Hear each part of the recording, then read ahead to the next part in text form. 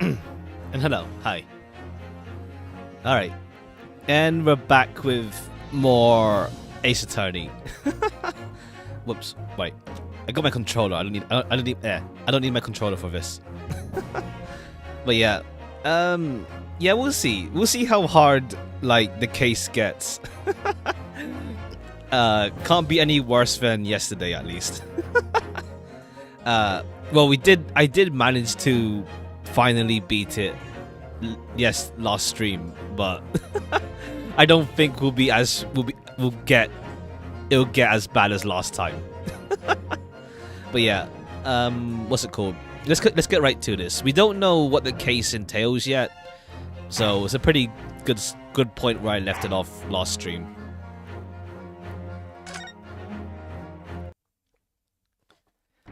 What we saw was like the aftermath of the last case, so it worked out.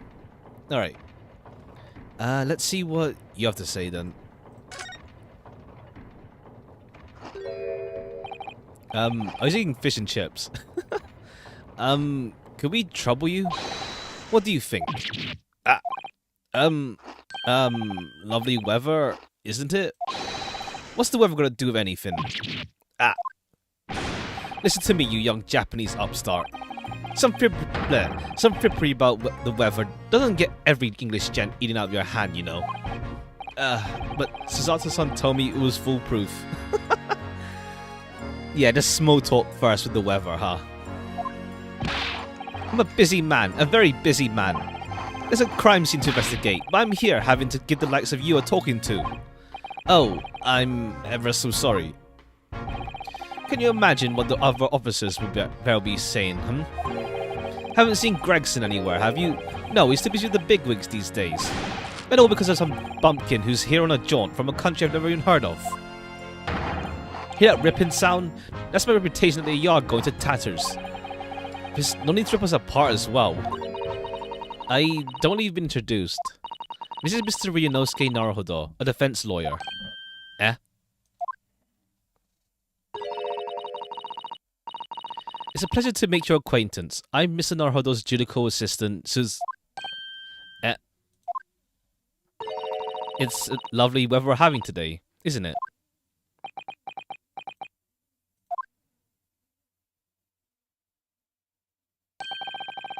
It's unseasonably fine, I grant you.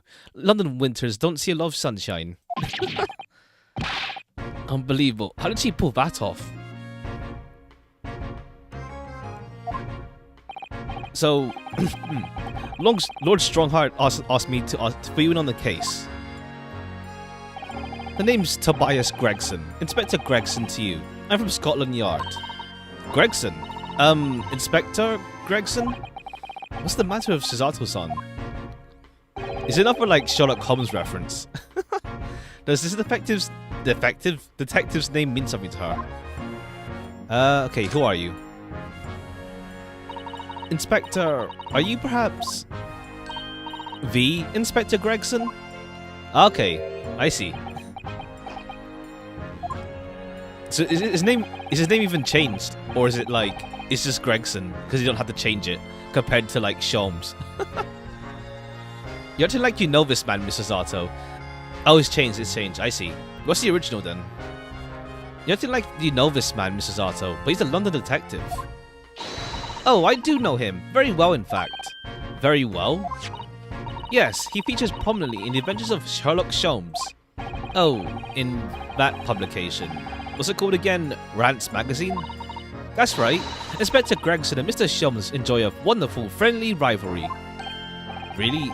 You rival the great Mr. Sholmes? That's incredible. Oh, well, I don't know about that. Mr. Sholmes isn't a professional like myself, of course, but he does come up with goods from time to time. Mr. Sholmes is equally complimentary about you, Inspector, isn't he? You've earned his highest praise. Gregson is the pick of a bad lot of all the Scotland Yarders. Those were his words. That's his highest praise? I guess Scotland Yard doesn't do much, huh? Well, Mr. Sholmes isn't particularly known for giving compliments, you see. That he is not, and thanks to that magazine, my name's known over London town now. That's great, isn't it? I have to admit that to start with, I was a little, well, flattered by the attention. Everyone wanted to shake my hand and my reputation at the yard went through the roof. Well, that's wonderful. No, it is not. There's nothing more sinister than the man on the street. People are always looking at me now. There have been rumors about me under their breath, I'm sure. Rumors? Are you quite sure? He's changed since he started appearing in those stories. The fame's gone to his head. Stuff like that. Gosh, do you really think people are saying such mean-spirited things about you? Like I said, they whisper, so I can't catch exactly what they're saying. But I know what folk are like. I'm sure that's what they're saying. As sure as eggs is eggs. I get the feeling this detective could be very hard work. Oh dear. Perhaps a sudden rise to fame does change people.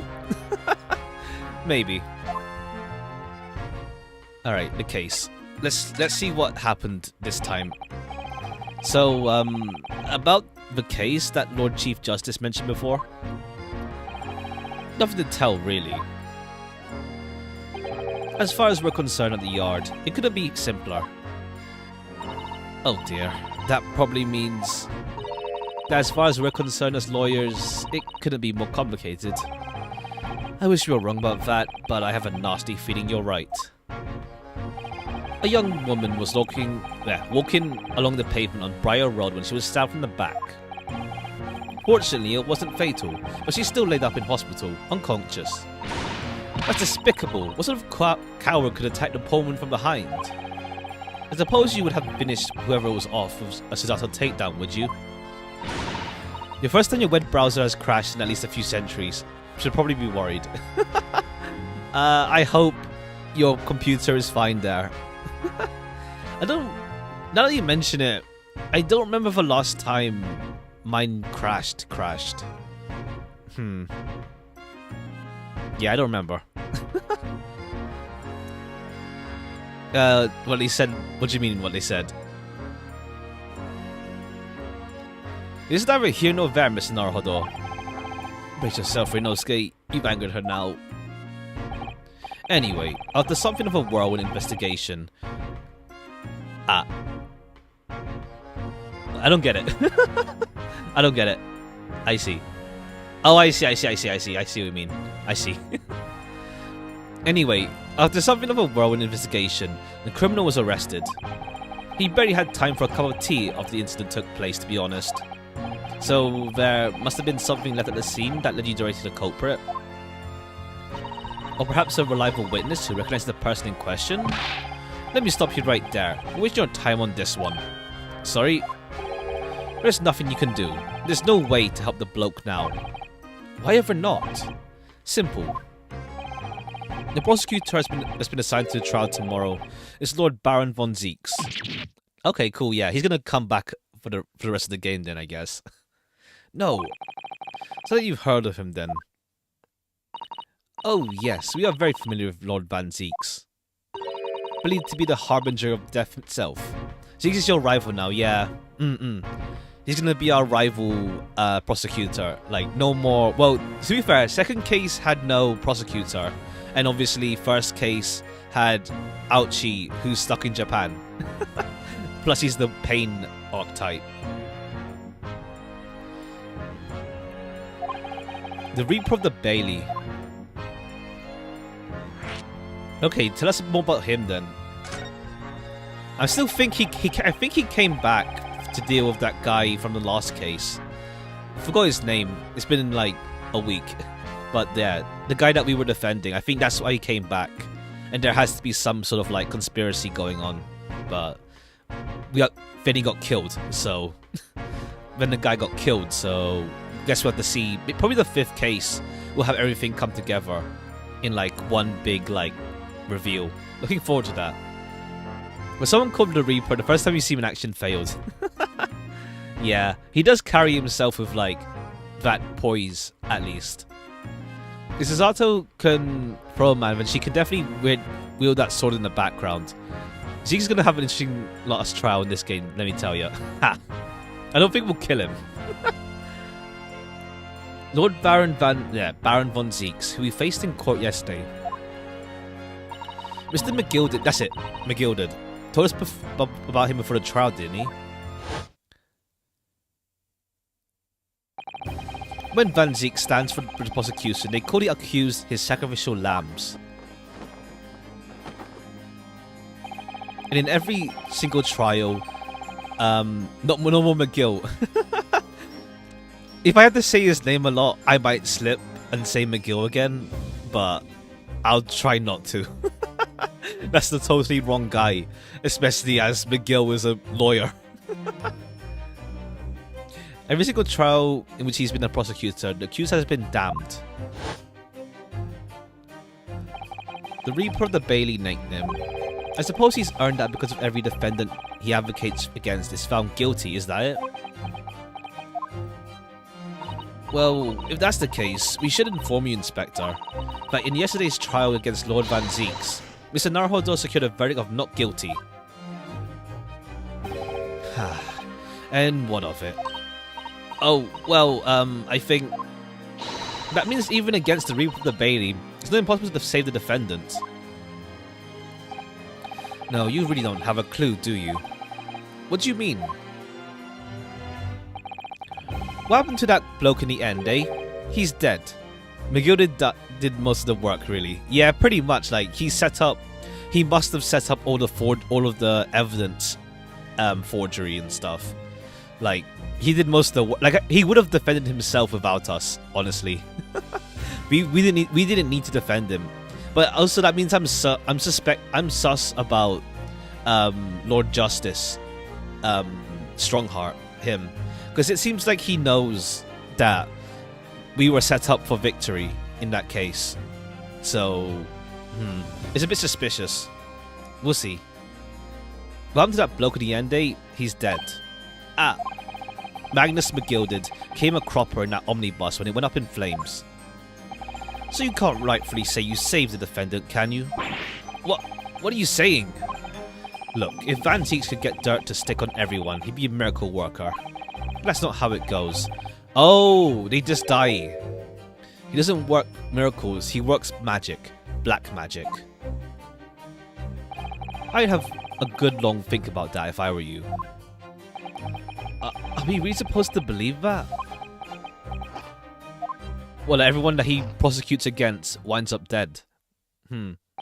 Maybe. I could see maybe he could have got McGilded killed, but it feels like that's the obvious solution.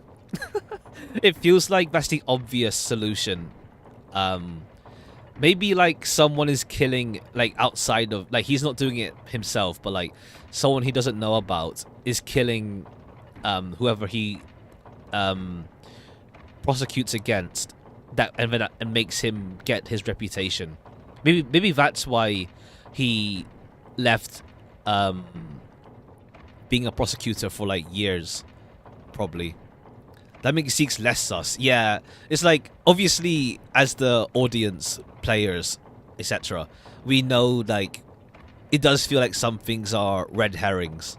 Or, like, it's too obvious to be true.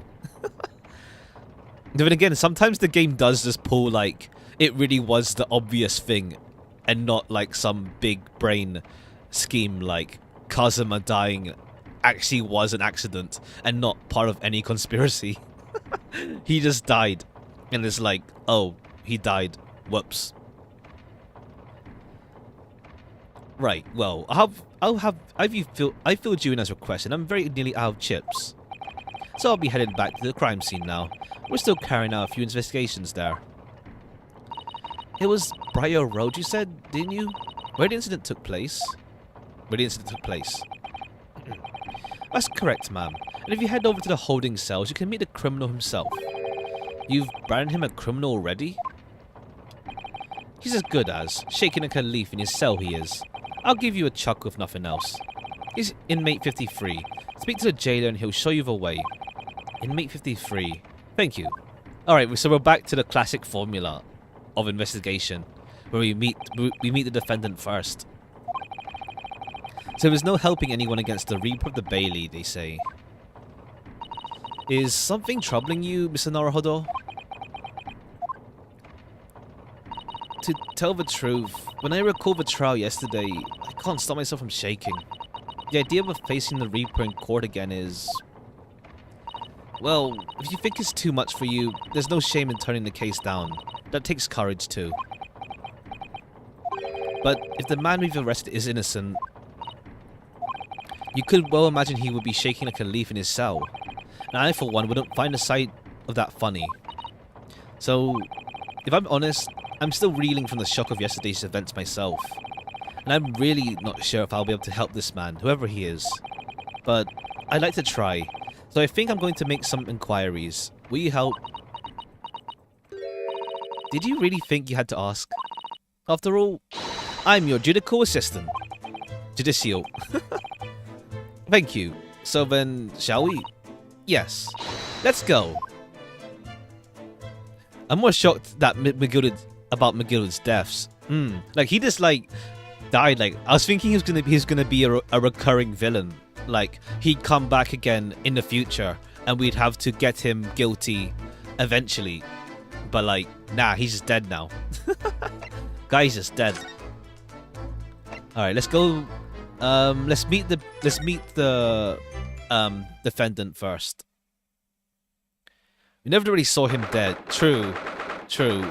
We don't see his body, but I'm not gonna overthink it so far and think it's like, oh, it's not actually McGilded, and that it's actually just some random corpse that wasn't McGilded in the thing because it's burnt. It's so burnt you can't tell who it was. I'm gonna assume we can take that at face value, maybe. Though I have seen the burnt corpse twist done before. In, like, other stuff. Not like Ace Attorney, but other stuff. So, these are British prison cells. Oh, they're ghastly. It feels like a dungeon. Yes, and having experience in Japan myself, I can assure you that our wooden cells feel a lot cozier than these cold stone walls. Kind of common twist, isn't it? It's a way to, like, obviously, like, just immolation pretty much, like, hides the face and hides any, like, specific clothing, maybe, or it's like, yeah, if their face is gone, that sort of thing. Plus, we're not like in modern society where we have, like, the best dental records or DNA. Oh right, yeah, yeah, with what's his face? I forgot his name. Yeah, with the skeleton. Yeah. I know Metropolis. Metroman. That's it. Metroman. That's it. Metropolis. Or what was the joke again? Metropolis or Metropolis? No. Metropolis. That's it, yeah. Metro City. Yeah. Metrocity, Metro City. I was thinking about Zootopia because, like, over here, Zootopia is called Zootropolis because of copyright. Megamind called it Metrocity. Yeah, that's it. That's a joke.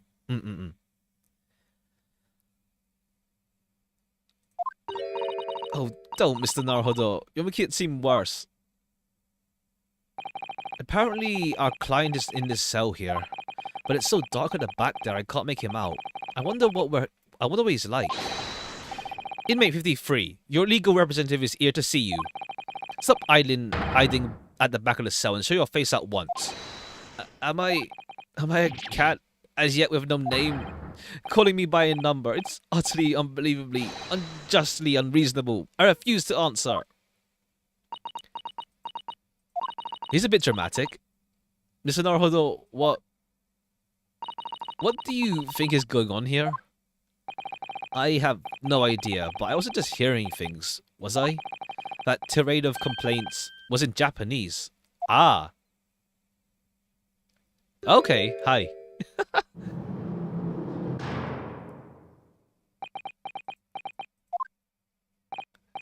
Excuse me, but shh, quiet. He's just paranoid. They're all around, hiding. I know they are. They're watching, listening. Even now, I can sense it.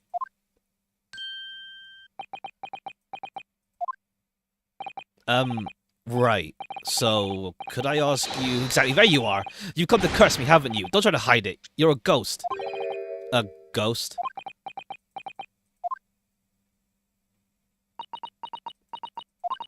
We mean you no harm, prisoner-san. Are you... Japanese, by any chance?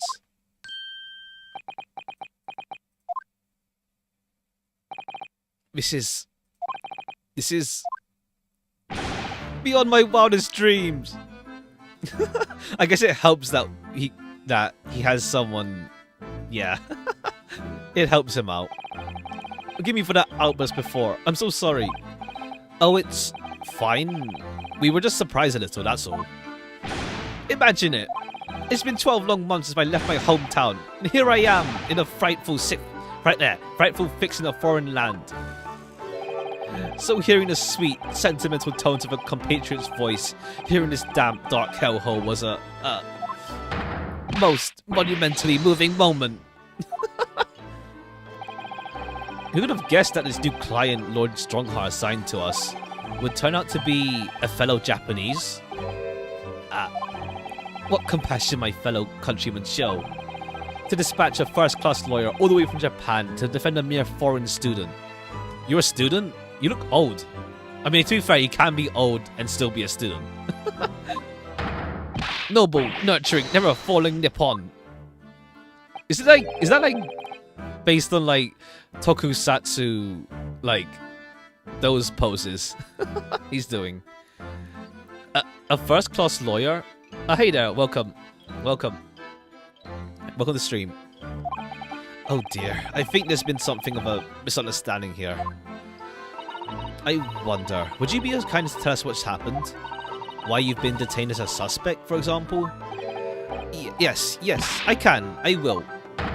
Shan't say sullen and silent. I'm not quite sure I understand what he means, but he seems happy. Yes, he does. I just hope he actually has a good reason to be. Thank you for your cooperation. I'm a lawyer, as you said. My name is Ryunosuke Naruhodo.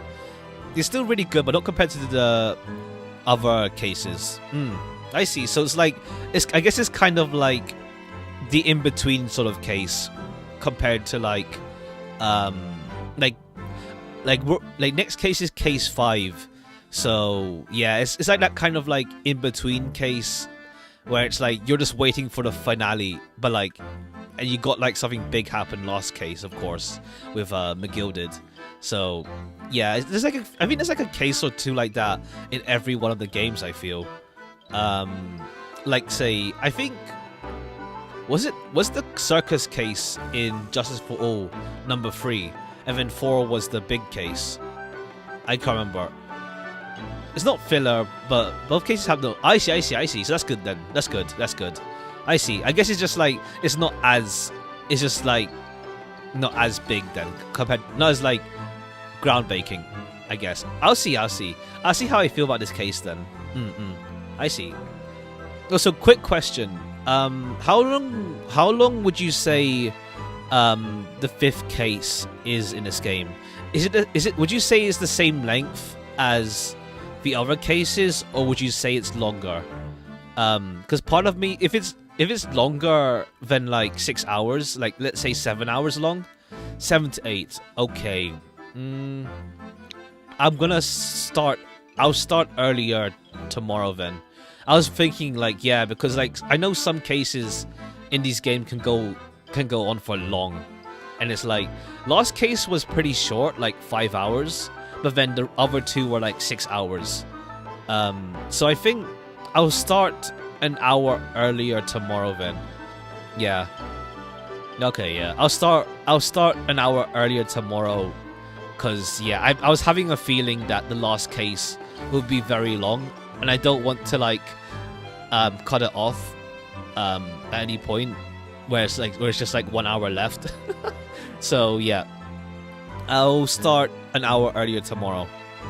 I'll start an hour earlier tomorrow, just so I know I have the time to wrap up that case. 10 hours for you, but you're dumb. I see. Hopefully, it doesn't take that long for me. If not, if it does take way too long, I'll just do a short stream on Monday, if I have to. So it's not leaving it on a cliffhanger for gosh knows how long. But yeah, we'll see. We'll see how it goes. Like I was on like 1 HP last case, because I wasn't sure exactly which was the noise they would have mentioned. I spawned at 50% off. I see. I'm not. Yeah, I haven't looked at the sale too much yet. I should look around, like even outside my wish list, just to see what else is on sale. Everything for like super cheap. I am now Naruto-san's judicial assistant, Shizato Mikotaba. I am a visiting student sent here by our government. Notably, notoriously named Natsume. Suzeki Natsume. Another foreign exchange student. Not foreign exchange, but like, I see.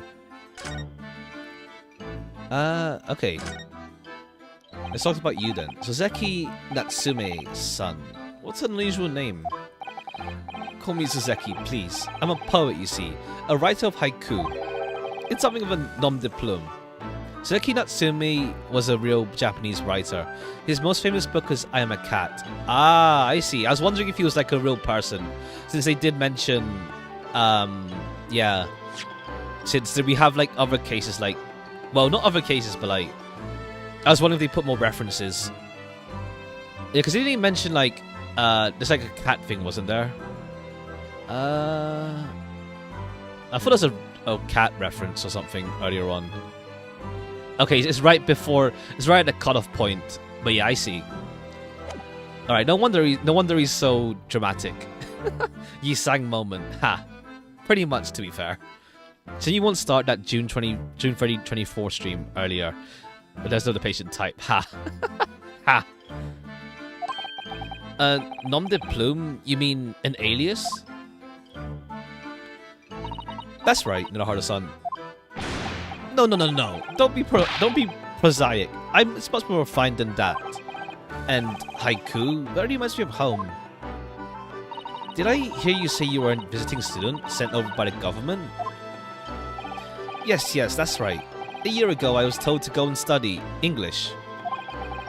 First, I had to suffer that misery, and now this. It's beyond the pale. Suffer that misery? Did you know what to study here? No, I mean, I've had an interest in Great Britain for some years, of course. Oh. But just because the government tells you to do something, does it mean you can do it? No. What do you mean? If he told me to study English lit, that I could have understood. That's my field. But no, they told me to study the English language. Utterly unbelievable and justly unreasonable. Ah! Utterly justly unreasonable. Oh, I see now. It's haiku. Or like, is it haiku? Is it 3535? I forgot how haiku's formatted. I see. Only the other day I was told to send a report about my first year here. It's not just English, it's the British language. Ha! Ha! I tendered a blank piece of paper. Wise words on white washi.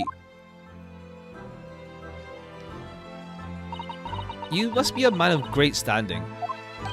Oh yes, so I'm often told. And often like to be told, it seems. Alright, hold on, let me check. How old are you? Okay, 33, yeah. Okay, what's the accusation then? Could you perhaps tell us exactly why you've been arrested, Suzeki-san? I didn't do it. I didn't commit that atrocious murder. Murder? Oh, no. It's alright. That woman actually died, did she? But she was stabbed with a knife right before my eyes. Before your eyes? You mean you saw the attacker? I didn't see anyone. What? If I'd seen the person who did it, do you think I'd be locked up in here? Oh dear, it seems this case is becoming rather complicated. Why me? Why me? Why that silly woman have to be stabbed in front of me? It's the curse of London. It's incredibly, inexcusably, irritatingly inconvenient. So Suzeki-san was there at the scene, but he didn't see the attacker. It's vital that we find out more about the case. I don't know. It's like it was like, what's it called? Like a misty night. I mean, I guess it was misty. So what? Are we gonna get Jack the Ripper or something? About the case. It's an accursed evening, even after the snow had started to clear, and heavy with fog. Yeah, fog. I'd been to the bookshop to buy some books, but I was on my way back to my accursed lodgings. Sure, the bookshop wasn't accursed too. As long as I was walking along that accursed pavement, I could make out the sole silhouette of another man ahead of me. Yeah. A woman, wearing a green overcoat she was, and just as I went to overtake her... She suddenly let out a little scream, collapsed onto the cold, hard slabs of stone on my feet. These would fit the role, Jack the Ripper, quite well. I guess in the terms of like being mysterious, I guess. But I don't think Zeke's is that dishonorable to do that sort of thing.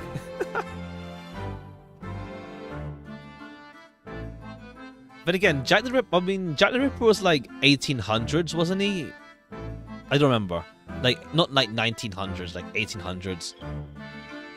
How terrible. I don't remember, actually.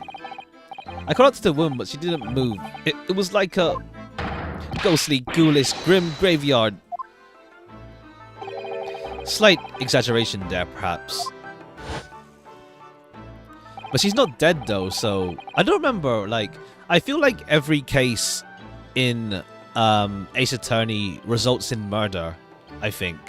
So it's either like there's gonna be another victim or she dies. I don't know, because I feel like every case results in a murder. I think. So, we'll see. I was terrified. I had to get away from there, so I ran as fast as my legs could carry me back to my accursed lodgings.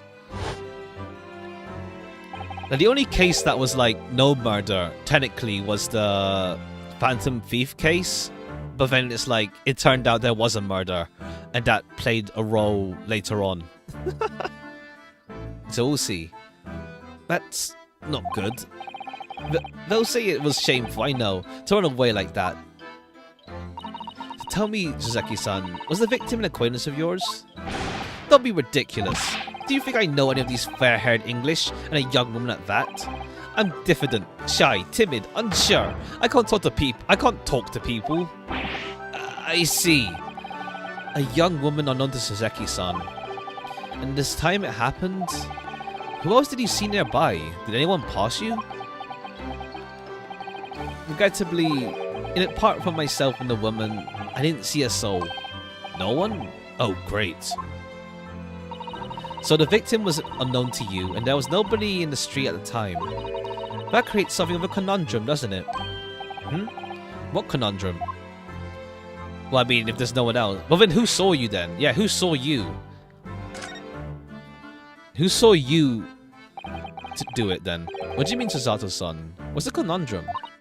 Well, if what Suzeki-san told us is true, there's something I can't explain. He says he didn't know the victim and that there was no one else at the scene. Then he apparently fled without having been seen. I did. But if that's the case, surely this man has to be the culprit. You... What did you just say? Nothing. I didn't say anything. Oops. Perhaps I thought out a little too loudly. Actually, that's not what was troubling me. What I was thinking was, how did Suzeki-san actually come to be arrested? Sorry? He didn't touch the victim and there was nobody at the scene to see him. How did the police ever discover he was there in the first place? Oh yes, she's right. It was him. That accursed great detective. He led the police to me. Of all the bad luck. Accursed great detective. Could it be... I shall never forget that man's name as long as I live. With his haughty laugh and his self-proclaimed greatness. Brash, big-headed, busybody, begone! May you be cursed until the end of your days, Herlock Sholmes. I knew it. Nice, we get him involved. Was there a murder in that one case where Shelly kidnaps Mia and Phoenix has to defend the guilty guy to buy time? Yeah, there was a murder. It was I don't recall what happened over the kidnapping, but Shelly was paid for a snitch or something. Yeah, Shelly is an assassin. And Shelly killed someone. I forgot who. But then what's it called? At the very end, we get to choose whether, because technically the guy we're defending didn't kill the person, but also he hired an assassin. So technically he didn't kill him. And also, like, except if he was free, he'd be like hunted down by the assassin, Shelly. So yeah, there was a murder involved. I don't remember the victim at all.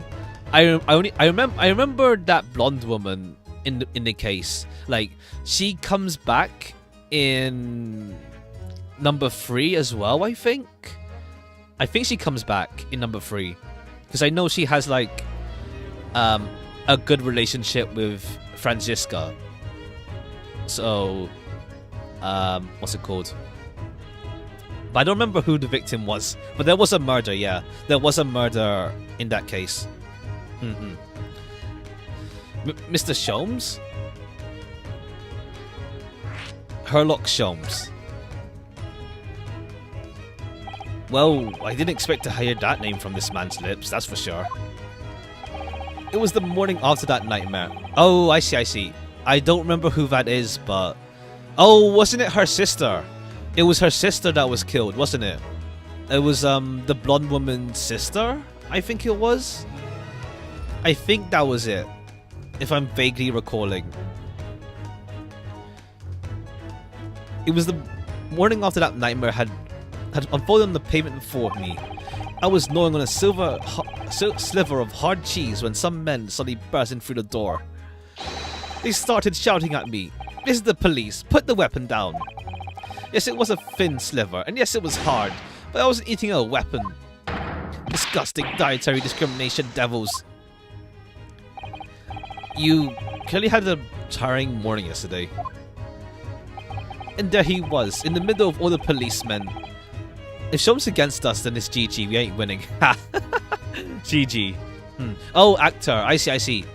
Oh, I see. Andrew's sister. Oh, she was the... Oh, I see. That's it. That was it. Yeah, that was it. Yeah. There was something about sister. And then, yeah. It's really hazy, that case. Well, details, actually. It's like, I know the finale, but I don't remember the journey. I think, as I was thinking, like, let's say, I mentioned it before, but I haven't played Spirit of Justice. Yeah, I haven't played Spirit of Justice before, so I was thinking about that game, but I've played Dual Destinies and Apollo Justice for the trilogy that's coming out soon. Like, I know the big twists, some of them. So I was just wondering whether I should stream it or not. I was thinking about that. Dual Destinies and Apollo Justice, maybe. I don't know. Because I remember bits and pieces. So it's not really... I don't think I'll be able to be as free talking compared to this... Compared to playing this stream. Playing this game, rather. Since I know a bit too much. It's like... I was thinking about playing Ghost Trick as well. It's just...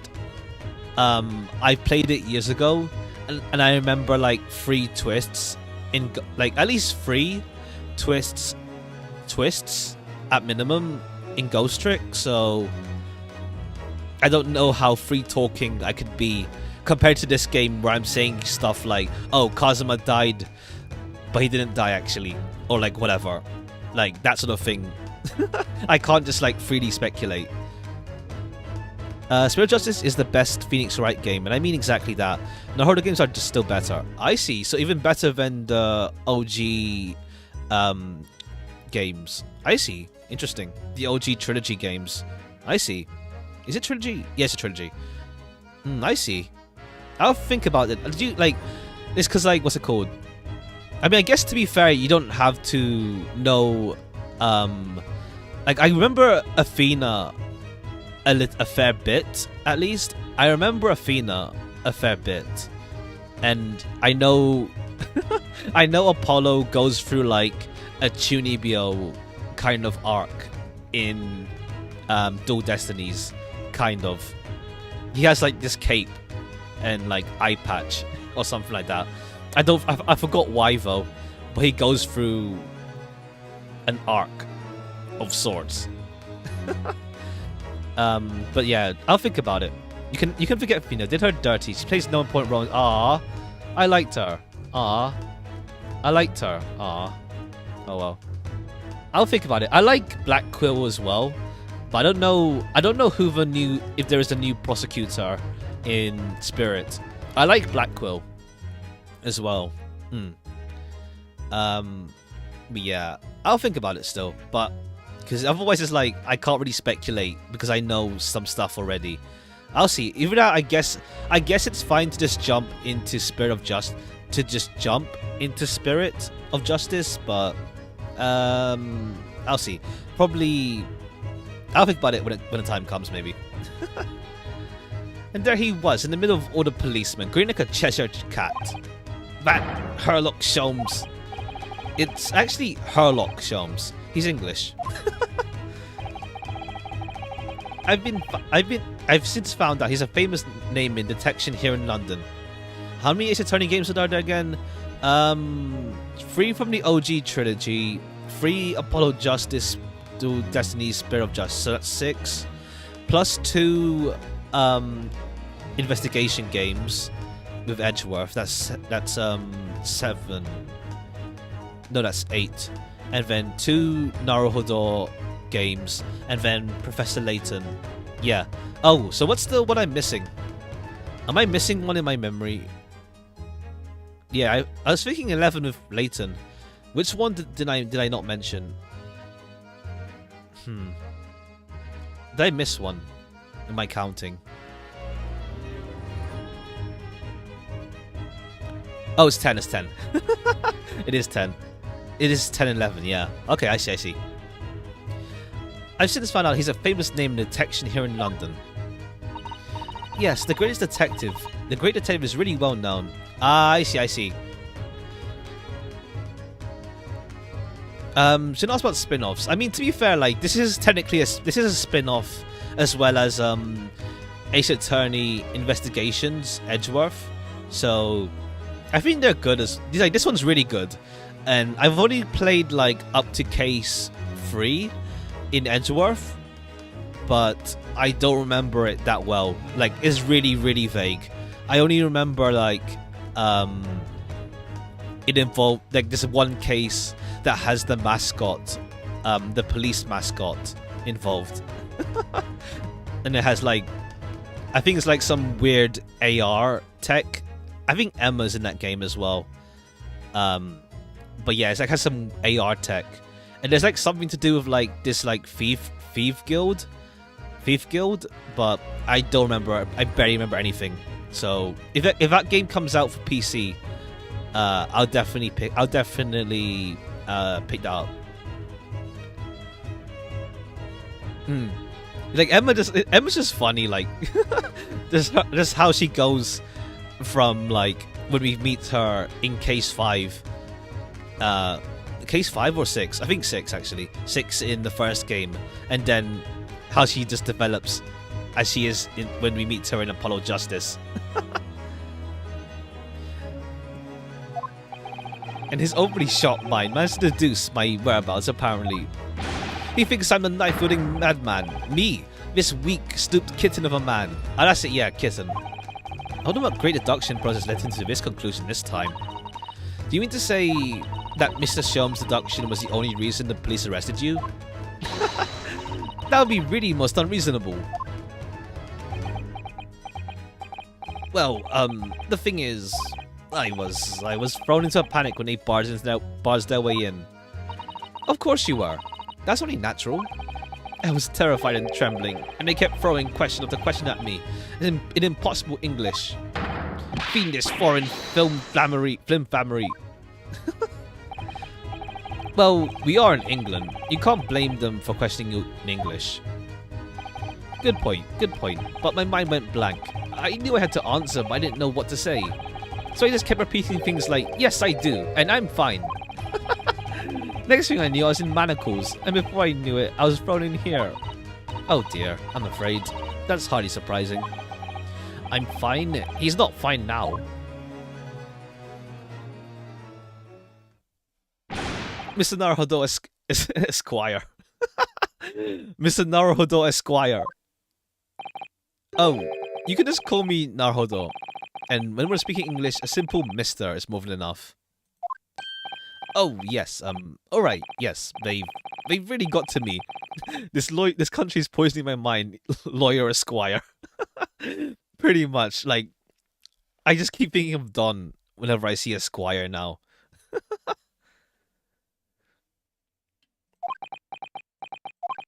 But please, I beg you to defend me in court tomorrow. You can tell them what really happened. You'll do it, won't you? Well, Why? Why is it so hard to say yes to me? Well, the thing is, I'm just a student like yourself, on a study tour. A student?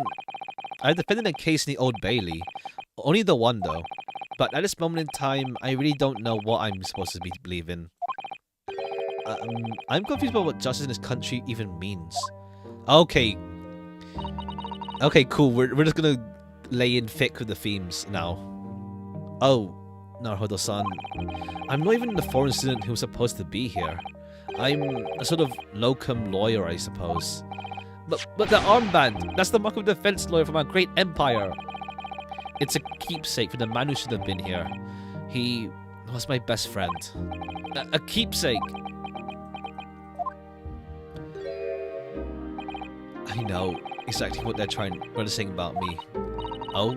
Who do you mean? The lawyers. All the British defense lawyers. They won't defend me.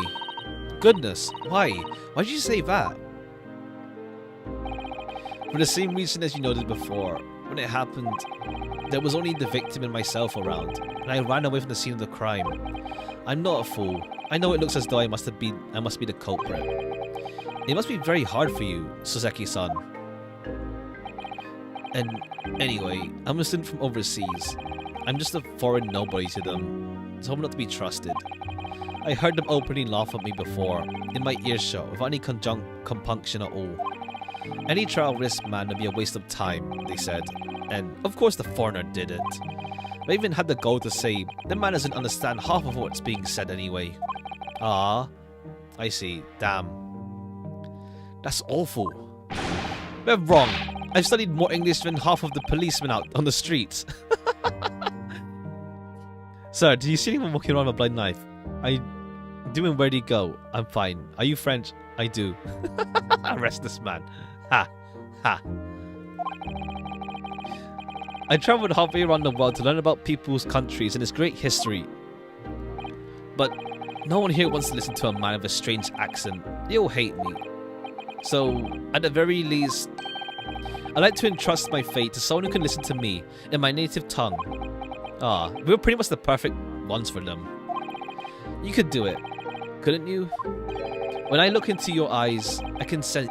I can see what you've been through, Soseki-san. It's just that...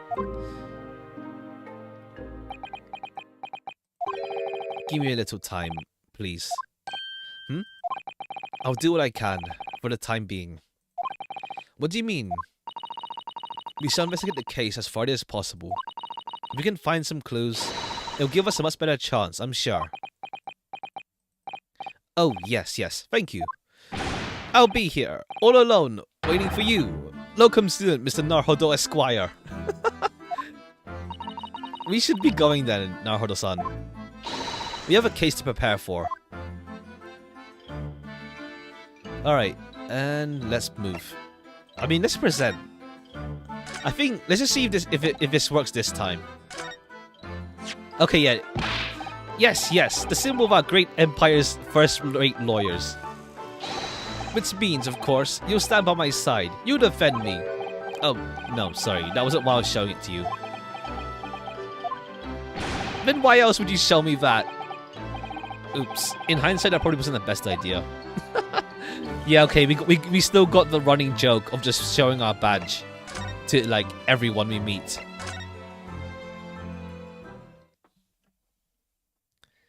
"19th February, Briar Road." Oh, isn't that... I forgot what that building is.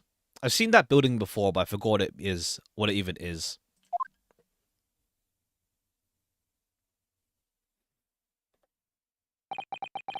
So this is where it happened.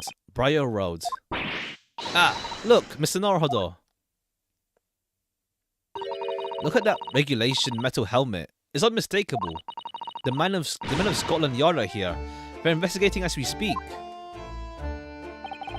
That is their job, you know. But Mr. Naruhodo, to see one with my own eyes.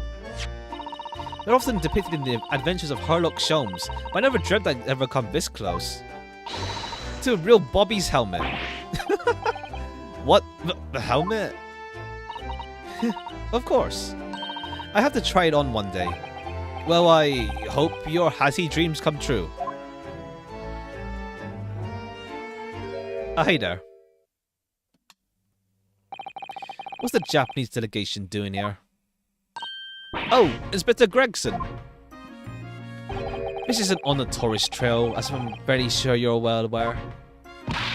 Yes, of course. We're here to investigate. So, you've been to the holding cells then. What'd you make of the criminal? He's not a criminal, as you put it, Inspector. He's a suspect. We'll see about that. You Japanese like to stick together, I suppose. Well, do what you will. It doesn't bother me. The bloke's in court tomorrow, whatever happens, and the verdict's a foregone conclusion. The stone-cold air of rejection. Take heart. London at this time of year is full of stone-cold air. That makes it worse somehow. Let's try what he says about this. Inspector Gregson, could I show you this? Am I supposed to know what that is? I've never seen that insignia before. It's worn by defense lawyers in the Empire of Japan as a symbol of their profession. In other words, it's a worthless trinket here in Great Britain. Oh no, it's very important to me. It shows my spirit. Do we have... do other countries have, like, a lawyer kind of, like, ID thing like that? Because they do mention, like, how... Yeah, like in Japan, they do have those badges for, like, prosecutor and lawyer. I don't know if do they even have that in other countries. Gregson is one of the few competent detectives in the entire franchise. Yeah, I guess that's cool. Yeah, because like I'm so used to like Gumshoe. Like Gumshoe's okay, but like he gets easily like manipulated, especially like in the first few cases where like Edgeworth is just like doing his like prosecutor magic. There's also Emma's. Yeah, I guess Emma counts as one of the ones who are. Does Emma count as? Yeah, Emma does. Yeah, she is like the detective character in Apollo Justice. What else was there? There was Albright, but yeah, him. Albright is quite something, that's for sure. Who else was a detective? I just remember Gumshoe, and it's like, I don't. Was there more than Gumshoe for like the trilogy, the OG trilogy? I don't remember. I feel like it was just him over time. I feel. To be fair, he takes a lot of the screen time if he was like in all of the trilogy, the original trilogy. A Gumshoe, Bobby Fulbright. Oh, that's it, Fulbright. That's it. That's his name. I was saying Albright, like All Might. Yeah. I see. Evendes Sholmes as well, I guess. An English gentleman keeps things like his spirit very much to himself, I'll have you know. Oh. Don't give up, Mr. Naruhodo. It's too late. He's crossed my spirit already. Okay, let's talk. Fulbright if you know what I mean. Yeah. Yeah, yeah. I know too much in that sense. That's one of the things I know that I still remember like vividly from Dual Destinies, which is kind of the reason, because I remember that as well as the thing surrounding Athena, let's say, the mystery surrounding her.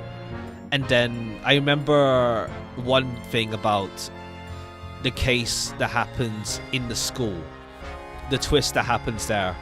I think with the red-haired character, I think it was the twist surrounding them. But yeah, it's like I know two major twists, like from memory alone. Let's talk about Scotland Yard. Tell me about Scotland Yard, Inspector. Ever since I read about it in The Adventures of Sherlock Holmes, I've been fascinated by the place. The Yard is the most sophisticated policing organization you'll find anywhere in the world, ma'am. Oh, and you know, I've always dreamed of wearing a real Bobby's helmet. It does make them look the part, seeing that policeman there with his helmet on. You certainly get the sense that this is a man who will take no nonsense in his duty of protecting the city. Oh yes, does he look wonderful? Being a London Bobby is hard going, I can tell you. Oh, really? First thing in the morning, you know what he does. Going round and rouses all the labourers on his beat so they can get off to work. What? He wakes people up? Yep, raps on their windows with a long pole. Did it myself, but going back a bit. They did that? Damn. I had no idea. The Bobby works with the people of the town. This is another one of his duties. After that, he starts tirelessly patrolling the streets all day long.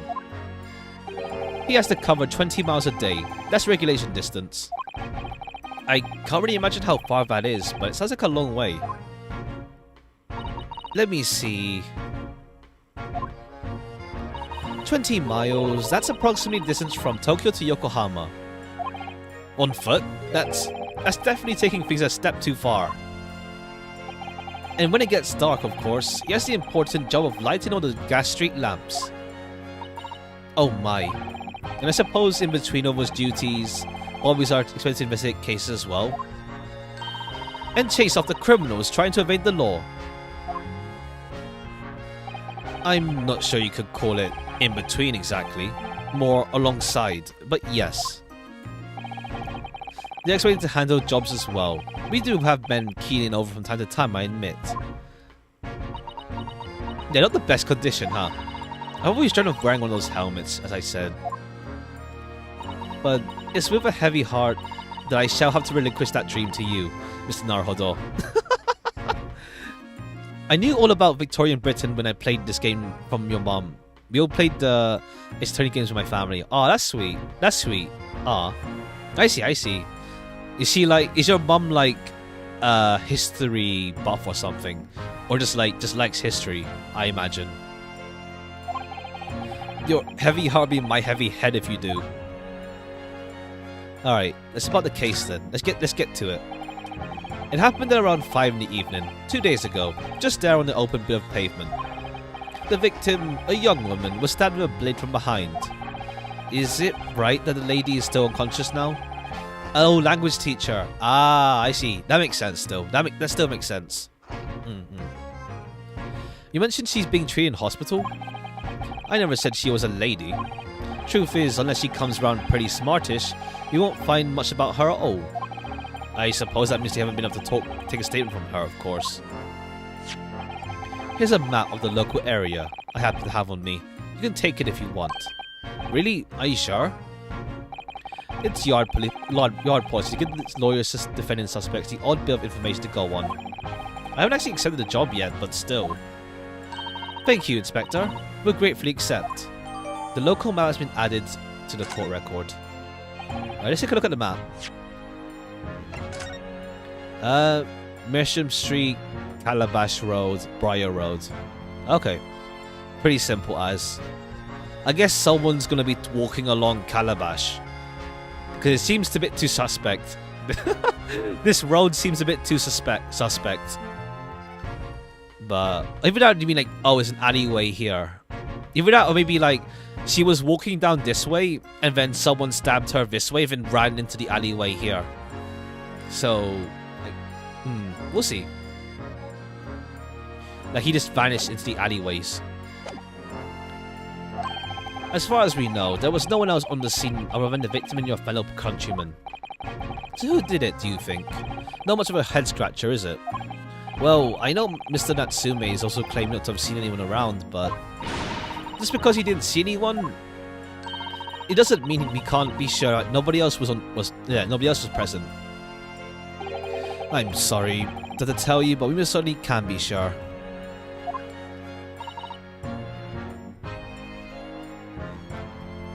How?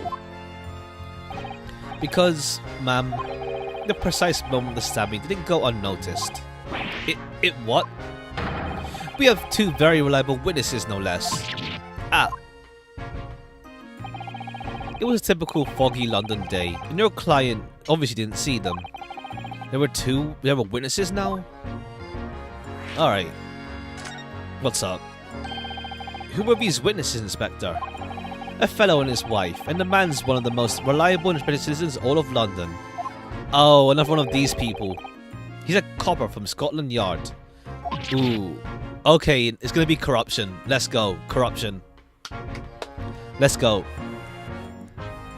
Ah. A policeman? That might change things. And this policeman just happened to be there at the exact moment the woman was attacked? Nothing peculiar about that, ma'am. Part and parcel of being a bobby. Catching them banging the act and all that. Do you think it might be possible for us to ask that policeman a few questions? Be my guest. You can ask him what you like. In court, tomorrow. Oh. I've no doubt he'd be summoned as a witness. I guess my not knowing about... I don't know much about history myself, but I guess there was. I don't know much about history myself, in all honesty. So that'll give you something to look forward to. That's that then. He's got no intention of letting us meet the man beforehand, it seems. A policeman who witnessed the incident. As your judicial assistant, I must warn you that this could make our job very difficult indeed. Yes, as a non-judicial assistant, I could have warned me of that too. Oh yes, one more thing, Inspector. What? The person who led you to the suspect. I hear about Mr. Herlock Sholmes. What are you bringing him up for? Was it something I said? The colour has drained from his cheeks. Alright, let's talk about Sholmes then first. Who did you hear that name from? Oh, well, it was Mr. Natsume who mentioned it. He said that Mr. Sholmes was with the police when they entered the lodgings. I'm sure it's the result of one of Mr. Sholmes' great inspirational great deductions. Fiddle faddle. Ah. The man's an amateur, and I'm getting sick and tired of him showing his mug everywhere. Oh. I don't know where he gets his information from, but he turns up the scene of the crime. Wanders around spouting incomprehensible rubbish, and before you know it, he claims to have solved the case. Yes, he's quite astounding, isn't he? Oh, hey there, welcome. Welcome to the stream. He is a great help to Scotland Yard though, isn't he? Gibble gabble. Ah. Ever seen this before? Oh, yes, that's Rant's magazine. The wonderful publication in which the adventures of Herlock Sholmes appears. Is that the one Inspector from Sherlock Holmes? I guess so, yeah. Gregson, I guess his name is different in Sherlock Holmes. I don't know. I haven't read it myself, but I don't know what the original name is. But yeah, it seems that he is based on the actual one from the book. Yes, well, that wonderful publication, it's Samjo. Ha! Ha! As you put it, sees fit to include several of the Yard's detectives in its stories. And the so-called great detective makes a mockery of all of us. If you ask anyone at Yard, it's a misadventure to be included in any Sherlock Holmes tale at all. Well, Lestrade was from Sherlock Holmes novels, like Jean and Lestrade. Ah, yeah, that one, yeah. I see. Oh, I see. I suppose there's an element of that. We work our socks off, every one of us, only to be frogged by the public thanks to that obnoxious detective. The man's as dangerous as us. It's dangerous to us at Scotland Yard, as he is to all our criminals. That can't really be true, can it, Inspector? Clearly the great detective and the police have a complex relationship. And tomorrow's trial then. That twitchy Japanese bloke goes on trial tomorrow. Are you going to defend him or not? Well, makes no difference to me, but I'll just say this. No London lawyer worth his salt would touch the case with a barge pole. Because the prosecution is being handled by the Reaper of the Bailey, you mean? There's no way to save the man now. It's a waste of time trying. It is all a bit strange though. Sorry? The Reaper. He hasn't appeared in court once for a good few years now. Yes, he did hear something to that effect. And the only one he usually bothers with are the real scum. The master criminals. The violent ones. Master criminals? The violent ones? That's right. He handpicks his victims. Only deals with those guaranteed to go to the gallows for their sins. But Mr. Natsumi wouldn't hang for what he's accused of, surely. That's just my point, Sunshine. Yes, the young woman was stabbed, but they didn't kill her. Couldn't even say if intent was there. Oh, I see. He goes... Right, okay, I see. He goes for death penalty cases. But then I guess... they do imply that they die no matter what. Even if they're not guilty, I guess. We'll see. So if it's in the sort of case, I'd be expecting the Reaper to want to sink his teeth into, for want of a better phrase. Well, it's not exactly a minor infraction, is it? No, there's got to be more to it. Some reason he's taking an interest. Oh, the policeman. It's the policeman involved. It has to be the policeman. And then, either that or he wants to, like, go to court with us again. He wants to meet us again, maybe. I don't know. We'll see. Because he knows that no one... I guess he knows that no one... will come fight him except for Naruhodo. So maybe he wants to meet us again. I don't know. We'll see. Literally Danganronpa Persona 5. I see. Looking forward to that then, if it comes to PC. If it comes to PC, looking forward to that. You think I can tell what's going on inside the head of that Lord of Darkness? You have to ask him himself at tomorrow's trial. Are we really going to have to face the Reaper again? The Lord of Darkness, as he put it? Well, I don't think we're going to get any more useful information out of the detective. Words. I'm getting tongue-tied today. Mr. Naruhodo, can I make a suggestion? Oh, yes, what is it? Well, it seems to me that we must speak with him about this. By him, do you mean Mr. Sholmes? Yes, Mr. Sherlock Sholmes, exactly. You do stuff to criminals in an... Ah, I see. Oh, I see. Yes, it's like the metaverse then, in Persona. I see. Interesting. I see. That's pretty cool. Look at those shining eyes. You can't wait, can you? Well, Mr. Natsumi did blame Mr. Sholmes for all this, didn't he? Yes, he did. He really did. This makes him an involved party in this case. Are you just going to ignore that? I hope not. So this AI Somnium Files. Technically, I guess, as well. True, they both all... yeah, that one does have, like, involved inside the... whatever it's called. The headspace. No, headspace. That's different. But that. I guess there is, like, a common thread, huh? For, like, that sort of stuff, huh? I assure you, it's not simply my selfish desire to meet Mr. Sholmes again. The trouble is, we have no idea of the man's address, even. Even more surreal. I see. Looking forward to if that comes out for PC, then. Yeah. A shame it's on the Switch, but just gotta wait and see. Like with Danganronpa, it was on the PS Vita, and it's like, well, I don't have a Vita, so, oops. It's Baker Street. Oh right, yeah, Baker Street. How did you know that? It's in the stories, of course. 221B Baker Street, the most famous address in the world. Oh, I see. Well, there's nothing to stop us from going, I suppose. We better try to find our way there before Suzato-san gets any more excited and unpredictable. Hurrah! I'll summon a carriage. So we're going to have a reunion already with the great detective, Mr. Herlock Sholmes. Okay, let's move then. A new location has been added. Sholmes' suite. Okay, so in this case, like, we're not doing any, like, investigation, look around the environment. Like, even here, we're not really looking around, like, at anything. I guess there's no evidence left behind. I don't know. As I mentioned before, it's like, I like, the investigation segments, it's like, I just can't wait to get to the case. So it's like, how to say...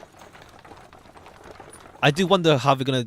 We do have the dance of deduction, at least, to make the investigation exciting. So there's that as well. Thank you very much. It's just up there overlooking the street. Good day. Good day. Thanks again.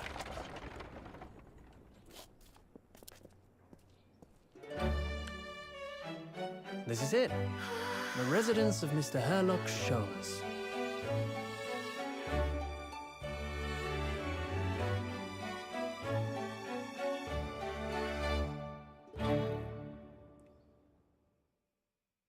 Did that need a cutscene? An anime cutscene?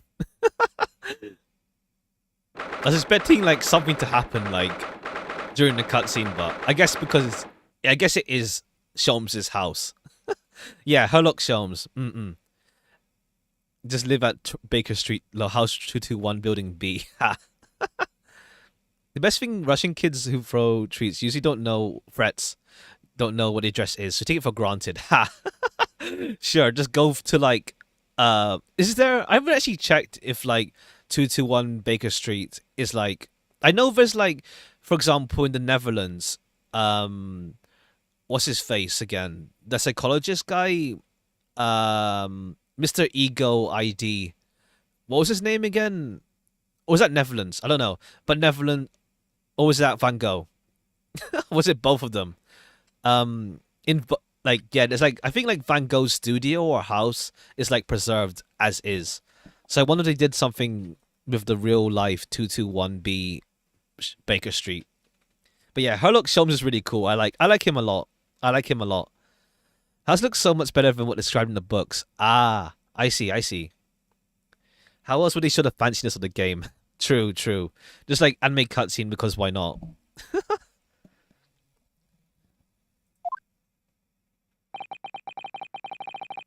So this is where the great detective makes his living. It feels surreal to be here somehow. Ah, that's it, the Museum of Sherlock Holmes. That's it, yeah. I see. Just send threats to a museum of all places. Is it,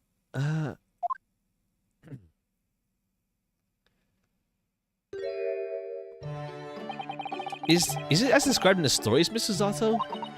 Did we just come inside with no one? Was it unlocked the door? Happy July. Oh yeah, 1st of July. Happy 1st of July. Suzato-san. Many famous cases have been solved here in this very room. Oh, I suppose they must have been. Yes. Oh, do you mean which case we're on now? Yeah, we're on chapter 4. June 31st doesn't exist. I never read the stories, but it was hard to get quite as excited about it as she seems to be. The detective chases the villain relentlessly as he disappears in the fog down an unlit London street. Oh, the thrill of it. The romanticism. Can't you feel your heart pumping in your chest? Can't you, Mr. Naruhodo? Oh, I suppose I can, yes. Oh, right, 4.5, yeah. That's coming mid-July, I think. Early, late July. We'll see.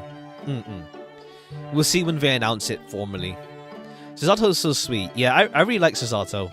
I really like her. I suppose I can, yes. So, if you don't mind, I'll just stand here and soak up the atmosphere for a while longer. Please don't mind me. How much of a goof is gonna be? I feel it's gonna have like, I feel it's gonna be pretty nice to like ease up the atmosphere from the last Kanto. I feel, yeah, like with House Chicken. I feel looking forward to like whatever we get up to there. Hardcore Ice Attorney phase since 2018. I had like a hardcore phase of it. I think it was like 2012, 2013, something like that. I played it on the DS first, the OG trilogy, and Apollo Justice.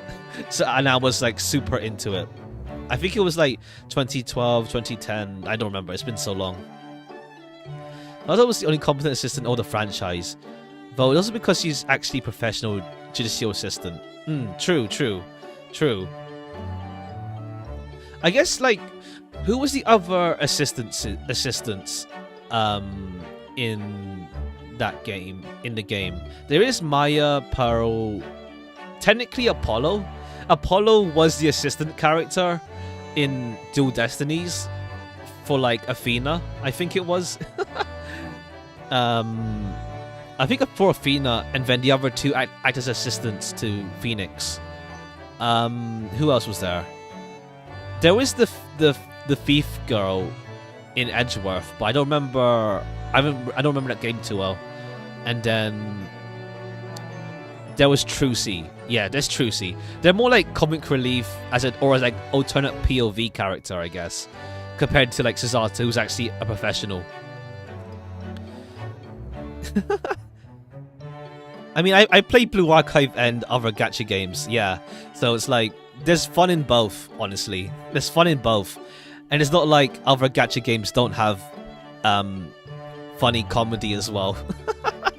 I play both. Maya, Pearls, Athena, Apollo, Phoenix once, yeah. Maya, Trucy, Maggie.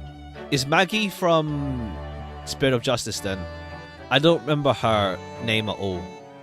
Or is Maggie the one I mentioned from Investigations? Don't remember. Crush on Godot. Godot's really cool. Game 2, Case 1. Oh, right. Vaguely. Right. Yeah, I vaguely remember that. Like, because he lost his memory. Or something. Yeah. I vaguely recall something about that.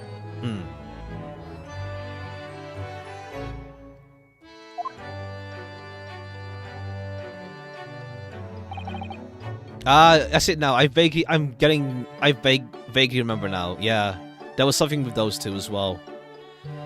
Well, it looks like our detective friend isn't home at present. Excuse me, is anybody home? Phoenix and Mouse, yeah.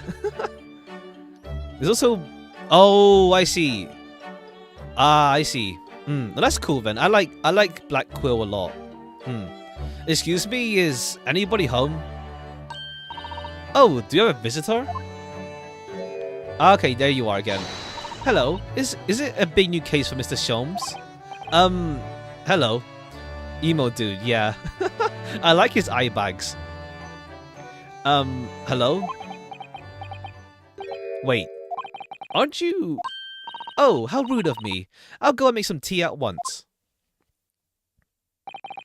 I'm sure it's the same girl. Mr. Zato, did you see that girl who's just here? Oh yes, isn't it truly extraordinary? To think that the King of Bohemia came to this very room to ask Mr. Shum to take on his case. Just go comedy really shows. I wouldn't go. I don't know. I don't really mind, as in like.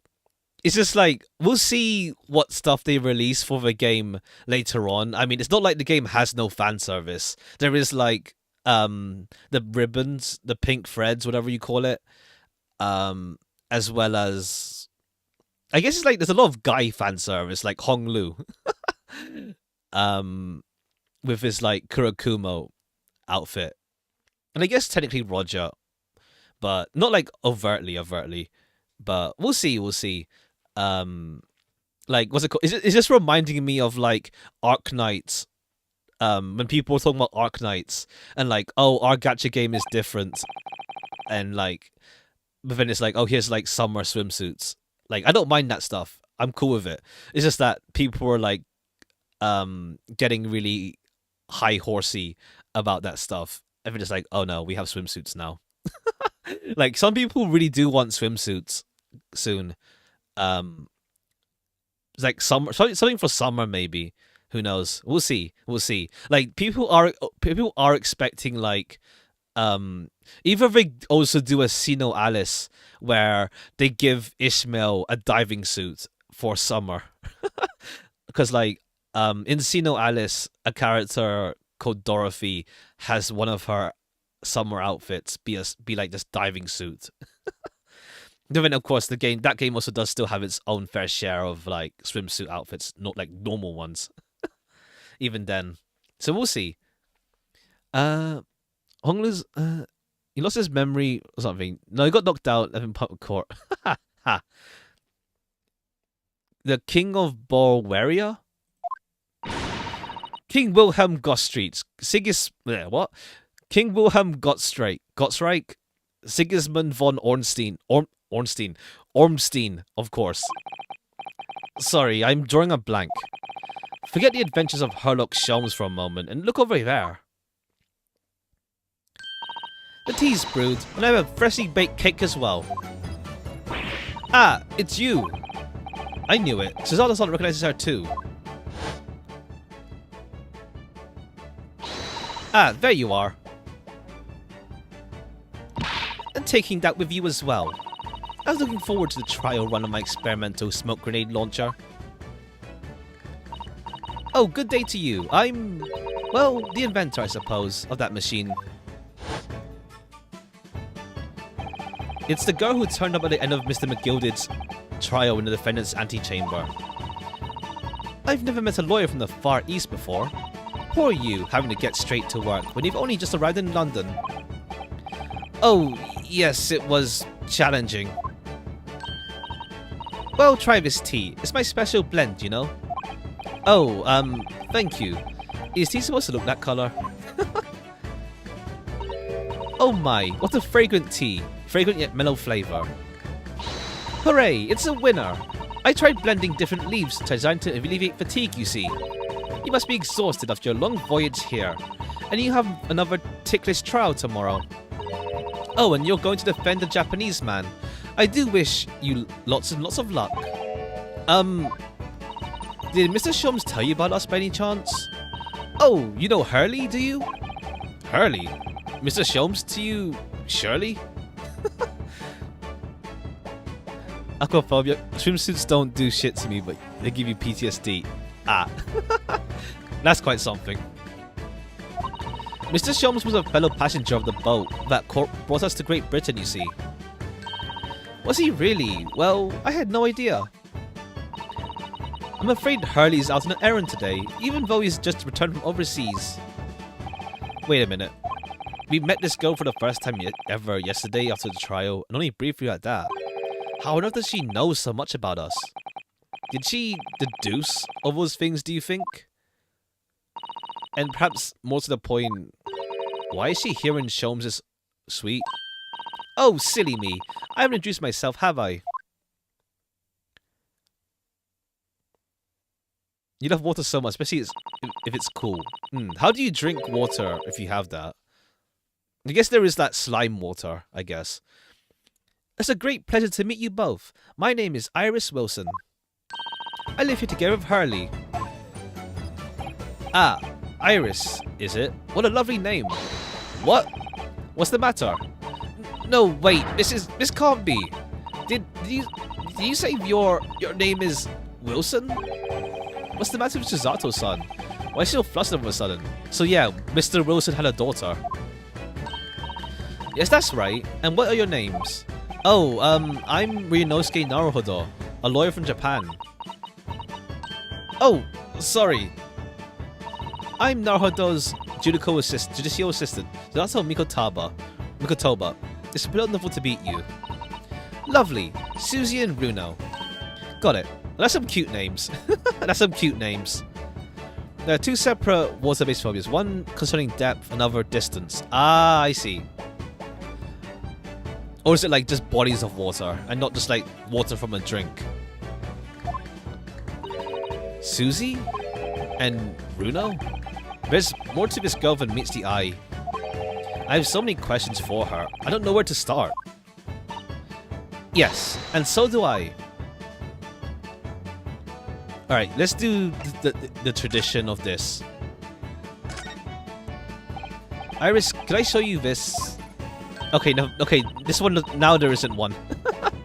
Oh, how exciting. What is it? Tell me all about it. Oh, actually, I was hoping you might be able to tell me something about it, if anything comes to mind. Why would I? Why would I? Why would it? Well, no, I suppose it wouldn't. Tell me, I want to hear everything. This hasn't gone according to plan. Swimming, water phobia, not the stuff that makes you allergic or something to drinking. I see. Alright. Iris? It was you we ran into yesterday, wasn't it? At the Old Bailey. Yes, that's right. You're ever so helpful. Thank you so much. Oh, not at all. I'm so sorry we could have been more welcoming. But at the time, we did rather have a large gun pointed at us. Like this.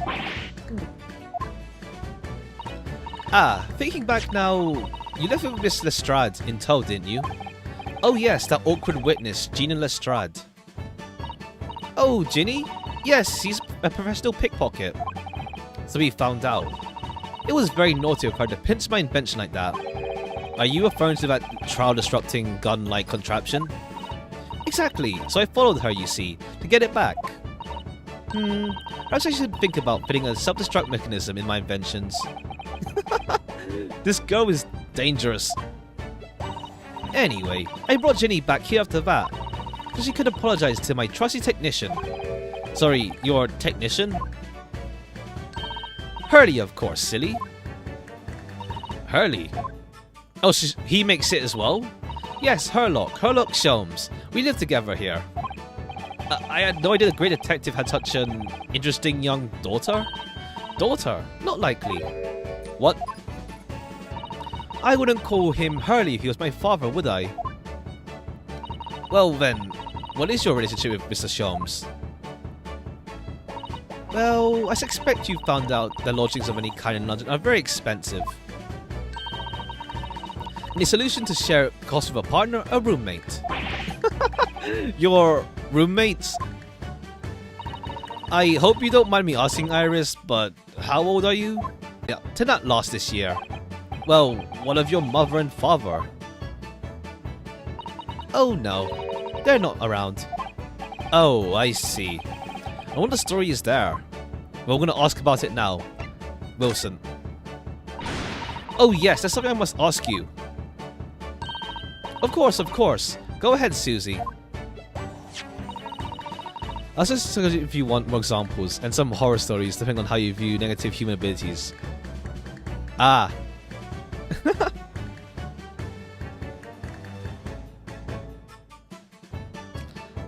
I'm a very great fan of the Adventures of Herlock Sholmes and... Oh, you have a copy of Rant's magazine?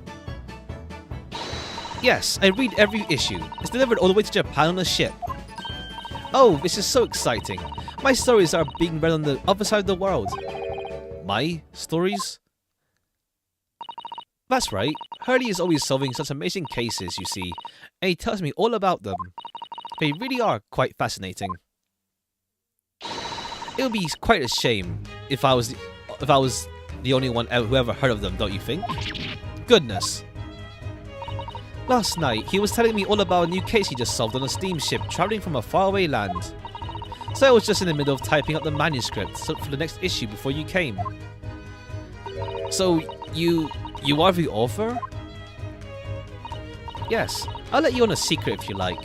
I'm gonna call this latest adventure The Speckled Band. The speckled band? That's certainly very familiar. Of course, I always change one or two details in the stories, here and there. This time, I had the idea of making a venomous snake be the cause of all the trouble. Oh, that was Mr. Sholmes' first thought as well, actually. Yes, and of course I know that a snake might not be a credible fit for the facts of the case exactly, but... it's a story. Some poetic license is justified to make it more thrilling, I think, don't you? Definitely grounded them down to study humanity. I think she's just sweet so far. I don't think she's that dark.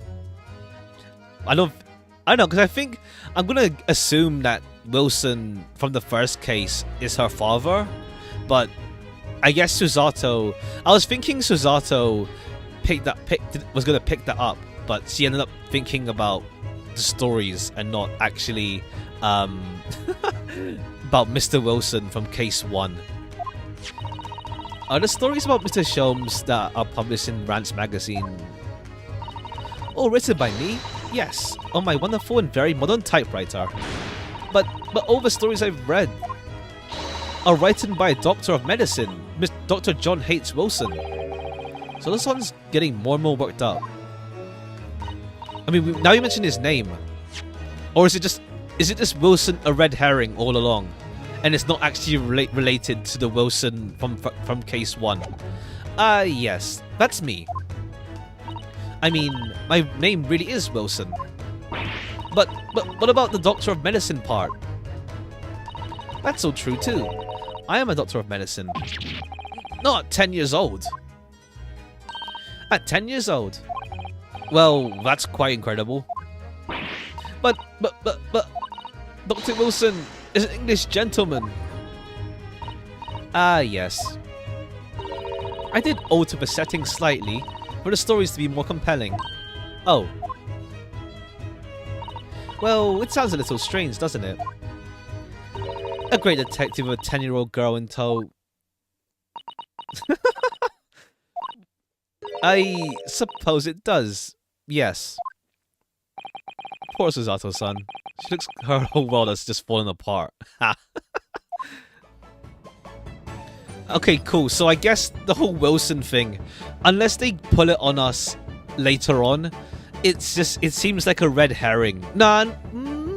I don't know, because like we don't know why Wilson in case 1 was killed yet. We have no idea why.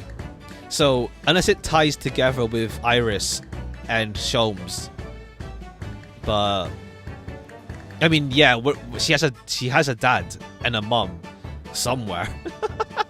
So many cultists. You'd be surprised how many came from London were teens or younger, and also properly steam engine before learning to read. That's a thought.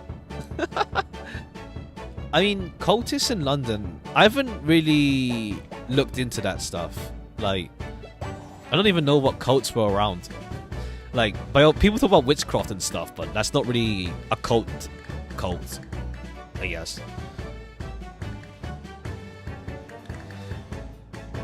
Your deductions just now. About before. Yes. What's in your mind, Runo? Do tell. How did you know I was a lawyer and we just arrived in London, I mean? Yes. Oh, and that we have a difficult trial tomorrow. How did you know all that? Oh, that's what you mean. Please, tell us how you did it. Explain every detail. Of course, I'd be delighted, although there's really no mystery. Now, let's begin. Do you get your own deduction dance? Okay, you actually do. Iris Wilson is proud to present her logic and reasoning spectacular. Okay, damn, she actually does get one. Kind of. First of all, I know already that you were a lawyer, Runo. After all, I met you yesterday at the Old Bailey in the defendant's antechamber. But you also said we'd only just arrived in London. How'd you know that? I observed a passport and travel ticket protruding from your breast pocket. Oh. So I was reasonably confident that you must have only arrived in the country. And on top of that, you accepted a case against that particular prosecutor, telling me you were unaware of London's court affairs. The Reaper of the Bailey? I walked right into that one, didn't I? And I noticed a red ink stab on the back of Susie's hand. You were given that when you first visited the local prison to meet with a suspect, weren't you, earlier today? Ah. I used those stamps to keep a close eye on comings and goings, you see. I didn't realise. And a red stamp is only used for visiting foreign inmates. So, that told me that even though you had only yesterday concluded the trial for Magnus McGilded, the two of you had already the cause to visit a foreign inmate at a local prison. However, neither of you were wearing a particularly sad expression on your face, so I concluded the prisoner was unlikely to be a friend or relative. That led me to believe that you must have accepted a new case. I see. But how could you have known that the trial was tomorrow? Well, having barely been home a few hours earlier, Hurley showed us another case. It obviously amused him. He told me he called a Japanese man who was boiling and trembling. Cheers, Sholmes. A Japanese man? Well, clearly that must have been Mr. Natsumi. Now, Runa has that fancy Japanese sword. And I think your outfit is called a kimono, isn't it, Susie? Well, anyway, it was clear to me you both came from Japan yourself. So I put two and two together and decided you must be defending the Japanese man Hurley caught. And there was only one conclusion those facts could lead me to. You both came here to ask Hurley about the case. Alright, she's much better than Sholmes in doing the deduction, huh? Unless like Sholmes is intentionally messing up his deduction sometimes. Just for Ryunosuke to get thinking. There's a note on the mantelpiece that says the man's trial will be tomorrow. Hurley is always stabbing his nose with a knife, you know. He's very silly. He's silly. And that's all there was to it, really. Thank you for listening. I'm Iris Wilson, and that was one of my great deductions. Ah. Stalks the port prisons and courtrooms of London. Ha. I mean, she does hang around Sholmes. He got the earring from Kazuma from the very beginning. Earring? The katana. Oh, is he wearing... Do you have an earring? I didn't know this. Well, was it a winner? Were my deductions correct? They were spot on. That was amazing, Iris. Truly a great deduction. You even managed that certain something of Mr. Sholmes' delivery. Oh, well, I was just copying Hurley's style for that. This is really good news. Someone's got the earring from... Oh! Oh, I see. Oh, right, yeah, the earring. Yes, that's it, yeah. I was wondering who you meant with he. I thought you meant... I was thinking about Kazuma's katana for some reason. I was wondering what you mean by earring. Right, yeah. Right, he had that in mind already for the longest while. True. You can tell us about the case involving the Japanese man. You will, won't you, Iris? Please. One sec, hold on.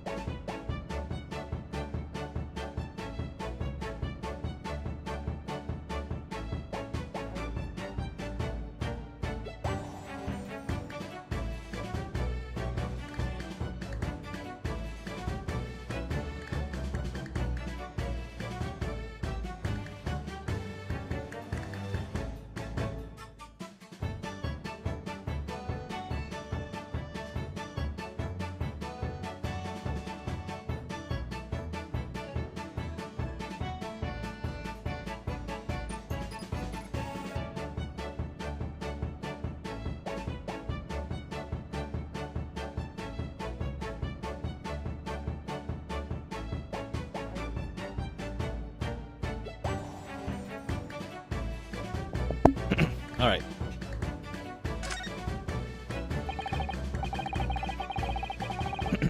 So yesterday, Mr. Sholmes apparently the Japanese man you were saying. Yes.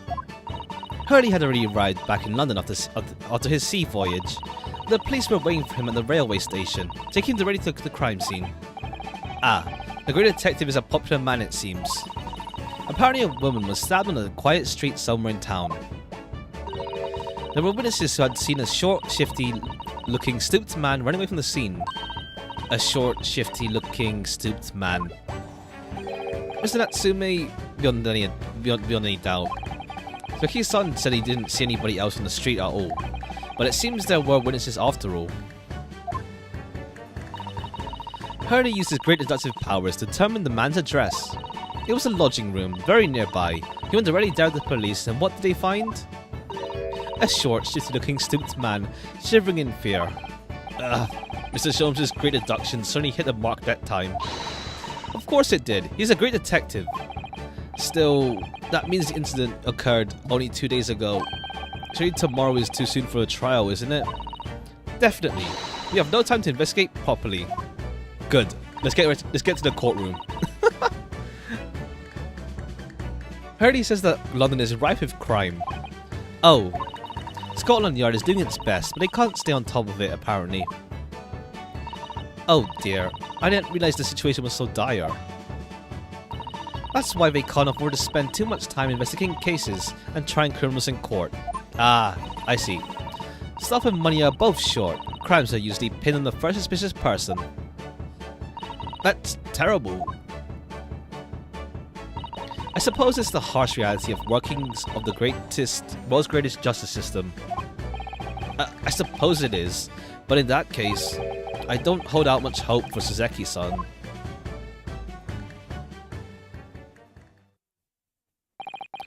Thank you for answering so many of our questions, Iris.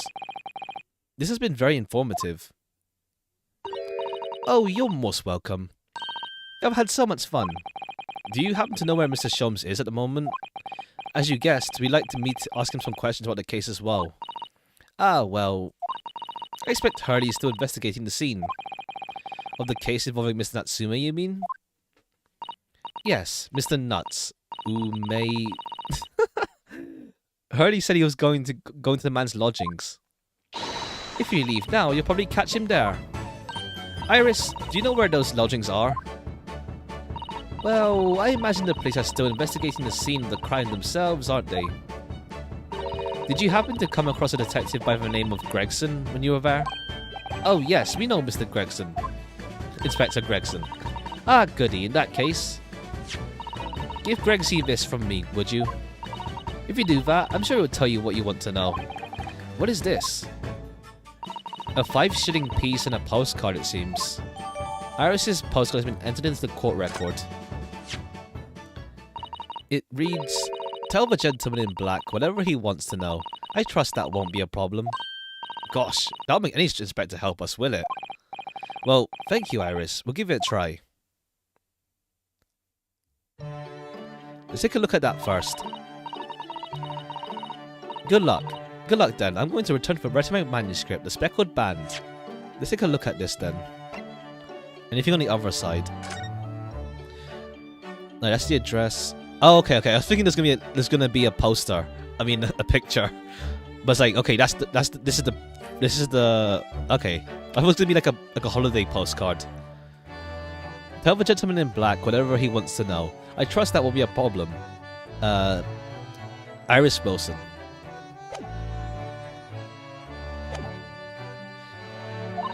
And I'll be making more special blends of tea, so come back again soon. We'd be delighted. Thank you so much, Iris. Well, Mr. Naruhodo, it's back to the scene of the crime. So, somewhat dubious that he would exert any influence over the men of Scotland Yard at all. We headed back to the scene with Iris's curious note and one of the world's heaviest silver coins in hand.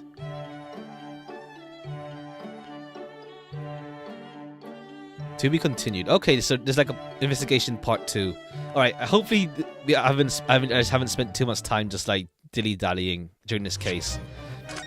hopefully we can get this one done today, so that what's it called? We pretty much start case 5 tomorrow.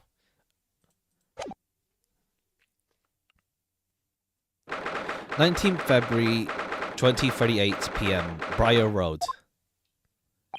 It looks like as though the police are still here, carrying on with their investigation. Perfect. So let's find Gregson as quickly as possible. Yes, and let's see if I'll take a break from his chips to look at the silver tip Iris gave us for him. Then let's toss this to you. Oops. Inspector Gregson, do you have a moment? I'm sorry to say I don't. I'm a very busy man. I'm not too busy to talk to a pair of foreign gadabouts, that's for sure. We have this for you. A present from Miss Iris Wilson. What? For me? From her ladyship? Her ladyship? Give that here at once. Come on, hand it over. That's for me. Ah, don't wait for me to give it to you. Don't wait for me to give it to you, will you? Alright, wonder what are you just an Iris fan? What was that coin exactly? It's a silver crown, obviously. But it's a little more than that. It's an appearance fee. That's what it is. Ah, an appearance fee. Oh, I see. You mean... That's right. For the adventures of Herlock Sholmes. Her ladyship always offers me a little financial reward for featuring me. Every time. Yes, of course. I know all about your exploits, Inspector. I read them avidly. Of course, her using my name without my say-so does make me the butt of a lot of unpleasant jokes, but still. I am sorry, Inspector. It must be very difficult for you. Never you mind that. So, what do you want to know about then, eh? Sorry? Tell the gentleman in black whatever he wants to know. I trust that won't be a problem, it says. Well, obviously it's not a problem. Go on, fire away. What do you want to know? Well, if you don't mind, Inspector, we'd very much like to know the address of Mr. Natsume's lodgings. Ah, the little knife-wielding moustache Japanese fellow. He lives in a right old hovel. It's just right over there, look. Oh. On the first floor of that house, in the corner where that wreck of a bicycle is propped up. That is nearby indeed. If I remember rightly, that landlord is Mr. John Garadeb, across the street, pretty much. Right outside the crime scene. Right, well, if you see her again, you make sure to give her ladyship my regards, you hear? I mean it. You tell her that Gregson sent his best wishes. Don't worry, Inspector, we will. Garadeb is also the name of Herlock Sholmes' book. Wrong way round, Sherlock Holmes. Though I do not remember who he is there. I see. Just references, like, around then, yeah. That's cool. Goodbye for now, then. And long live her ladyship. He's truly grateful. Well, at least he told us that he wanted to know before we left. Yes, so then shall we go and see what we can find in Mr. Natsume's lodgings? Definitely. Alright, let me see. New location added. Let me see, can we go back and say that he says thank you? Oh no, Iris is gone now. Anything to inspect here? That's the type. What is this? What on earth is this huge, over-the-top machine? That's the great analytoscope. I can analyze anything, really. Anything at all. That's absolutely incredible. It's one of Hurley's inventions. It took him a whole year. Is that to help him with his investigations? What sort of things has he analyzed with it? Do you know? Well, actually, he hasn't used it for anything yet. Oh. Why not? Apparently, on the evening he finally completed it, it suddenly occurred to him. I don't actually have anything I need to analyze. Oh dear. How about you, Runo? Do you have anything you'd like to analyze? The only thing that springs to mind is this machine itself. I guess we come back to that at some point in the future then, huh? Alright, I thought we could just tell her thank you. Iris is hard at work at her desk. Look. She's tapping away on her typewriter, so fast her fingers are a blur. Sorry, I can't stop. I have to meet a deadline for the next issue. Oh, I see. You must be very busy then. Don't disturb her, Mr. Naruhodo. I won't. You can lower your arms now, please. Oh, that's cute. Alright, let's go. I thought we could say thank you to her. Alright, let's go to Natsume's lodgings. Let's see where he lives. That's not bad. That's not bad. It's crooked, but it's not bad. It's better on the inside. May I help you? Yes. Would this be the residence of Mr. John Garadeb? Indeed it would be, sir. And who is it? Who, may I say, is calling? Murinosuke Naruhodo. Mr. Naruhodo is representing Mr. Soseki Natsume. I believe he takes lodgings here. We would very much like to ask him some questions about our client. One moment, please. I shall convey the message to Mr. Garadeb. Do you see that, Mr. Sato? That was a real-life English maid. I mean, we met one... we met one during last trial. I know. As I understand it, anyone standing in English society employs a number of household staff. But that was the first time I've ever seen one in the flesh. Oh, this day keeps getting better. We met one during the trial. I guess it's like technically they didn't meet, not face to face, not like directly, I guess. So it feels like we've really arrived now, doesn't it? We only need to meet a butler, and the experience will be complete. I'm not sure.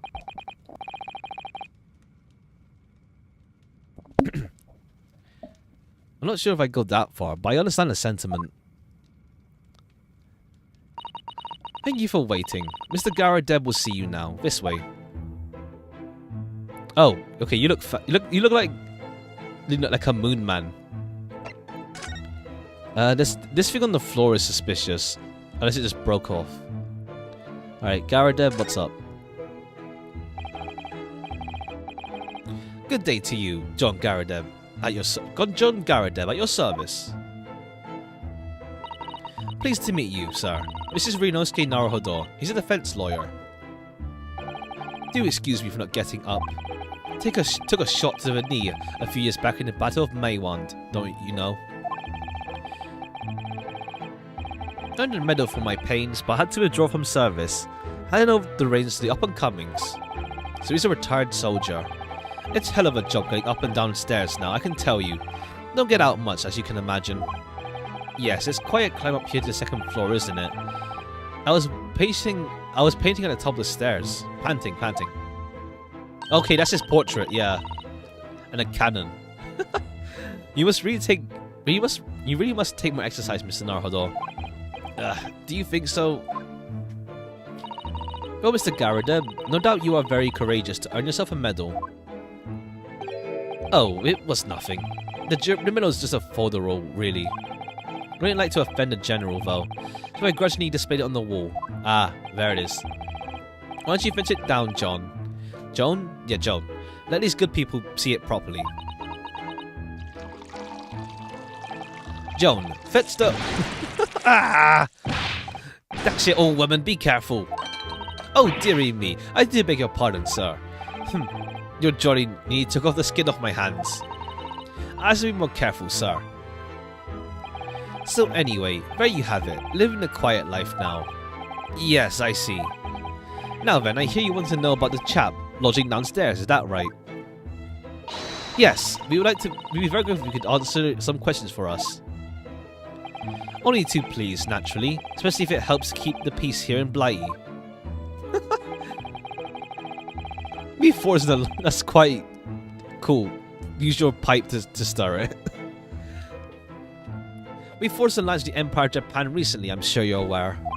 Though this case is very much in the public eye, as it were. Oh, is it? Even had some famous detective poking around, you know, in his old house, would you believe? Yes, Mr. Sherlock Sholmes. Could have been. Didn't catch the chap's name.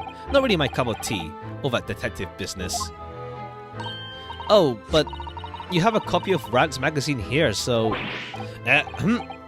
no, He's a fan. He's a fan. He's a fan. Anyway, the chap's investigating the foreigner's room as we speak. So he's in Soseki-san's room. It's a bally nuisance. It is what it is. The whole neighborhood's twitching its curtains now. I don't like all this fuss. It's jolly unsettling. About Mr. Natsume. About Mr. Natsume then, Mr. Garida. Please do tell us. Ah yes, the Japanese chap. Only been lodging here for a week. Oh, just 1 week? So you moved in very recently then? I have 2 lodgers most of the time. One on the ground floor, one just below us. The first floor became available a week ago, you see. There'd been... Dash it all, John. Be careful. Oh my goodness gracious. I'm terribly sorry, sir. If you want to know my opinion... I thought he was a shady sort from the moment I set eyes on him. Yeah, you're sus now then. Don't be rude. He doesn't have a most nervous disposition, always shaking, looking over his shoulder. The man had shady written across his sweat-soaked brow, you ask me. I said to myself, Joan, that man is trouble. Sooner or later he's going to do something untoward. And I'm rarely wrong about anything. We won't be calling this man as a witness, that's for sure. Was there anything else that struck you as suspicious about the man at all? Oh yes, of course. Indeed there was. And she's dying to tell us. Alright, tell us. What's sus? Had you noticed anything else about your lodger, Mr. Natsume? Your lodger, Mr. Natsume. Oh my word, yes. That man was shady of an orchard. Could you elaborate? Well, take the man's room. Absolutely stuffed full of books it is. More than anyone can ever read. And he never so much as passes the time of day with another living soul. I haven't seen a single visitor call. He just trots off to that old bookshop every single day and comes back at 5 to light the gas fire. And the funny little man is up long past the time everyone else in the home has gone to sleep too. Oh, I see. The gentleman on the ground floor goes to bed at around 9 each night. I've never known that Japanese fellow to retire any earlier than 2 in the morning. Ah. Could you clarify something, I wonder? What, pray? How do you know so much about Mr. Natsume's routine? Oh! I understood that neither of the lodgers live on this floor in the house. Is that correct?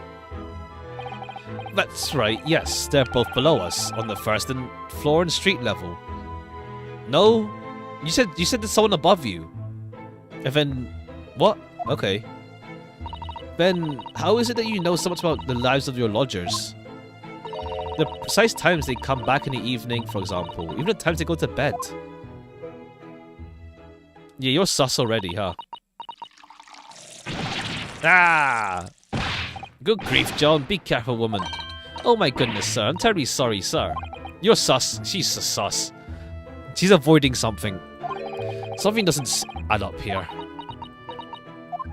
I guess we'll have to see in court. It seems that the incident took place around 5 in the evening. Did you happen to look out the window at around that time? The window?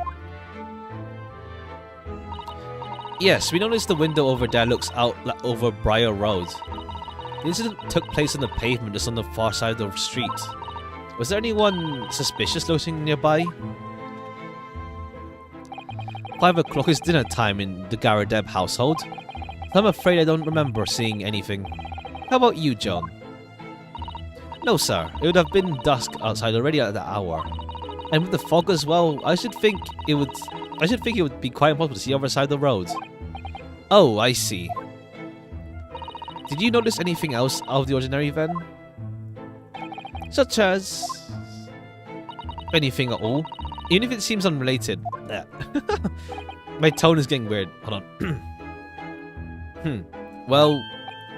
yes? Was there something then? Well, it's nothing particularly significant, but around that sort of time in here, there. Ah, yeah, we go through this again.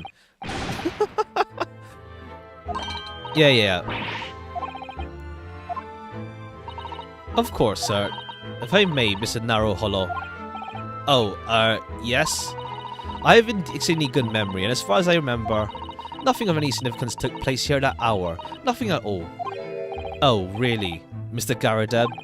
The way you were talking before, it sounded rather like there might have been. Oh, well. No, again.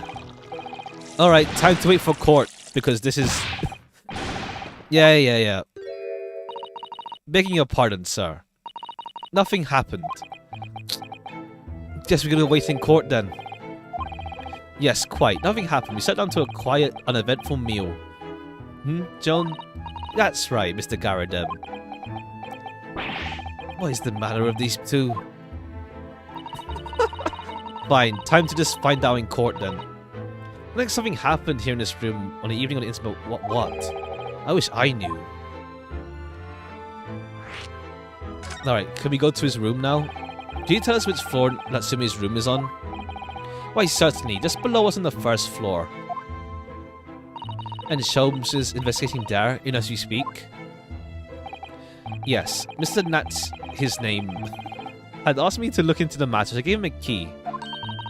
Mr. Natsume has engaged Mrs. Sholmes' services? That's a blatant lie. Would it be alright if we also had a look around? In Mr. Natsume's room, I mean. Don't see why not. It's just down one flight upstairs. Unless we'll find anything that could help us with the case, but we have to try. We need all the clues we can lay our hands on, shall we? Yes, and while we're there, we can speak with Mr. Sholmes again. Perhaps he'll tell us more. Alright, fine. We'll see you in court. Unless we come back here with Sholmes.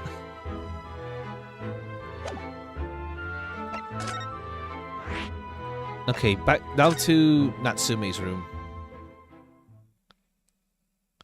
Oh, okay, never mind. It is pretty bad. Oh, yes, it's a cat. Yeah, lots of cats, papers, books. Well, just look at this place. And smell it. It's so musty in here. I suppose it's the mountains of old books that are responsible for that. I don't think I've ever seen so many books in all my life. No, me neither. It's so dark in here too.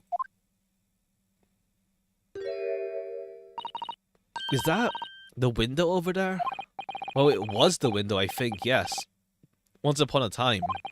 But for some reason it's been closed up with bricks and mortar. So this is where Mr. Natsume lives. By the way, I haven't spotted Mr. Sholmes anywhere, have you? No, that's true, but according to what Mr. Garadeb told us, the great detective should be around here somewhere investigating. We'll see him crawling the walls again, huh? Or we'll have to, let's see this cat. Oops. Look at all these books stacked up here. They almost reach the ceiling. They're all works of English lit, and they all smell so musty. With this volume of books to hand, you'd never be short of reading material, would you? No, what a dreamy idea. A bad dream, maybe, for me at least. Mind you, I don't mind imagining the books that's at the bottom of the pile now ever be read again.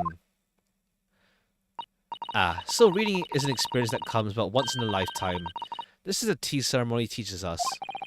I certainly didn't expect this conversation to turn down the path of tea ceremony philosophy. Okay, we can't go... Whoops. Misclick. We can't move that way yet. Okay, no, he's not here. Now he's behind there or something. Let's take this cat first then.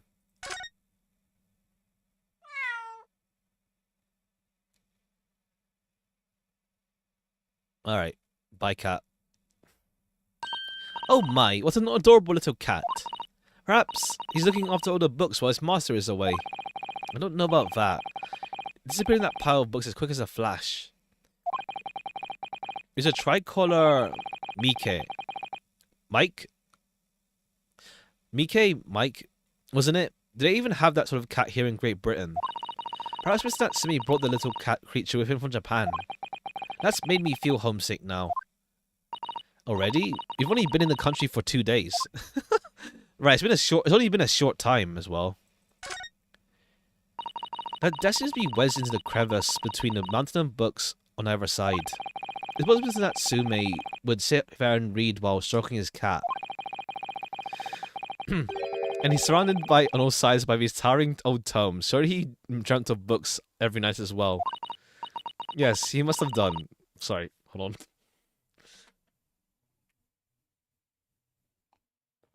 on. Okay, hold on. Okay. Yes, he must have done, mustn't he? Oh, what's this? Sorry. Hold on.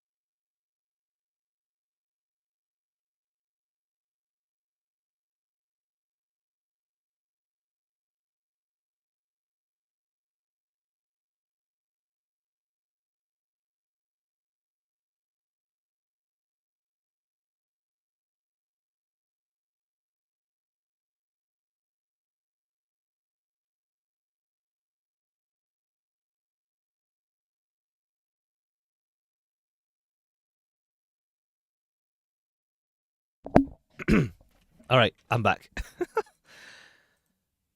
This is a receipt from a second-hand bookshop, Your Books. Ah, yes. Oh, yes, Mr. Natsumi's name is on it. Look, an undated purchase. Ah, 2 days ago at 4:45. That's the day of the incident. That's just a short while before he was embroiled in a terrible attack.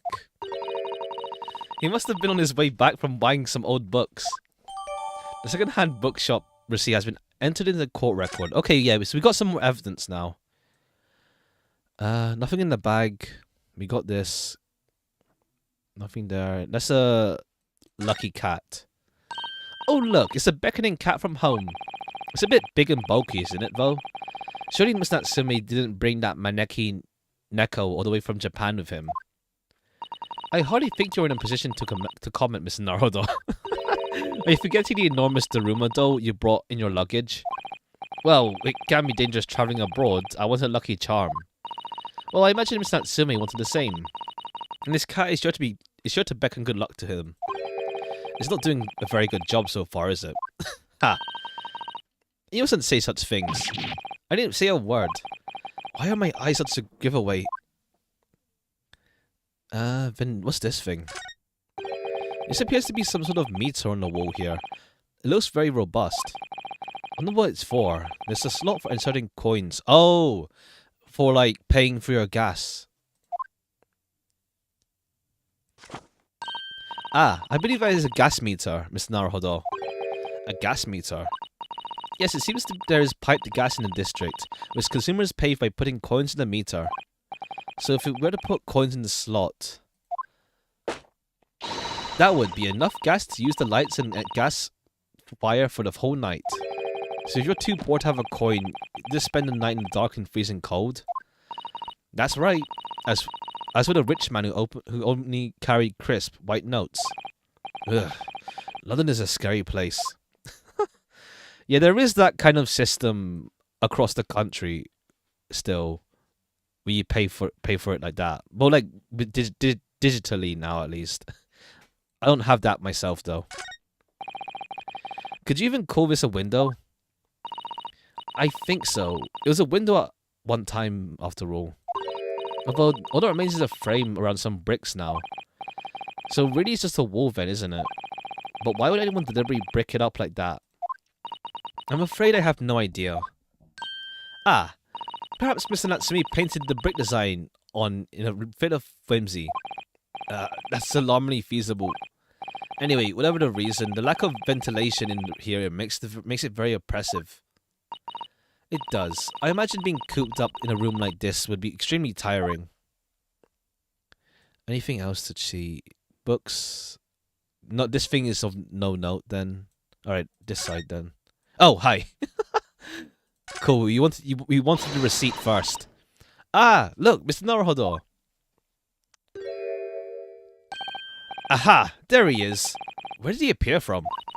He seems to be engrossed in the pages of an old book. I hope he won't mind if we disturb him. Hello, Mr. Sholmes. Ah, you two. Good day. Now, let me see. Where was it that we met? Oh, Mr. Sholmes, we're together on the SS Burya. Oh yes, of course, the Burya. And let me see. What happened to on that voyage? It was Kazuma Soji. He died, tragically.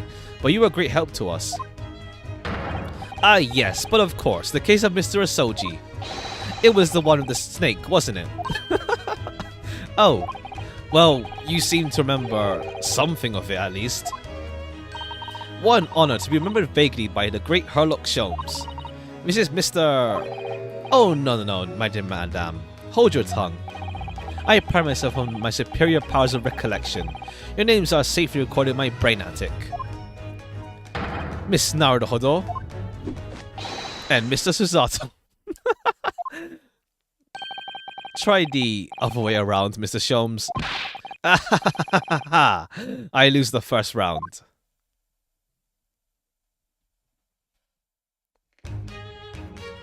I like his theme song a lot as well.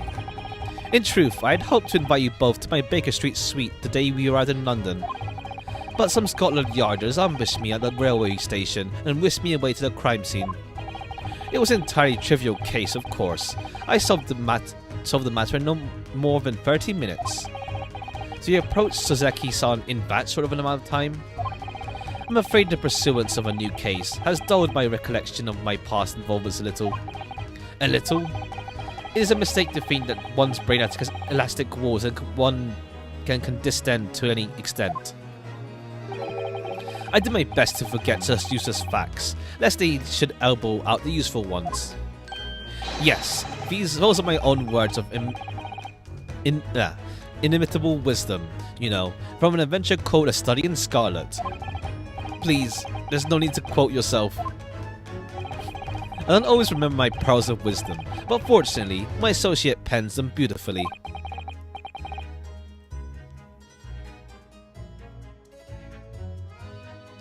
He means Iris, I suppose. Mr. Sholmes, we have some extremely important questions to ask you about the trivial case you just mentioned.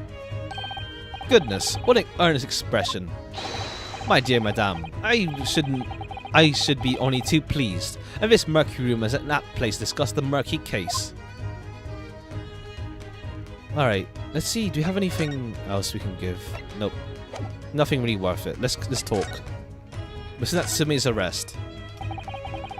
We know this to be the lodging of a Japanese foreign student by the name of Soseki Natsume. It seems that you assisted in his arrest, Mr. Sholmes, with a stabbing of a young woman outside here on Briar Road. Natsume. Yes, I believe it was a name rather along those lines. But Mr. Natsume denies it. Was it really justifiable to arrest him so little? On so little? I'm sorry, Mr. Zato. I have not the slightest idea what you mean. What? I can't believe he was looking Susato-san square in the eye while feigning ignorance. I assure you, I am not merely feigning ignorance. It appears as if the pair of you are under some misapprehension. Oh, how? I assure you I have no recollection of accusing your stupid compatriot of the crime. But does it make sense? Oh, we've done... Right, this song and dance. Right. This one again. Yeah, because like he never says that he's done the crime, just as a suspect. The good detective of Scotland Yard made the following request of me, and I quote verbatim. We need you to ascertain ID and whereabouts of a man who's seen fleeing the crime scene. Ah, a man seen fleeing. There were a number of books scattered on the pavement at the scene. From the book plates, I was quickly able to determine the bookshop from which they had been purchased. On speaking of the proprietor, I was immediately led to this address. Elementary, would you say? I believe there is a receipt around here somewhere from the establishment in question. So, you don't think Mr. Natsumi is the culprit then? That I could not tell you, but it was aggravating my faculties. Hence why I returned to be here. However, this place is such a trove of fascinating books. I found myself lost in bibliophily. Do not be deceived into believing that I'm a man of leisure. No, no, no. Oh dear. Mr. Garadeb, the landlord. Ah, tell me, have you encountered the landlord of this lodging? Ah yes, Mr. Garadeb, a retired military man. It was the first time I've ever met a soldier from the Great British institution that is the services. It was the first time I've ever met a maid from the Great British institution that is... service?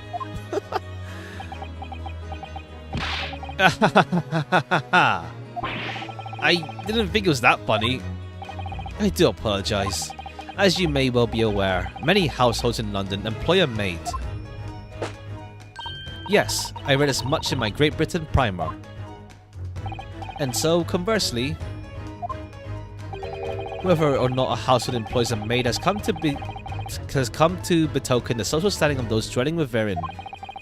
Betoken their social standing? Sorry? To put simply, my dear fellow, those who employ at least a single maid are considered middle class. Those who do not are beneath that. In the upper echelon of society, of course, households employ enough staff to constitute a large family. Goodness, how extraordinary. As you can appreciate, for those in the precarious boundary between middle and lower class, being able to afford just one maid is of the first importance. I had no idea. And it's for precisely that reason that I find great stimulation in the situation upstairs. Specifically in the retired army veteran Mr. John Garadeb. Oh? Affable as he is, the fellow is hiding something. Whether or not it imposes on the circumstance of his case, I am as yet unable to ascertain. I'm thoroughly lost on what he means to say. Well, just that he's sus. He's suspicious about something. Unless it turns out Garadeb is poor. And like, he has Joan as his maid just to show off that he's middle class. Maybe. Like, he's not actually rich. Then again, he is a landlord. So, we'll see. The dingy room. Unless Joan is like, I don't know, his mother. This room is thoroughly suffocating for the soul, my dear fellow. Or is his wife cosplaying? We'll see. I assure you, any man whose lot is to dwell in a place such as this will stab somebody sooner or later. Gee, thanks, Sholmes. Mr. Natsumi has stabbed no one.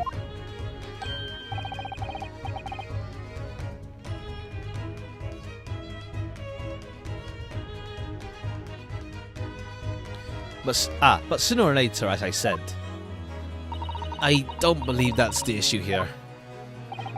About this dark little room, Mr. Sholmes. Why is there no longer a window? Do you have any idea? No window? Well, I mean, I can clearly see there is a window of sorts. But it's been completely blocked with bricks. Ah, I see. The answer to that question is quite simple. Window tax. Ah! I see. Window tax? What is that? Surely not a tax on windows. Precisely that. Oh my goodness. Until relatively recently, a tax was levied on households in this country by a number of their windows. Those of lesser means, having inherited a sizable and costly family home perhaps, rapidly closed the windows up. While the rich opened windows here, there and everywhere. In an effort to curry favour those in power by furnishing them with large sums of tax money. Gee, we're really going... Okay, there is gonna be like some corruption or like you're paying off the elite, all that stuff going on. It's like, we're just going hard on that stuff. Also, yeah, okay, it seems that, yeah, It was real in Victorian England, by the way. Yeah, I can imagine that. Like, there is like a bedroom tax nowadays where you get taxed more if you have more bedrooms in your house as well. So I can imagine there being a window tax, in all honesty. So yeah, I see. It's real as well. But yeah, also like, yeah, so then Garadeb is poor. Garadeb is faking his social standing. If he had to like border up this window, he must be poor. Or like, he's on the brink of poor. How awful and unjust. For him to live in rooms devoid of light. Indeed, disease was rife as a result. Eesh. So some 40 years ago or thereabouts, the window tax was abolished. Oh wait, no, 40 years, never mind then. But then why is it still blocked up? Well, its legacy remains, as you see, in squalid lodgings such as these, for example. I suppose Mr. Natsumi's stipend for living here in London isn't very generous, perhaps. It would appear so. I done a little digging, and discovered that these lodgings were offered at an extraordinarily low price. Okay, cheap room, cheap. But because the room is so awful, I should think? Apparently, Mr. Natsumi only moved in here about 1 week ago. Oh. Yes, that's correct. However, I don't believe the low rent explained by the shabby nature of the accommodation. Oh? Still, that is of little relevance here. A matter not worth further attention. Are you sure? I'm curious now. It feels like Sholmes isn't as messing around this time around. He's a lot more to the point compared to the ferry case. The SS case. SS Burya. I believe I've told you all I can now. Thank you, Mr. Sholmes. Ah yes, Mr. Naruhodo. Was it not your intention to become a practitioner of the law? You remembered that, did you? Yeah, he's just messing with you. Will you perhaps be offering your services in this very matter, I wonder? Oh yeah, Tempest. Yeah, Tempest. Not the most safe sounding ship. The occupant of this room, Mr. Natsume, was it? I'm not sure. Not sure. On what grounds? Well, I actually defended someone in court here only yesterday.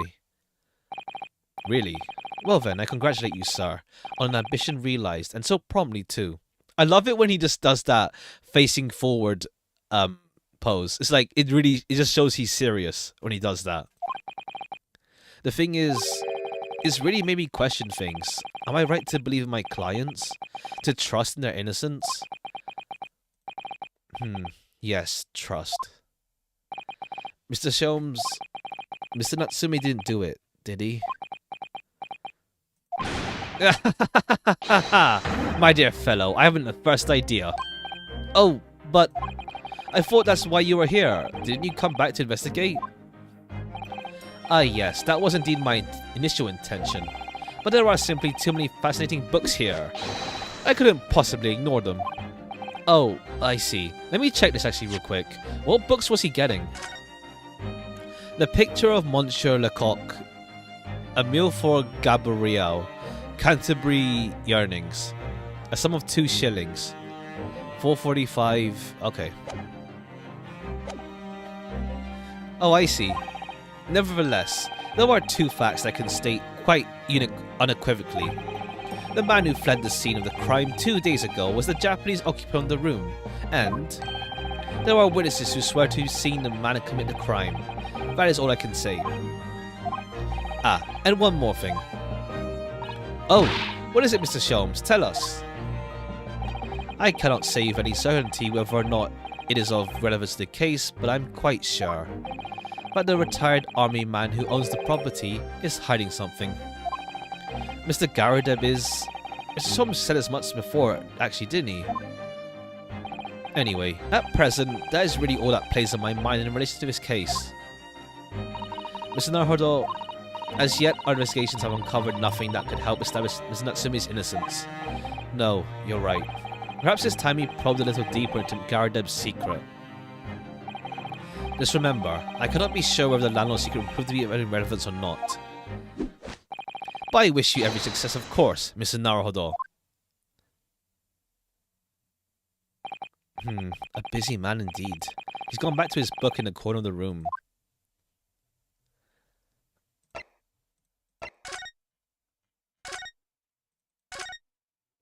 Excuse me, Sir Sholmes. Mr. Sholmes. Yes, so true. To be or not to be? That is indeed the question, Mr. Naruhodo.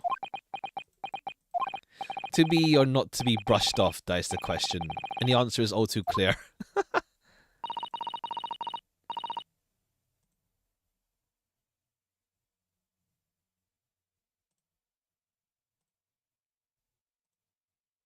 Let's leave Mr. Sholmes in peace, shall we? Alright, let's go back to Garadeb. Let's see what they got to say. 19th Feb. Yeah. Ah, you pair again. Tell me, was the detective chap, I forgot his name, still hard at work down there? Mr. Herlock Sholmes? Ah, yes, rings a vague bell. All that detective business isn't really my thing, I'm afraid. Well, Mr. Sholmes is in his element down there. Jolly good show. Another cup of tea, if you please, John. Now then, why don't you tell me what... Ah! Hurry up, team time, woman. Will you watch with your body while doing? I shall be serving dinner shortly, sir. Ah, yes, of course. Frightfully rude of me, but I'm afraid I shall have to ask you to take your leave if you'd be so kind. Oh, yes, of course. We are deeply grateful for all your assistance. Not at all, not at all. Don't get much chance to talk with young foreigners like you are yourselves. It's been a pleasure. Best of luck and all that. Yeah, she's in control too much. Like, either you're his mother or you're his wife, I think. It feels like you're his wife or you're his mother. One of those things. You're too much in control. Best of luck and all that. Perhaps you could see yourself out. Yeah, nah, it's sus. According to Mr. Sholmes, Mr. Garadeb is hiding something. Since no other venues of investigation seem to open us up to them, we should do some digging. Alright, let's examine. What's this thing here? Oh, hi. Hi, Sholmes. Ah, what's he doing over there? Mr. Sholmes? Aha! We meet again, my dear fellows. Good gracious! When did you sneak in here? Herlock Sholmes, sir. At your service. Whatever were you doing over by the window? I'm given to watching the evening sky as the sun sets, madame. Yet sadly, cheerful as the room downstairs undoubtedly is, it lacks an aperture for such observation. My favourite part is that he already checks the windows. It may seem incoherent now, but something about windows, huh? I mean, there was like, they have a view for outside, and that he was gonna say something about the window before Joan, just interrupted him. So, there has to be something there. Well, keeping an eye to one's windows at dusk is the prudent thing to do in London, I'm gathering. Ah, and one other thing, Mr. Naruhodo. Oh, me? I thought perhaps you might be in need of a certain great detective's great mind. Wait, he's not talking about... Is he... I didn't expect to be going through that again so soon. Okay, yeah, he knows, he is somewhat aware that he's, just trying to get us to think as well. He is aware. Do you mean, Mr. Sholmes? There is a mighty secret in this modest room. My eyes see even the most trivial of trifles. I'll take it you're prepared, Mr. Naruhodo. I think so. There is just time enough for one of my greatly admired great deductions. Let's conclude the matter before dark. Okay, right into it then. Mr. Garadeb, though it would seem you are a military man of considerably distinguished service, Your standing as a landlord is most certainly not what one might call first rate. I'm afraid, sir, that is all too clear to me. There are two conclusions I have been able to draw by careful observation of your living arrangements. I beg your pardon? The first is that even as we speak, you are concealing the presence of a ferocious beast in your care. And the second is that as a result of the beast's violent rampage, you have lost something very dear to you. Mr. Naruhodo, look! The old man's broke down in cold sweat. Unbelievably, it seems Mr. Sholmes' conclusions are both spot on. How could you possibly... How could I possibly know? You mean to inquire? Is it canon? Yeah, there's a cannon. This is a massive ass cannon here. I don't think they lost the cannon though. It's just right there. Imagine losing this thing of all things. Yeah, oh right, that's why everything is so crooked in here. That's why probably. The answer couldn't be simpler, sir. We're in a dense jungle of logic and reasoning. I am the king of beasts. And I know only too well that wild beasts not easily tamed. So, shall you begin?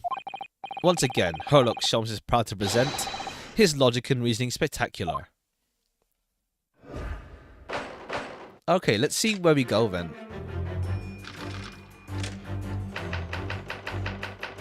Nature of the beast. Conclusion. Well, we'll see. The conclusion is wrong then. It certainly shouldn't take a great detective to see. Ah, yeah, everything's broken. The fearsome beast has been on the rampage of late within these four walls. Thus we are faced with the question, what form might this beast take? Ah, for a man of a military breeding, your eyes are uncommonly candid. Your furtive glance, Mr. Garadeb, leads us directly to the answer. The true nature of the beast has run rampant here, is revealed by the lion statue. It's not a lion. Yes, still, though an army man, you appear unimposing at best. The fact that this has fueled your admiration for the mighty lion, the king of beasts. What is this piffle, I ask you? In the end, your admiration became so great, in fact, that you had a living, breathing specimen shipped from India, which you tried to keep in his very house. What? Is he burned on the... Is he burned? Wait. Yeah, does he have... He has a mark on his face. Yet living with such a wild beast proved more difficult than you had imagined. The chilling traces of a rampage are still very much in evidence. Well, are those cannon shells? I don't think so. Like, well, don't cannons use balls? I think cannons use balls, don't they? Yet, as we look around, the beast in question fails to present itself. Where could this angry creature have disappeared to? Madame? Me? I pray you not consider me unchivalrous, but it is plain to me that, with one glance in your direction, it is. Your dress pocket gives us a handsome clue as to the beast's whereabouts. For protruding from is a handbill advertising a circus show. Ah. Yes, you sought to dispose of this terrifying lion, Mr. Garadeb, at Batty's Circus, a travelling show currently sojourning in a nearby park. I have observed the tents. You sold the savage lion, sir, to the circus troupe. I most certainly did not. I believe I have made my point. The fearsome beast was ran amok in this room was an Indian lion.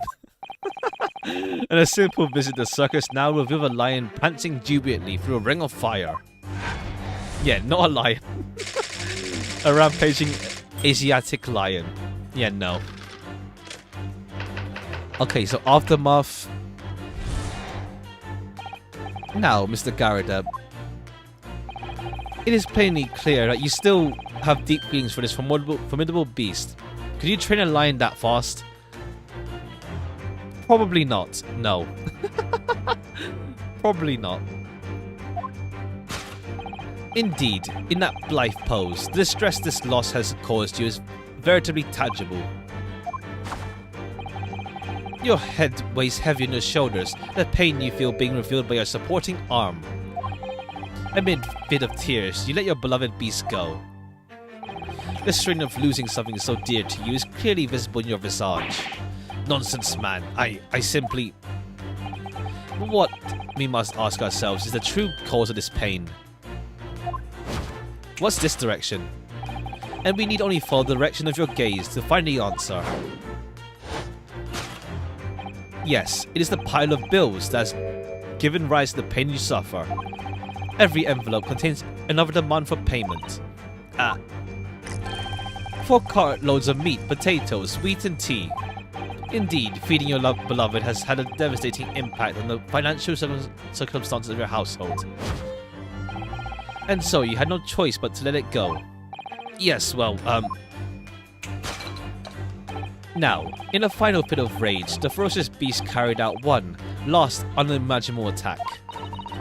Unimaginable? Ah, right, I was wondering, it looked ripped or something, it looked weird.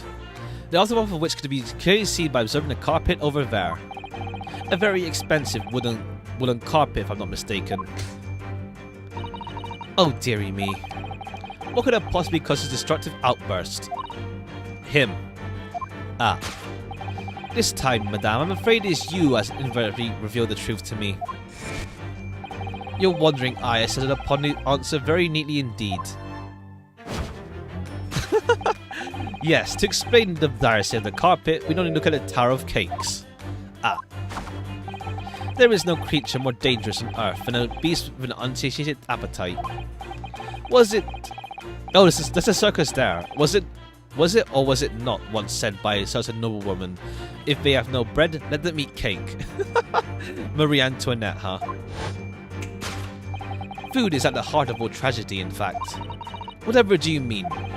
Having tired of the last taste of cake, the beast began to stalk its next prey. I'm sure I need not spell out the nature of this final act of destruction carried out by the beast. There is only one logical conclusion. Worked into a frenzy by hunger, the beast attacked and ate the carpet. The teeth marks in the carpet are a perfect match with those of the lion I once saw in India. I think the carpet got burned by a... Yeah, the carpet got burned by a candle, I guess. Thus concludes Sherlock Holmes' great deduction of this beastly puzzle.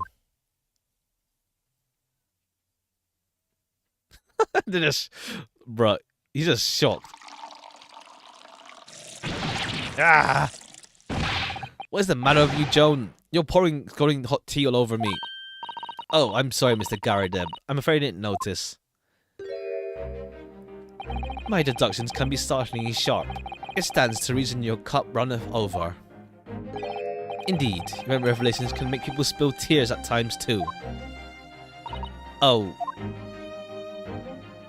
Mr. Sholmes, sorry to butt in again, but can I make an observation? Why certainly, Mr. Narhador. What is it, again? Well, your deductions just now... Do you really think a lion could fit inside a room this size? Indeed, it is the only explanation for the facts. The terrifying truth all too often lies beyond the realms of common sense. But wouldn't it be an idea to consider what lies inside the realms of common sense as well? But if an uncaged lion had run amok in this very room, could Mr. Garrideb and his maid would have been hurt, or worse. Ah, that's where you are stuck.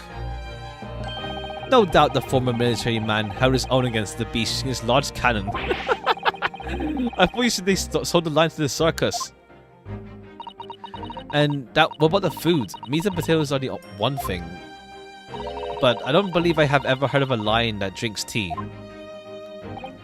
Ah, told you it was a cannon. Ha! Ha! Ah, my dear Mr. Zato, it occurs to me with some regularity that irrespective of race of breeding and breeding, whenever anyone lands on Great British soil, they are infused with a high appropriate taste for afternoon tea. Oh, what a glorious notion. Well then, Mr. Naruhodo, it's your turn to shine again. I had a feeling that was coming. A slight massage. That's all Mr. Sholmes' introductions need. You can do it. Excellent. I've been waiting for my trusty partner introduction to step forward, Mr. Naruhodo. We don't even know yet whether or not this is going to help Mr. Natsumi's case. Still, uncovering the truth is always worthwhile, whatever the motivation. At least, that's what I want to believe. Let's start again. From the beginning. Of Herlock Sholmes's Logic and Reasoning Spectacular.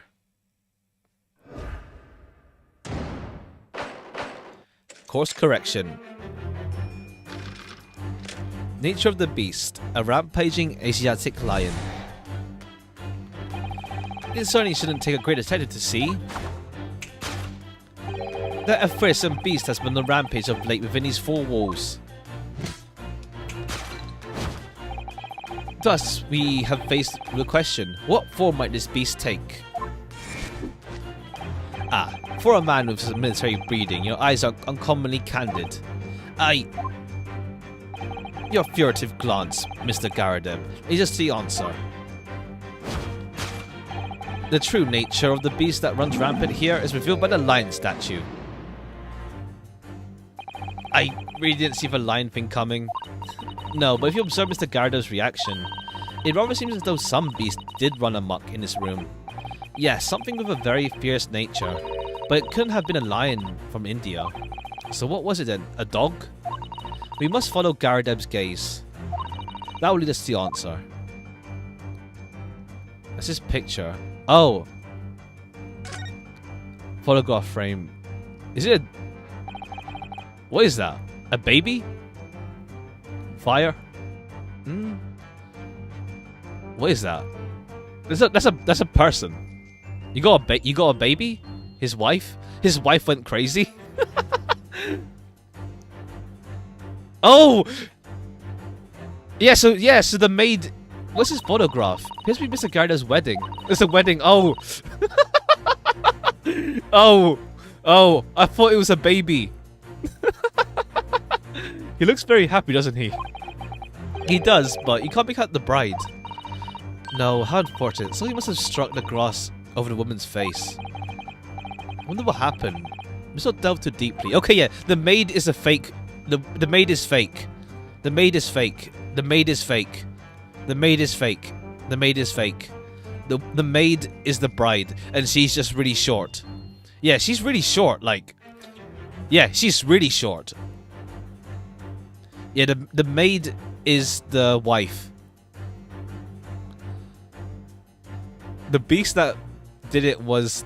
let's just see. You look in this direction. But there's nothing else to like look at. Lion statue, that is a mortar shell. Then the bride then. The bride went crazy. No, whoops. Whoops, misclick. Behind the lion statue on the metal piece, almost deliberately hidden from view, is a photograph. But you have yet to examine it in detail. I can show you hold the answer.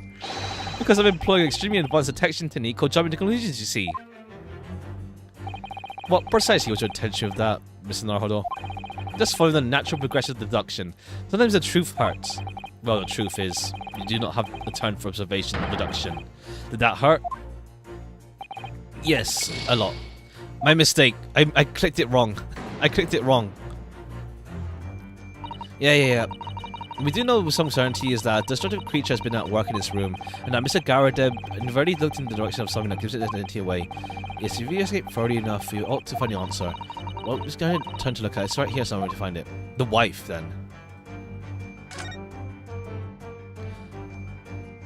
His wife, then, went on a rampage. Take that! Your wife went nutso.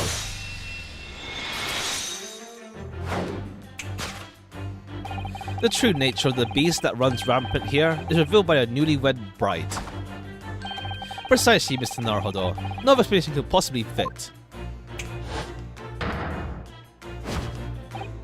Yes, the frame print picture of your wife, Mr. Garadeb. And while we lament the fact that her face is obscured, we can still make out her mighty arms and note the considerable horsepower they must contain.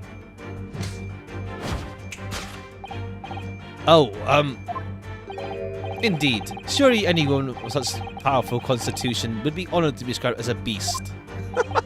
Honored might be stretching a point. Too late. The fact remains that the beast, which was so clearly savaged this room, was your wife, Mr. Garadeb. Yeah. Oh, we got slapped. The chilling trace of a wild rampage are still very much in evidence. Well,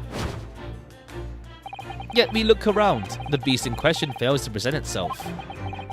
What could this angry creature have disappeared to? Madame, it's you. You're the beast. I pray you don't consider me unchivalrous, but it's plain to me with one glance in your direction. It is. Your dress pocket gives us a handsome clue as to your beast cart whereabouts. The poor, fragile, defenseless woman is beside herself. Well, I don't know about fragile. Oh dear. Anyway, Mr. Sholmes is quite right. There's no sign of Mrs. Garadeb anywhere. But it seems there may be a clue as to her whereabouts. A clue that this maid is trying to hide. I wonder where Garadeb's wife could be. It's the maid. Let's just see. Wait, what's this in your pocket here? No, nothing. It's you. Take that! No. I'm not even sure if I should voice this. It's impossible to believe it could be true. Yet for some reason, the thought came into my mind. That the serving maid is in fact a mighty goddess of destruction. What spectacularly contrived logic led to this mindless conclusion? Oh, well, it's supposed to be logic and reasoning spectacular, so I thought I'd contribute to the show. This is my show. This is my show, Mr. Naruhodo. Kindly perform any peculiar experiments on your own stage. Sorry. Then what? Let's double click her and then see if they say anything about her. Yeah, Garadeb's wife, blah blah blah blah. I feel as though she's not very nearby. I need to find the evidence to prove it.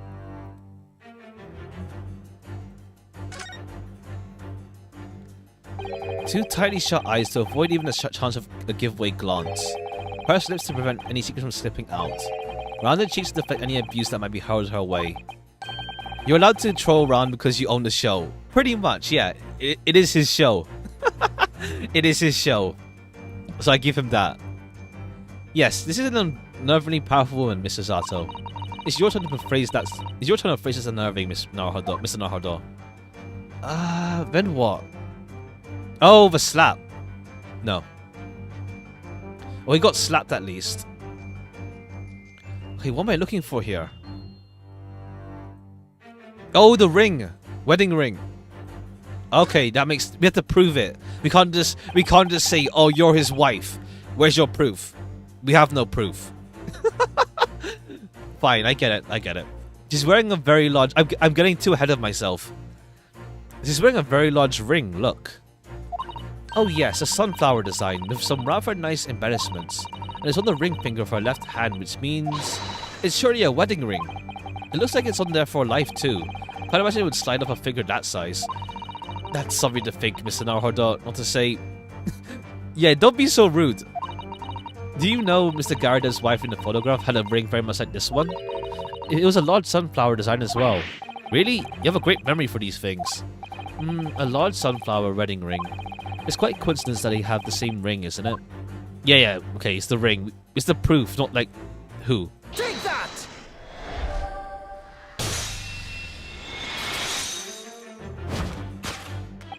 Your wedding ring gives us a handsome clue as to the beast's current whereabouts. Indeed it does. That flowery band gleaming on your finger gives you away. For it is identical to the one shown in the hand of Mr. Garadeb's bride in his photographic print. In other words, you are no ordinary household maid.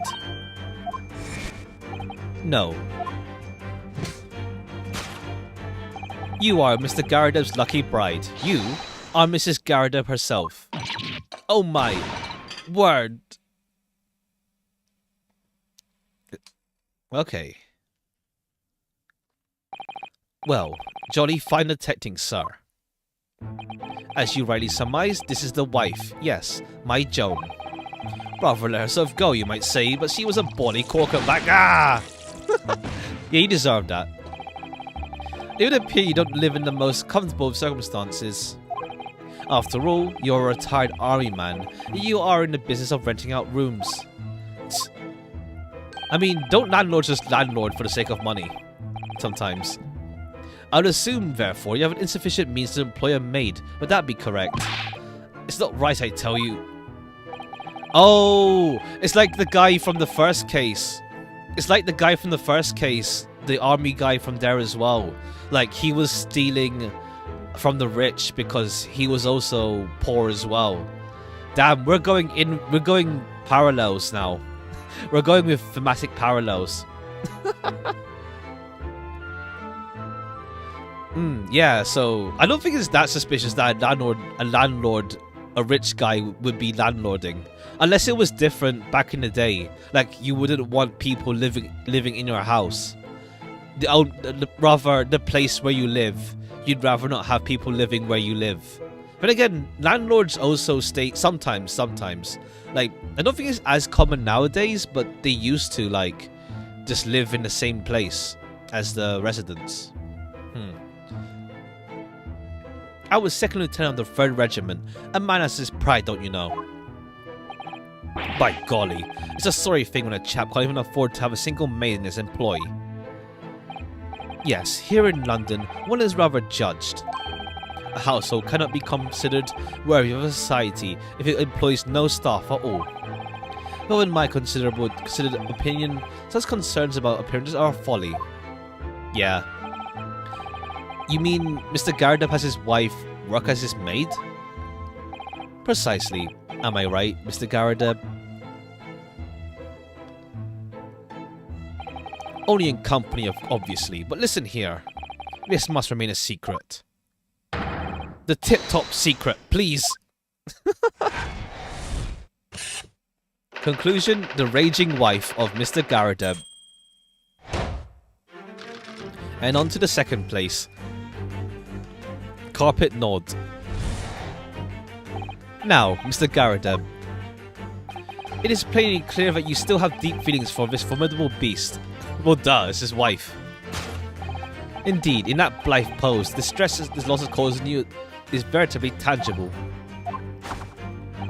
Your head weighs heavy on your shoulders. The pain you feel being revealed by a supporting arm. Yes, it's the slap. It's the slap mark. Which is quite something. He's still calling Mr. Garadeb's wife a beast. Yes, as a woman, that feels rather uncomfortable. Mr. Garadeb is standing beside her husband as we speak. In other words, he hasn't lost his beloved at all, has he? Oh, how true. Perhaps that supporting arm was meant to be propping up his head. Has some other significance then. So I'm just asking to be slapped. Pretty much. Pretty much. Garadeb's pain is tangible though. What could possibly... Yeah, we saw the slap mark. We saw the slap. We saw the slap. Slap cheek. Take that!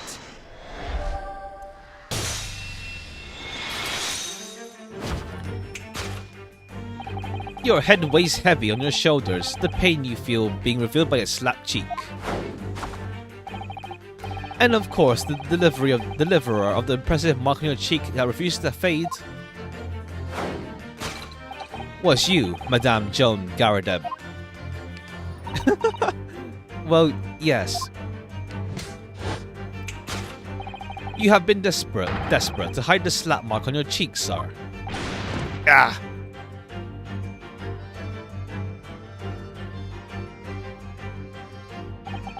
How the blazes did you work that out, man? Nothing escapes the notice of one trained in the art of observation, my dear fellow. That's why you haven't looked directly at us even once.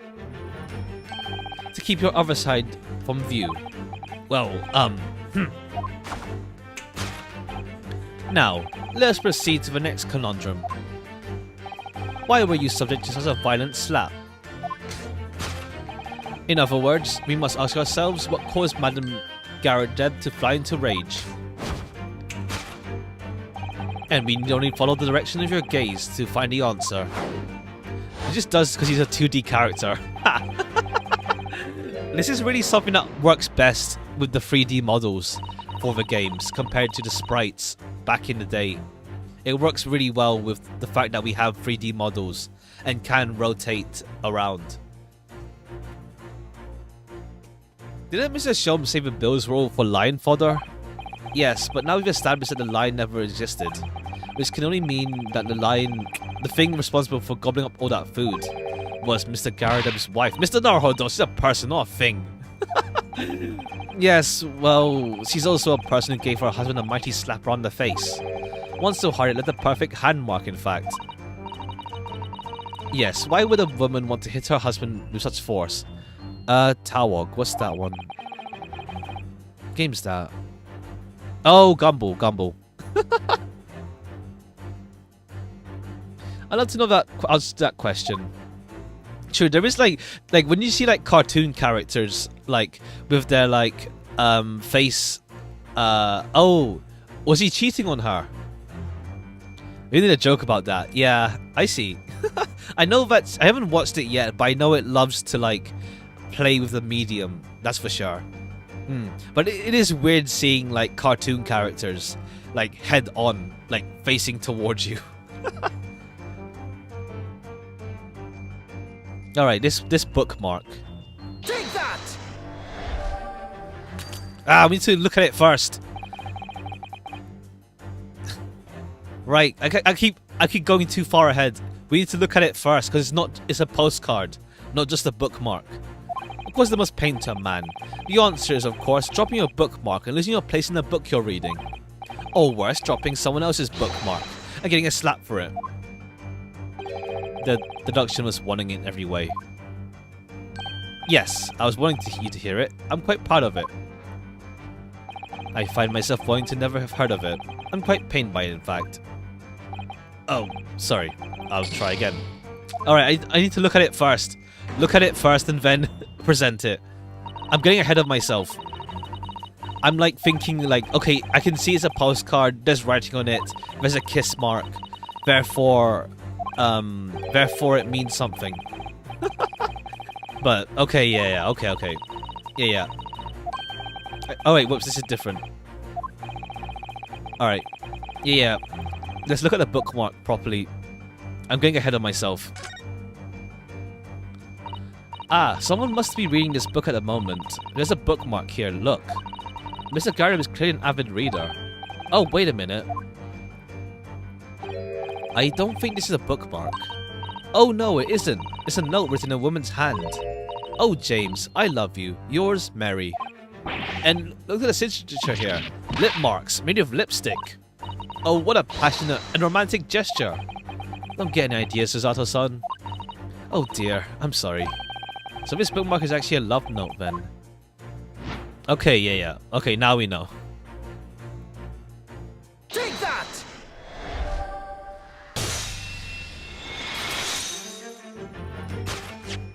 Yes, it is the love note that has given rise to the pain you suffer.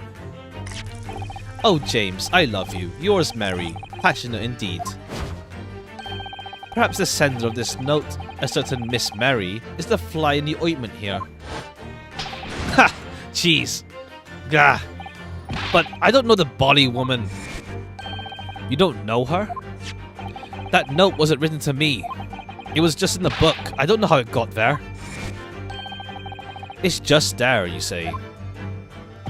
That's right. That's what I've been saying. Ah! A likely story. Now listen here, Joe, an odd thing. I explained at the time. I bought the book at a second-hand place, and that note must have been there. Wait, that's So the previous owner of the book was using a note as a bookmark, you mean? Wait, what was the title of that? No. We'll have to see later. That's right. That's what I've been saying. Ah! A likely story. For heaven's sake, woman, look at the name. It's written to James. My name, in case you forgot, it is John. Ah! Okay, you're being a bit too... Yeah, you're being a bit too OTT there. If his name is John. A likely story. Are you questioning my name now? And there we have it. Arouse the suspicions of the female heart, and you unleash a beast with a most ferocious bite. She's not in the right, really, to be honest, either. Now, in a final fit of rage, the ferocious beast carried out one last, unimaginable attack. Unimaginable? She chewed a carpet. The aftermath of which can be clearly seen by observing the carpet over there. A very expensive woolen carpet, if I'm not mistaken. Oh, dearie me. What could have caused such a destructive outburst?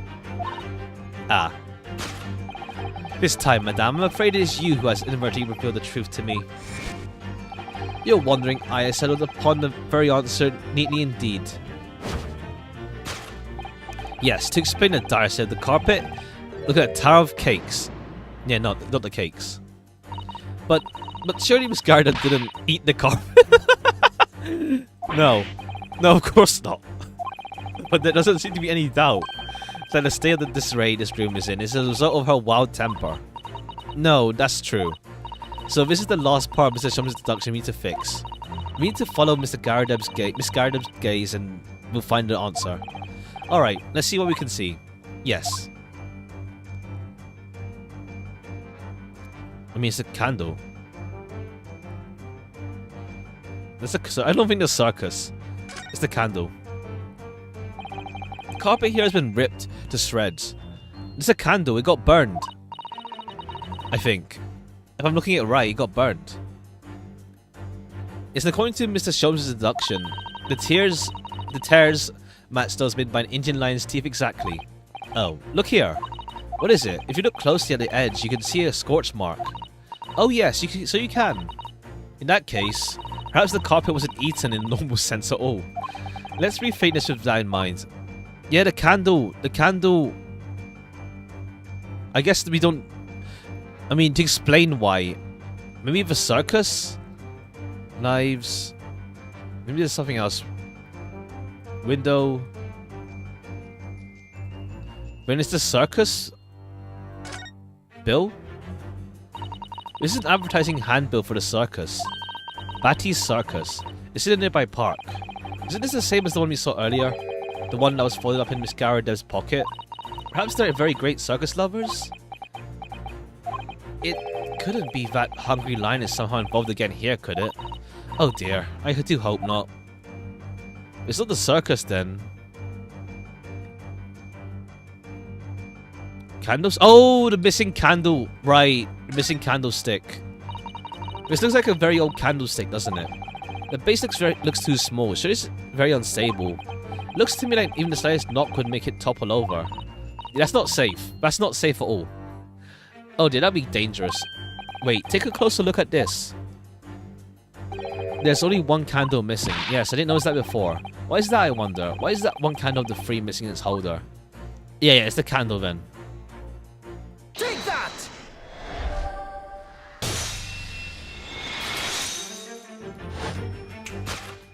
Yes, to explain the dire state of the carpet, we need to look at a candlestick. Most illuminating, my dear fellow. And of course, the possible way out of this logical labyrinth. Yes, the remembrance of the ferocious attack in which the carpet was devoured are clearly visible. Indeed, they are. The scorch marks at the edge. I guess, okay, we have to look at the scorch marks first, and then the, yeah. Clearly give the truth away. Scorch marks. It would appear that this room was at the scene of little martial altercation. Mrs. Garadev's mighty arm muscles left an impression not only on her husband's face, but on the entire room. The force of her strike caused the candle to fall from the holder. And in seconds, the carpet was alight and the whole corner of the room in flames. Yes, For the most ferocious beast in the world is neither a violent lion nor a vengeful woman, but fire. And in this room, that fiercest beast bared its claws and ran amok. Eloquently put, my dear fellow. So you see, there is but one conclusion here.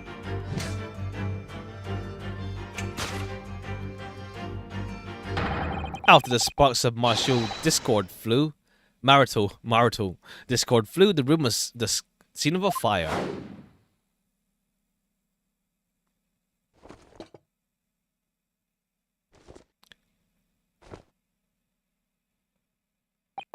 Mr. Sholmes, sir. I salute you.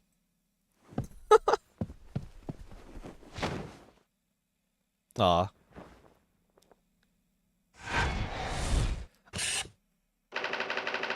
Carpet scorched by a small fire.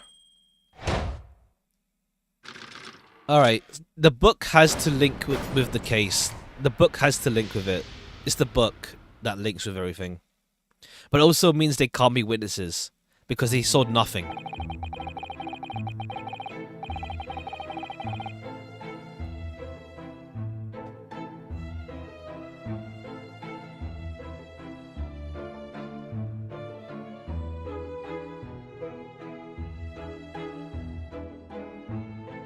It's those dashed long winter nights, you know. Nothing to do but reading from the fire. I'd be surprised if Shums doesn't get slapped by the end of this. Maybe.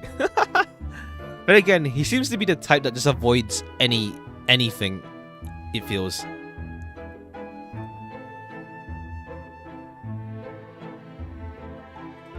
Lucky there's a jolly good second-hand bookshop just around the corner. Buy all my old novels there. And in the pages of one particular novel, you discovered some rather illicit material, for which your wife admonished you harshly, it seems. What are your thoughts on the upcoming one? I'm doing a stream of it next week. I'm streaming it next week. Though I do wonder if I need to get like the Starlight. What's it called? The starter buffs. The Starlight starter buffs. I haven't farmed number 2 that much. I've only done 2 runs so far. Looking forward to it though, and also the cost thing. It means that we have to like bring more different teams, so we're pretty much forced to bring, you know, a mix of like 3 stars, 2 stars, 1 star even. So looking forward to that. Like with Ishmael coming out on Thursday, I want to build a Lou team. Maybe I might build a Lou team. We'll see. Do you know what? Don't know about Unmonished. Demolished might be rather close to the mark, and Beast is most certainly not just. So yeah, I'm looking forward to it. I don't know if I'll be able to complete it first try though. I think I'll probably like die like 3rd floor or 2nd floor. Here we go again. And the carpet, was that destroyed by fire when a candle fell to the floor? Afraid to say it was. However, in the blink of an eye, you know. The whole place filled with smoke. Couldn't see a bally thing. Like more difficult content, yeah. We'll see how hard it is to go through as well. Like if I'm doing like just farming crates for the sake of like not thinking too hard, it might be better to just do normal mode and then just unless you care about being efficient.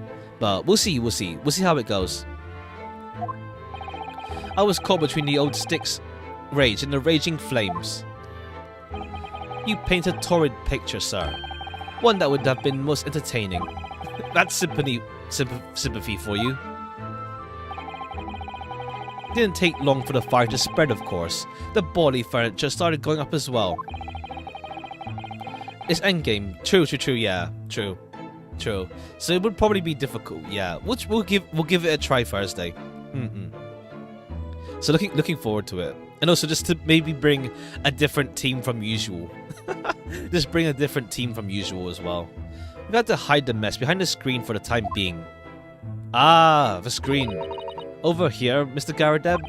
Well, you have nothing more to hide now, if you allow me. Ah.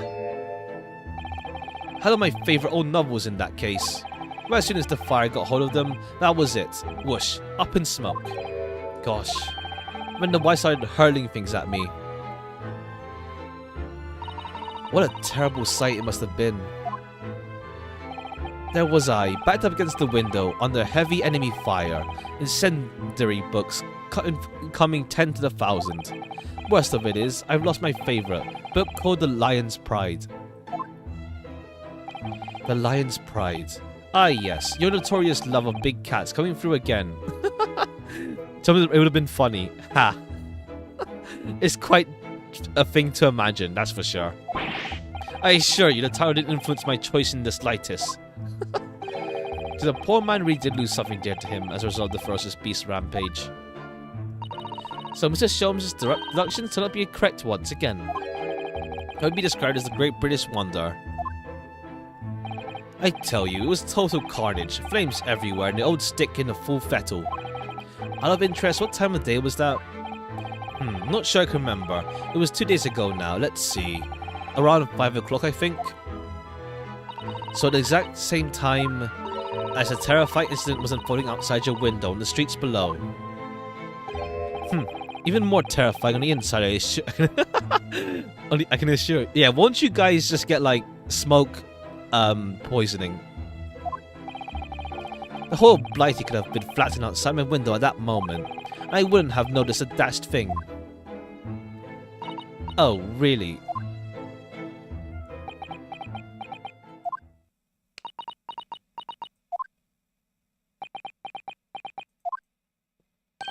Mr. Sholmes? Yes, Mr. Naruhodo, what can I do for you? Well, I think we've got to the bottom of Mr. Garadeb's situation now. What does it have to do with Mr. Natsume's circumstance? I can't help you there, I'm afraid. What? My dear fellow, if you recall, I did say as much from the outset. I warned you that although I knew the retired army man is hiding something, I could not be sure if the secret would prove to be relevant or not. I just knew you were going to say that.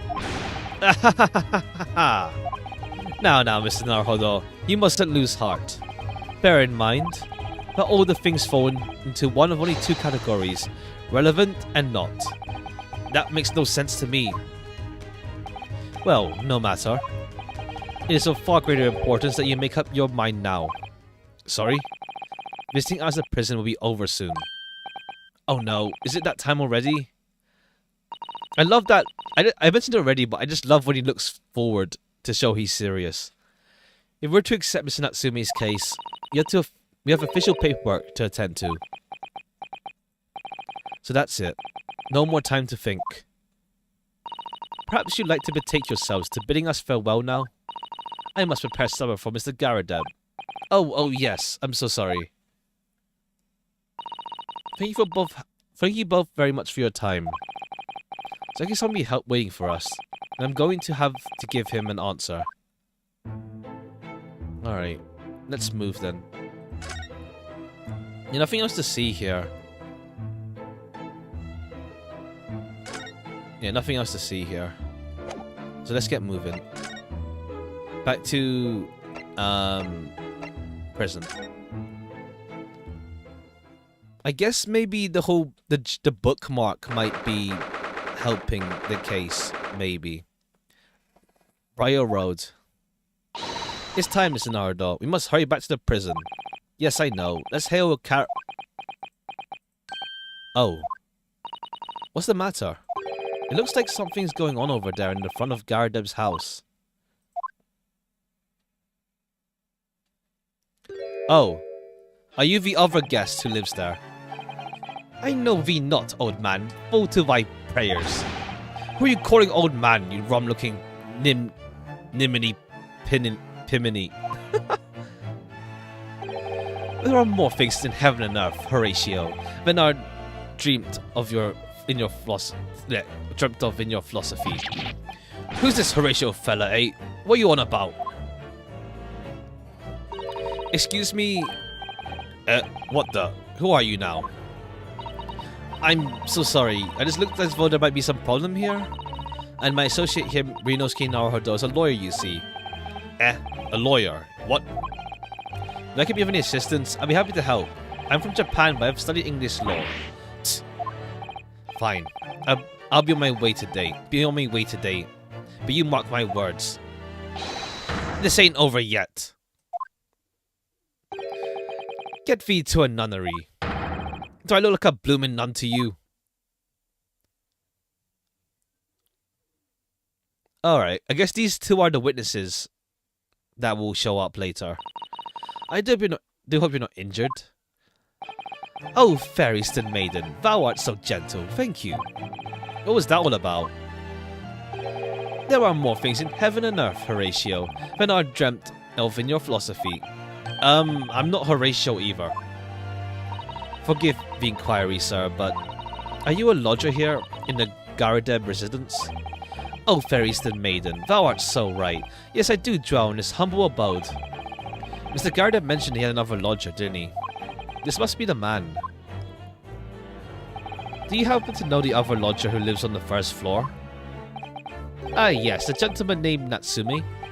Oh, more worthy of polemist in my battle of words, nearer could there be. Sorry, battle, did you say? Who is the stronger, Hamlet or Macbeth? Mr. Natsume and I have sparred long into the night. Oh, you're actually friends? I see. I don't fully understand, but it seems Mr. Natsume and this gentleman are acquaintances at least. So fair maiden, so good gentleman. I can tarry here no longer. Fare thee well. Okay, you're the witness. You're the witness to this case. Both of them are the witnesses. I don't understand him, but I think he's returned to his room. Seems he's unaware of what's happened to Mr. Natsume. He can't really help us. Or he did it. He did. He just looks sus. We'll see. With Suzeki signing that man as lodger, the Garadeb household is surely full of eccentrics. Anyway, I'll go and find a carriage. Yes, I'm sure Mr. Natsume is eagerly waiting our return. Let's hope we can get to the prison before visiting hours are over.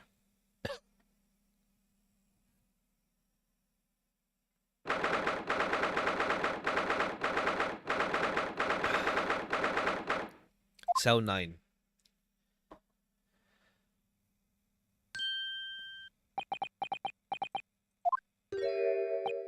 Oh, it's you. You're here. You came. Locum student Mr. Naruhodo Esquire. I can't believe you came back. I'm so touched. We are so sorry to have kept you waiting, Mr. Natsume. Oh no, think nothing of it. Relax. If I were a cat, I would purr with pleasure at company of such fine compatriots. Noble, nurturing, never failing Nipponese. Oh, now let's not get carried away. Oh, I quite agree. There is nothing more reassuring than the familiarity of one's native land. On the other hand... Oh, hi, it's Shomes. Okay. It is through friendship transcending international borders that one truly appreciates the fact. Such is my belief, at least. It's you. The miserable, rotten spy, Herlock Sholmes. Mr. Sholmes, what are you doing here? I have no intention of doing anything per se. Save observing, of course. Whatever do you mean, Mr. Sholmes? Well, having encountered some curious reading material in that gloomful room, and having unmasked the secret ID of that eccentric pair, I decided I should drop by on my way home to see how our divested friend is faring. Gloomful room? At least your accommodation here offers a window, my dear fellow. In that case, it's a superior option. Damn. Damn.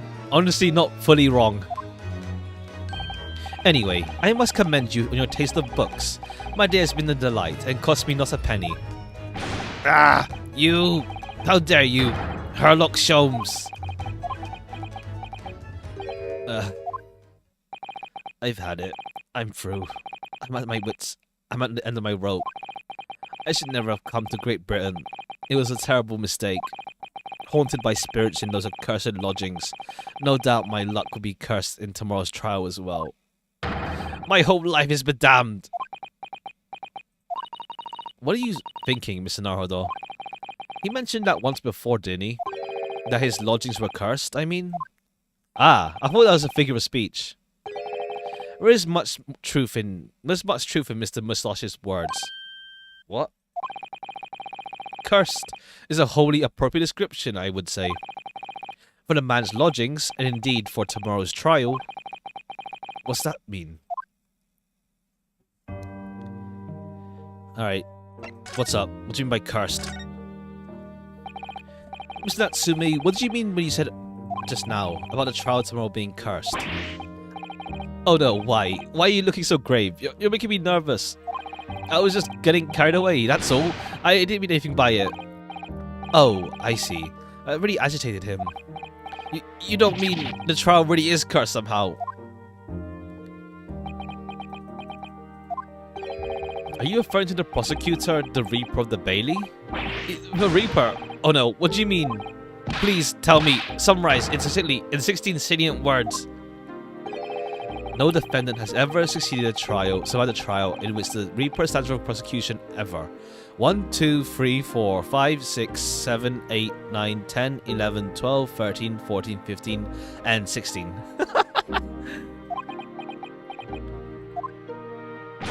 Oh my goodness, can it really be true? That was 16 words exactly.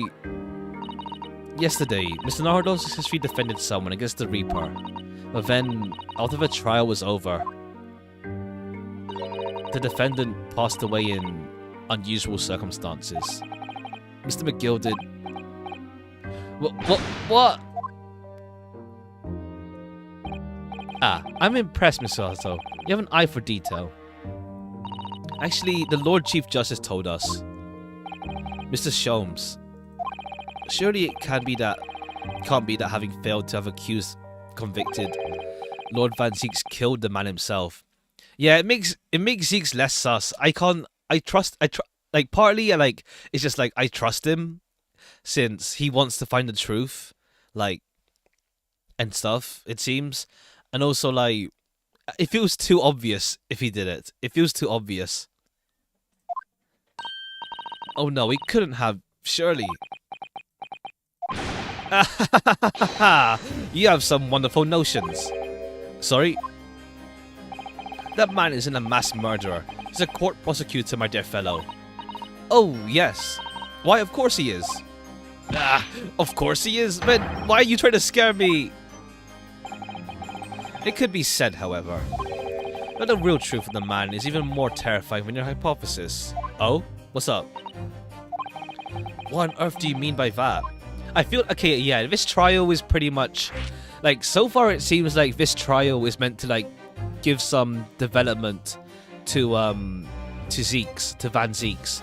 Since, yeah, we only met him on case 3. So we need some more time to, like,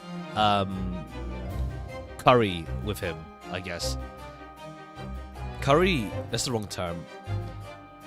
To learn about him. There's something like boil? It's like some, I don't know, whatever. Cook the Reaper. Van Zeeks is a quite exceptional man. However, in London courts of law, exceptional does not equate to winning every case without exception. Okay, so it's not like... So it's like... Yeah, because it's like... I guess it's like for people who have played before, you're led to believe that Zeeks is like Edgeworth, Von Karma, never lost a trial in their life kind of deal. But I see. It turns out, no, there's more to it than that.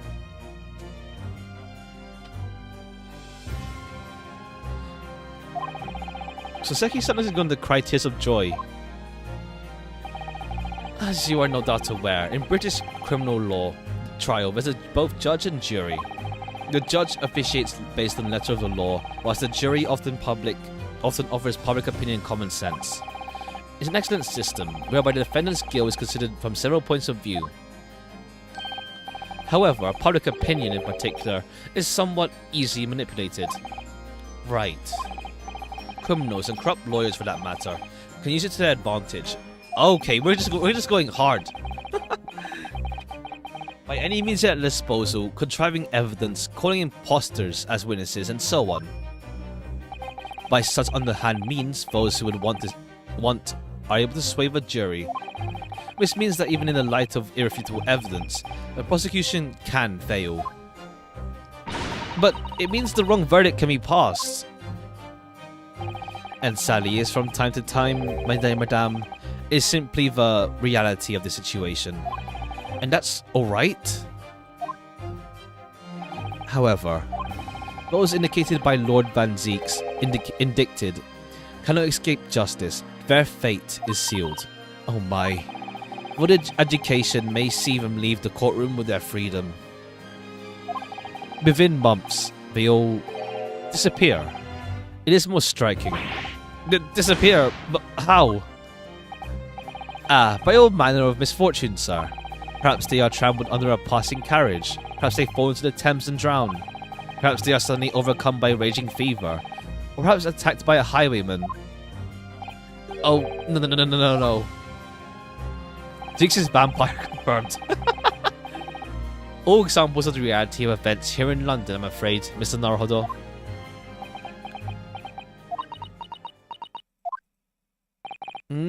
Okay, yeah, my suspicion is that Zeeks isn't doing it himself. Someone else is making Zeeks into a bad guy, it feels like. I knew it. I'm a dead dodo done for doomed. Either that or we're gonna keep... Well, we're gonna... Ha! Jeez. That theory, huh? But yeah, what's it called again? Either that or like, yeah, it turns out McGilded isn't dead. And it turns out he faked his death. And it makes Zeeks look worse. We'll find out. Cursed lodgings. When you say accursed lodgings before, you were referring to your room at Mr. Garadeb's house, I presume? Elizabeth is Big E from what I see.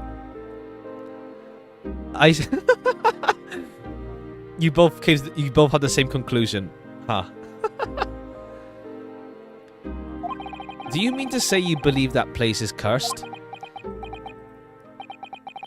It's been a year now since I came to Great Britain.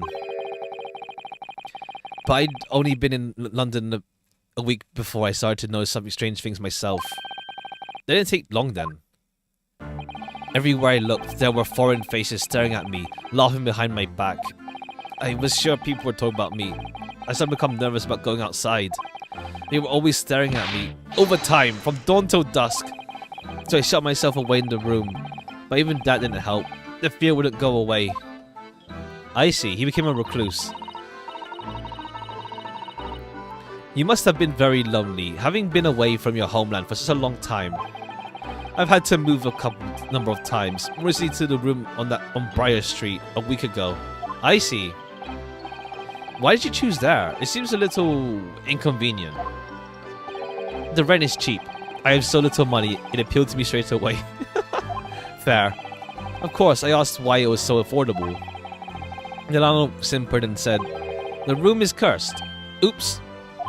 He quickly tried to cover his mistake, but it was too late. So I told him, "If you have something to say, then say it. But if not, don't mention it in the first place." Yes, well said. But it was true. It was true. You mean the room really is cursed, then? Ever since I moved into that windowless hellhole, my sleep has been plagued with nightmares. I awake feeling as though I'm choked to death. Oh, sleep paralysis. In my waking hours, people are stabbed in front of me as I walk down the street. I'm branded a killer, thrown in prison. Nobody wants to know me. I'm surrounded by scary, sinister spirits. If only there were just one person on my side. Can no one find it in his or her heart to believe in me? Really, no one at all. To believe. Yes, to believe. To believe. We'll go to trial for you. Mr. Sholmes? Ah, me, Mr. Naruhodo. Pray, what can I do for you? It's about the case of the SS Burya, if you recall. The Burya. Ah, that case. The one with the snake? Well, yes. At that time, I was a suspect, but you believed in me and listened to my side of the story. Soseki had a specific charity. I like you even more now. This fool is like all for go through bad, so he may write about it. I don't know about the real life Soseki, but I don't know. I wonder if it is based on the real life Soseki. Like story, like his story, I mean. Not just character name and mannerisms. At that time I was a suspect, but you believed in me and listened to my side of the story. And you helped me investigate. I did, didn't I? Interesting. What I want to know is, why? Why did you believe me? I see. Yes, you mean... because you were a grimly dressed, shady Eastern fellow found within the victim in a locked room. Well, if you like, yes?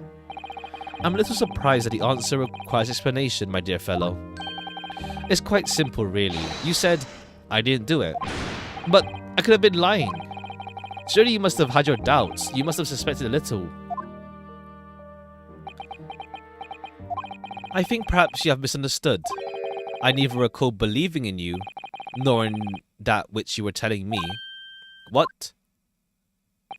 You see, the only thing I believe in are those I choose to believe in. What? What do you mean, Mr. Sholmes? I make up my own mind what is to believe and what is not. If I should like to believe in something, I do. The circumstances can hang as far as I'm concerned. But I could have betrayed your trust. In that case, I should have made an elementary error of judgment. Nothing more. Betrayal of trust is an overused excuse, in my opinion. Meaning, whether or not one should trust another is, in the final analysis, down to oneself. That's a cool... Okay, that's cool, not gonna lie. I like Sholmes a lot. That's actually a cool way to think about it. Yeah, like... If you trust someone, it's your fault. It's your fault. And not their fault for, like, doing that. It's your fault in of itself. It all lies with you. It is no matter whether or not one can trust... Well, not one can trust oneself. Yes, yes, he's right. He's right, locum student Naruto Esquire. Whether or not I can believe myself... Sholmes' skill issue. A defense lawyer is only good as his faith in his client. And that comes down to how much faith he has in himself. Ah, you were so right, Kazuma. Alright, here we go.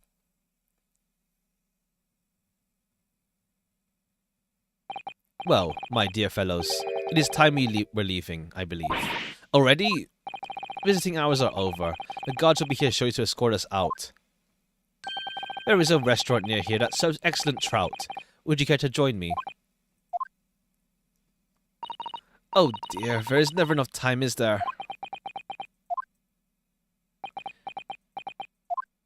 What's up, Saseki? Mr. Natsume? If you like, in the trial tomorrow, I'd be happy to represent you. Aw. Locum student Mr. Naruto Esquire. As I said, I only experienced a British courtroom for the first time yesterday.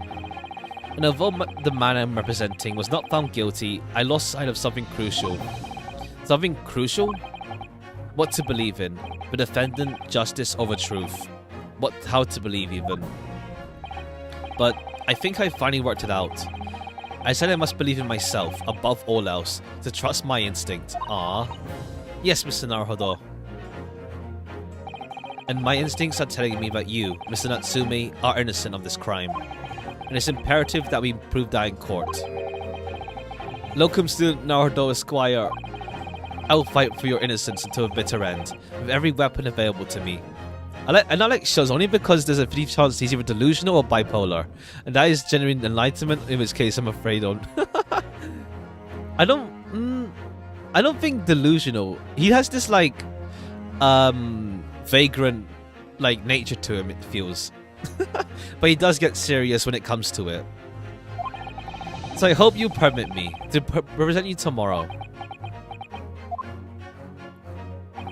As I said when we first met, I'd like to entrust my fate to someone who will listen to me in my native tongue. Of course, Mr. Natsume. It would be fair to say, Mr. Naruhodo, that your mind was in many ways made up from the outset. You merely needed the events of today to fully realize it. Yes, I think you're right about that. It's been a roundabout journey, but I got there in the end.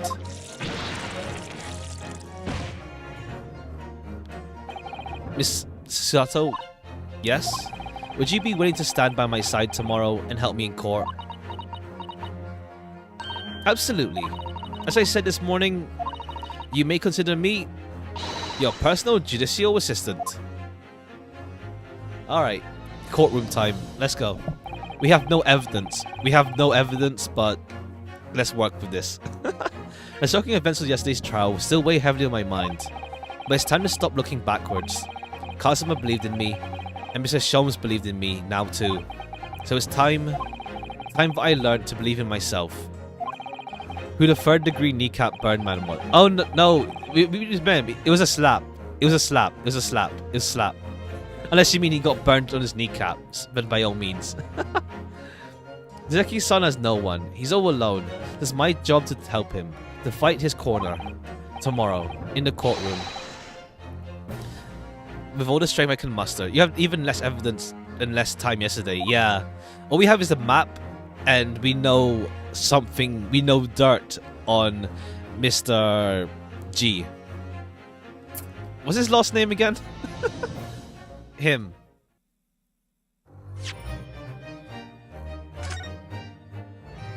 Alright, courtroom time. This case, I don't know how, maybe the trial is short this time. We'll see. Yeah, this is more about getting Naruhodo's character development, as well as Van Zeek's, and also Holmes, and Sholmes rather, as well as meeting Iris for the first time. Well, I never expected this. Who'd have thought we'd be back here again so soon? Not Jing Yuan. G. His name was G. Oh, Garadeb. That's it. Garadeb. We are on the study tour of Great Britain with the intention of learning the country's legal practices. In order to research the current latest court procedures here, we need as much court experience as possible. Well, yes, I suppose that's true, but for the person in the dock, it may well be his or her last and only time in court. And it could be life-changing. In which case, treating it as research may seem a little crass. Oh, when you put it like that, you're quite right. Good morning. Ah, Mr. Natsume, good morning. Oh dear, are you alright? Your eyes are terribly bloodshot. The early bird catches the worm, as they say here in Britain. Yes, I've heard that expression. But I really don't want to catch a worm. I know I tried desperately not to wake up early, but I was so worried I couldn't catch a wink. Now, I'm absolutely exhausted as a result. Do all literally people take things so literally? Thank you for putting your faith in us today, Mr. Natsume. I wish I had 9 lives. My whole future hangs in the balance. I'm too terrified to tremble. Really, because I can feel tremors in the floor. I can't do this. I can't take this. Oh well, welcome student, Mr. Naruhodo Esquire. Yes? I caught a glimpse of the public gallery as I walked by the courtroom. It looked like the opening night of the opera. There were so many people. I had no idea my case was such a notorious affair here in London. Taking things literally is the only thing literally people have going for them. Ha! Oh, neither did I. Do you know why that might be, Mrs. Zato? I'm sorry, Mr. Naruhodo, but I have no idea. So that all-knowing look on your face is just coincidence then, is it? Don't hide the truth from me. It's because of the Reaper, isn't it? Lord Van Zeeks? Is that it, right, Mrs. Zato? I guess he's popular because, like, you see him just, like, the guy just dies afterwards, whether guilty or innocent. So, we'll see. I purchased as many different newspapers as I could find this morning, and yes. Lord Van Zeeks is on the front page of every one. I knew it. Sometime after the prosecutor was dubbed the Reaper, he stopped appearing in the court, it seems. It's been several years now, in fact, until the day before yesterday. Yes, Inspector Gregson told us something similar. Yeah. I mean, yeah. Because he transforms in the courtroom. Ha! Just take off his cape into his final form. The trial 2 days ago marked Lord Van Zeek's return to the courtroom after a long hiatus. The trial of Magnus McGilded. Ugh, what a harrowing experience that was.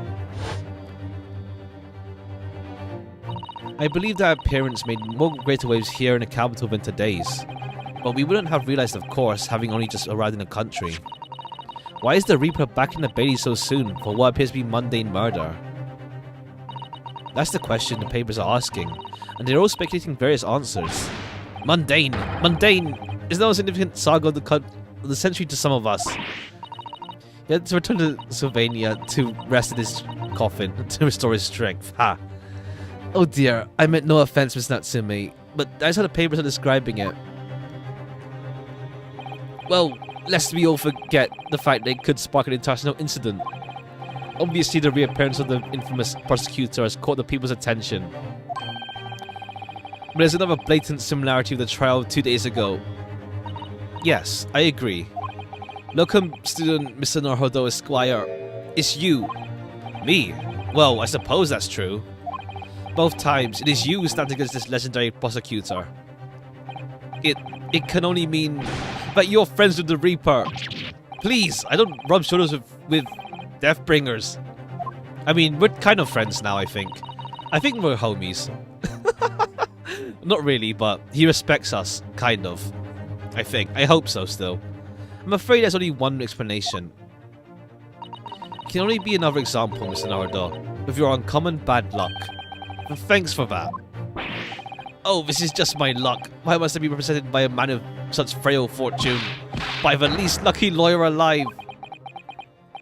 Well, let's not forget that it was you, Mr. Natsume, who asked me to represent you. Yes, it's true I'm just a student, new to London with little in the way of experience and skills, or luck. But I promise you this. I will fight for your corner to the bitter end, and I'll believe in you, Mr. Natsume. Oh, benevolent London student, Mr. Naruhodo Esquire. You're not alone here with us, Mr. Natsume. Whatever happens, you'll always be by your side. Oh, benevolent non-locum assistant, Miss Mikotabo Esquiress. I am in your debt, forever. I shall never forget this great kindness for as long as I live. Miss Natsume, counsel for the defense. The court session is about to begin. Kindly make your way into the courtroom at once. Alright then, Miss Natsume, it's time. Let's go. Yes! Alright, let's go. It's court time. Let's go. This is it. My second appearance in a British courtroom. And my second trial against the Reaper. I hope you're watching over me, Kazuma. Because this time, I won't let my faith waver. I'll believe in my client to the last. Just like you believed in me. I believe I can do this now. I'm ready for this fight. Alright, here we go. I wonder how long this trial is, because the investigation took like 4 hours. Maybe 3.5 if I wasn't dilly-dallying. 20th February, 10 AM, Old Bailey courtroom. Okay, yeah, we got some new we got some new jurors. Other relationships, intrigues, and conflicts in the rest. I just want to see the protagonist and Zeeks talking about 19th century politics in a coffee shop in London. Ha! In the name of Her Majesty the Queen, I hereby declare the court to be in session. I now call upon the counsels for the prosecution and defense to declare their willingness to proceed. The prosecution is fully prepared, my lord. The defense is ready, my lord. The Nipponese are a truly fascinating breed. Sorry, what? Lord Strongheart has told me all about you. But you are a student who arrived in London but 2 days ago, a mere amateur. Do you have a point? Being a compatriot, you feel compelled to try to help the accused, I suppose. Typical Nipponese arrogance. Forgive me, but I didn't believe arrogance is an appropriate description. Sato-san. After all, At a previous encounter, the defendant was found to be innocent. Yeah, he lost. He didn't lose. He lost.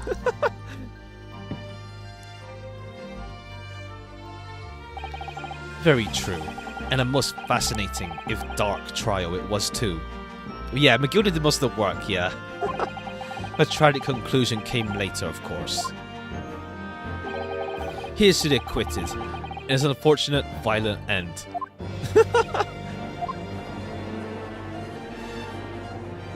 He doesn't care. He doesn't care that he died, I think.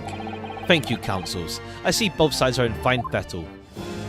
Now, ladies and gentlemen of the jury, are you ready to carry out your duties here in court as impartial members of the public? Oh! You're here again. Hi. You never know when you might be down your luck, but I believe in fair play for everyone. Well, I must warn you, I'm never ruthless when I appear. Oh, you're here. Are you the same guy? Is that you as well? No, is that, or do you just look the same? No, I don't think that's you. No, that's someone else. That's someone else. Well, not me. Well, you see what you get. I'm a peace-loving fellow. Yeah, the cane-eating. Yeah, he's munching his cane. I'm afraid to say, I think it's quite possible that Mustache Foreigner did the deed. But you're biased already. You're not exactly impartial. Come on, what are you waiting for? No doubt he did it anyway. Sorry, didn't quite catch that. Very well, let's proceed. It's nice we see some returning characters. It's nice we see some returning characters as the jury members. Sholmes, it's your fault. Honestly, I wonder if she holds a grudge against us. Your opening statement, if you please, Lord Van Zeeks. Very recently, Great Britain signed an alliance with a rising power in the Far East. The accused in the dock today is a student from that same land, a certain Mr. Soseki Natsumi. And while our country has extended this foreign student the warmest of welcomes, regrettably, the kindness has not been returned. In fact, the student is accused of a most sinister act. Of plunging a knife into the back of an innocent woman, who was doing nothing but walking down the street. A knife crime. I tell you from bitter experience, those are the worst. Bloody oath they are. Just look at that sallow complexion and short stature. He's one of those dreadful Japanese. Jeez. Come on, let's get this over with. With me, everyone. 1, 2, 3. Sorry, didn't quite catch that. Pray, forgive the discourtesy of smashing my hollow chalice here in this great chamber. In this great chamber. Allow me to call the first witness to the stand. Very well. Bailiff, lead the inspector in, please. Goated chamber. Okay, inspector. Your name and occupation, please. Okay, yeah, because we had Gumshoe do these a while ago. So, I mean, a while ago in the other games. So I guess it's about time we had the inspector come in. I mean, I guess we had Hosonaga technically in the first case. I hope Sholmes shows up in court though. I hope we see him inside. Getting the I guess not, because we had a Russian. I mean, we had a Russian cruise ferry ship in the second case, so maybe things are patched up already. Maybe, or if it didn't happen yet in this world, or it didn't happen at all, or rather, or it's already patched up. Your name and occupation, please. Yes, sir. Tobias Gregson, Detective Inspector at Scotland Yard. Would you please summarize the events for this case for the court, Inspector? The victim is thought to be a young woman in her 20s by the name of Olive Green. I beg your pardon, Inspector? Thought to be? Yes, having been stabbed in the back by her attacker's knife, the victim fell unconscious. Early 1900s, maybe. There is like some steampunk elements to it though, so it's obviously not 100% real world. That was 3 days ago. She's been comatose ever since. What? So we don't even know who she is for sure? Comatose. I see, but her life is now in danger. Fortunately for the Eastern student, the charge will not be murder. Pray, elaborate on the details, Inspector. Sir, if I could ask everyone to look at this street map. As I mentioned, the incident took place 3 days ago, at around 5 in the morning. 5 in the afternoon. Happened on the pavement, running towards Briar Road, a wide thoroughfare for horse-drawn vehicles. It had not long since stopped snowing as the victim, Miss Green, was walking down the street. Out of the blue, she was approached from behind by the accused and stabbed in the back. Okay, walking that way. Luckily, the young lady's life was spared and she's currently being treated in one of the city's hospitals. But being unconscious as she is, we've been able to take a statement from her, of course. This is the case file where you know everything but the victim so far. Thank you, Inspector. The court will accept the document as evidence, if you please. Case file added. Alright, let's check the case file. What of the weapon that was used? Let me see. Is it going to be the knife again? The W knife. Young woman rendered unconscious following a stab wound to the back. Victim olive green, female stout, 30s. Pavement of Briar Road. Rolly Beat. Oh, let's see. Let's see if Rolly Beat is going to be the guy, the police guy that we have to interrogate. Victim unconscious, name was gleaned from personal effects, of details unknown. Single stab wound from a large knife. Assailant running away by the reporting officer. Okay. What of the weapon that was used? Sir, I have that here. It was removed from the victim's back. Ouch. That big thing is starting to make me scared to walk on the street now. Yeah. What a heavy blade like that. With a heavy blade like that, almost anybody would have been able to stab this poor woman. Stab the poor woman. Even a scragged looking Suzaki-san, I suppose. A common or golden jackknife. Garden jackknife, I would say. Rather nondescript. Thank you, Inspector. The court accepts the blade as evidence. Jackknife added. Now then, what do we know of the motive? Money or valuables, I presume. Alright, let's look at the knife first. Nothing nondescript about it. Shing. Oh, the blade, the tip is gone. Oh, look here, Mr. Naruhodo. Just at the tip. A piece of the blade appears to be missing. You're right. Well spotted, Mr. Suzato. I wonder what would happen to it. Yeah. You don't think it could still be lodged in the victim, do you? Oh dear, I do hope not. That sounds terribly painful. Alright, so the tip is gone.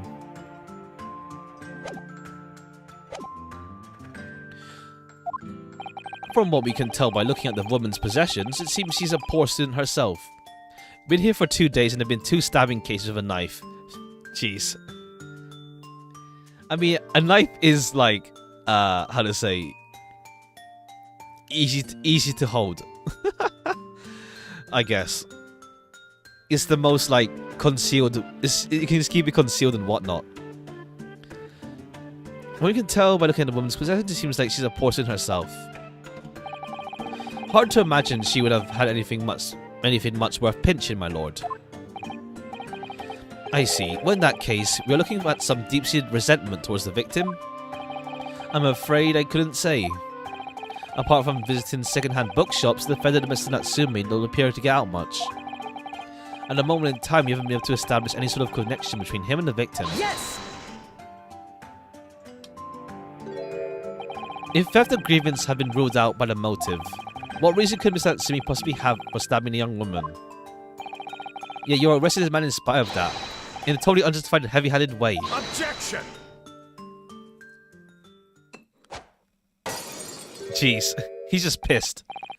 Pray forgive the discourtesy of flinging a freshly uncorked bottle into the public gallery. But your words have soured its hollowed bouquet. For it is you, my learned friend, who is being heavy-handed here. What? At least he's calling us learned friends now, which is nice. Scotland Yard does not arrest people without good cause. That should be beyond question. Inspector Gregson, the prosecution calls for your formal testimony. Explain to the court precisely why the constabulary came to arrest the Nipponese student. Yes, sir. Witness testimony. As I said, it was 5 o'clock in the afternoon when the incident occurred. There was an unusually light fog. Visibility was reasonably good, and there was no one else around but the victim and the accused. Visibility was good. Out of the blue, the victim was stabbed from behind and subsequently collapsed on the pavement. The accused ran off, scattering his belongings all over the floor. There must been a number of old books he just bought. He was on his way home from a bookshop, it seems. It was just a matter of working out who the books belonged to, and we found the bloke to arrest him. The books then, huh? Let's see what books they found, and it might not match. I think that's our point of interest. Yes, my lord. I have a photograph in here of the scene of the crime, taken immediately after the incident. Ah, yes. I can clearly see the books which you are referring. Can that photographic print as evidence, please, Inspector? Crime scene, yeah. Let's check these books. You Nipponese are a spineless breed, too cowardly to admit defeat. Let's just check this. Oh, we can't check. We can't see what books they are. I guess we have to like ask him what books they found. The day the in-game British discovered firearms doesn't leave any evidence besides a bullet and some gunpowder. So they, I mean, we did have a, well, I mean, in the first case, the guy was poisoned and then shot. So we do have guns. We do have guns. We do have guns. So it's just that these are knife crimes. But we do have guns in the world. Denying everything, despite overwhelming evidence to the contrary.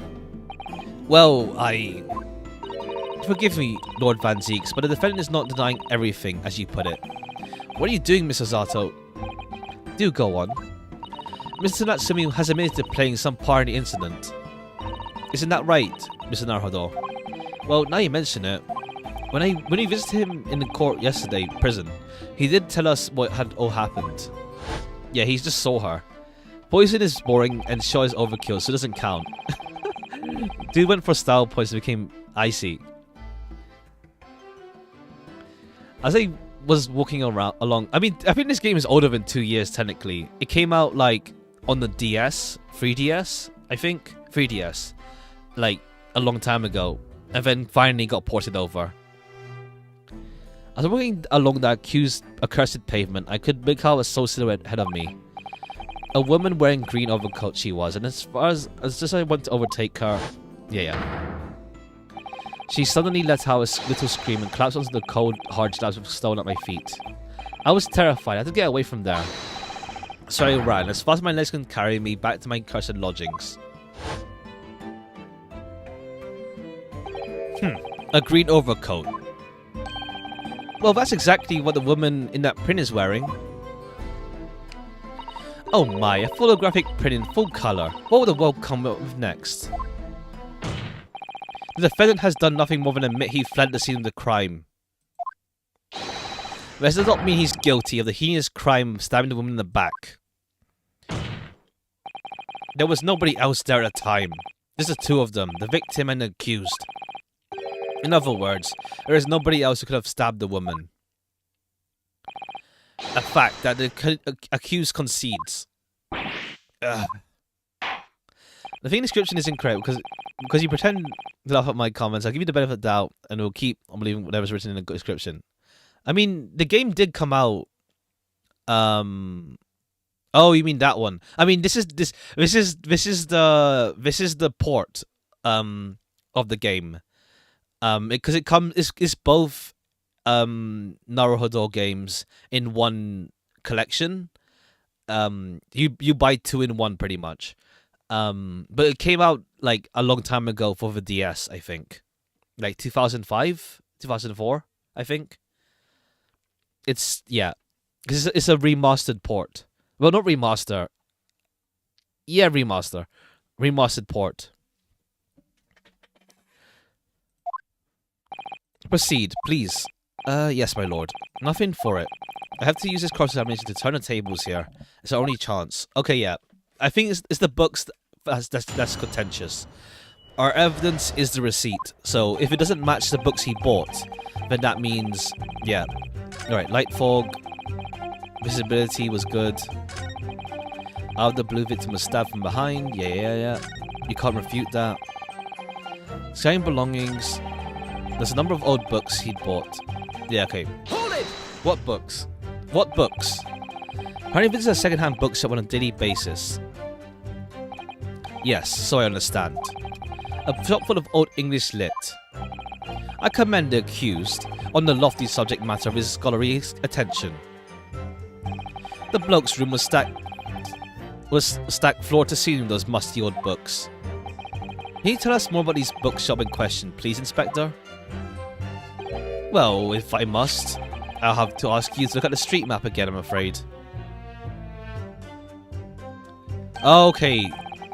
Bourbon Books. No, Bourbon Books? No, it's wrong bookstore. Yeah, no, wait. This bookstore's wrong. It's, your books. A little place on the corner of Briar Road and Mearsham Street. Are you a bourbon bookstore or a bourbon drink kind of guy? I'm more of a bourbon biscuit guy. I like the bourbon biscuits. I never had the drink. I never drank bourbon myself, but I like the bourbon biscuits. They're like chocolatey. They're like chocolate-ish, kind of. As it happens, the accused is currently living in the lodgings on the other side of the Briar Road at the opposite end. This means it doesn't take a genius to work out the route he would have taken home. Yeah, it's not bourbon books though. Something like this. Local map has been updated. Yeah. We add it to your statement. Add it to your statement. Yes, I concur with your conclusion, Inspector. The defendant certainly have passed the scene of the crime on his way home from the particular shop. Mr. Naruhodo, I think that what the Inspector just told us could turn out to be vital importance. Yes, I agree. The most important portion that this made being the bookshop's name. Inspector Gregson, may I ask you a favor? What? Would you kindly add the name to the bookshop to your photo's testimony, please? I believe it may be vital, but be of vital importance. Maybe? Oh, well, you know. I mean, yes, it could be a very important clue. Very well. Not that I can see it being of any great significance, but please revise your testimony accordingly, Inspector. Yes, sir, my lord. Whatever you say. Could that be any more? That man be any more sardonic? He was on his way home from Bourbon Books, a second-hand bookstore. Yeah, no, you're wrong. Objection! If I could stop you there, Inspector Gregson. What is it, Sunshine? I'm a busy man, you know. This is a receipt we found in Mr. Natsume's room. It was indeed issued on the day of the incident, and details the purchase of the 3 second-hand books. Imagine Zeeks keeps like 80 photos of the evidence of the last case. Honestly, yes, I can imagine he does that. I mean, it's funny they never took pictures of the evidence before the case, but I guess people get careless or like they're corrupt. Either way. Skill issue, ha. And you found that in the accused's room, did you? Free wall decor. Yes, but the point is not where the receipt was found, but the name of the shop printed on it. Go on. This receipt was issued from a bookshop called Your Books. Your Books? Y-O-R-E, I suppose? Yes, my lord. So Mr. Natsume did indeed purchase a number of books at a second-hand bookshop that day. However, that bookshop in question was not Bourbon Books. Eh? What? Inspector, do you know this other bookshop? Yes, sir. Your Books is another second-hand bookshop, not far from Bourbon Books. It's just that, well, it's a small place. I didn't think the accused would have known about it. Objection! But in fact, that is the bookshop which the defendant visited on the day in question. And this receipt proves it. Objection! Yes, for what difference it makes. Wherever this man purchased his musty tomes, it makes no difference in the final analysis. Objection! I disagree. I mean, after all, add the street map here if that might be of help. Oh, yes, thank you. Have a look at this, please. If the defendant had been returning from Bourbon Books, then yes, he would almost certainly have passed the place where Miss Green was attacked. However, if we take into account the fact that he was actually at another bookshop, Your Books, it may very well turn out he wouldn't have passed that location at all. Could that be true? My, it rather depends on where this other bookshop is, but I do declare it may be a possibility. Is that right, Mr. Lawyer, sir? What you just said? Absolutely. I absolutely could be right. Alright, let's find out where this bookstore is located. Inspector Gregson, where is this Your Books establishment? The police hadn't questioned the bookstore's owner about this case. Yeah, they mentioned they went to the bookstore to then, like, cross to, like, reverse search thing. This major skill issue. I mean, there is, like, obviously we know there is, like, something up with the Scotland Yard. We have Sholmes, for example, who calls them incompetent, pretty much. Except for Gregson. And then also there's, it seems corrupted, like, lost case with the evidence tampering. So, yeah. Big issues there. Well, obviously we looked into that. It turns out that Your Books is just here on the next corner of Mearsham Street, going east. The local... Okay, I had a feeling this, like, corner would be for something. And there you have it. As you can clearly see now... Oh. I mean, yeah, he still walks the same direction. My learned Nipponese friend is obviously in training to be a clown, the way he regales us with such witticisms. To your future career in the circus. I've seen this screenshot around for, like, just, like, memes. I've seen this screenshot. Where'd he get those? I think he has his whole stash, probably. There's a whole stash underneath the bench. You put that glass down now, or I'll put it down for you. I didn't think I need to spell it out, but here we go. If the accused was coming home from Your Books instead of Bourbon Books, it's the same route. He would still have passed the place where the victim was stabbed. Yes, thank you, Inspector.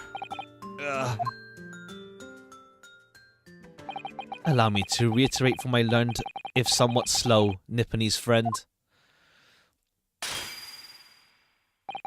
Wherever the man purchases musty tomes, it makes no difference in the final analysis.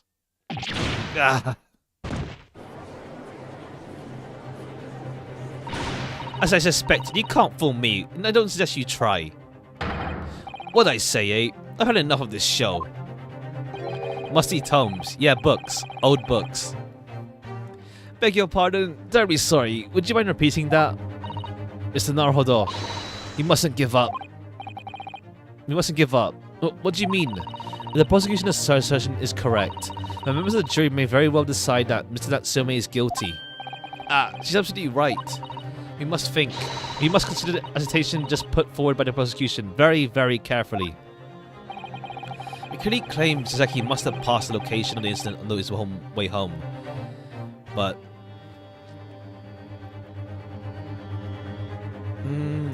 You have to object. The assertion just made by the prosecution is fundamentally flawed.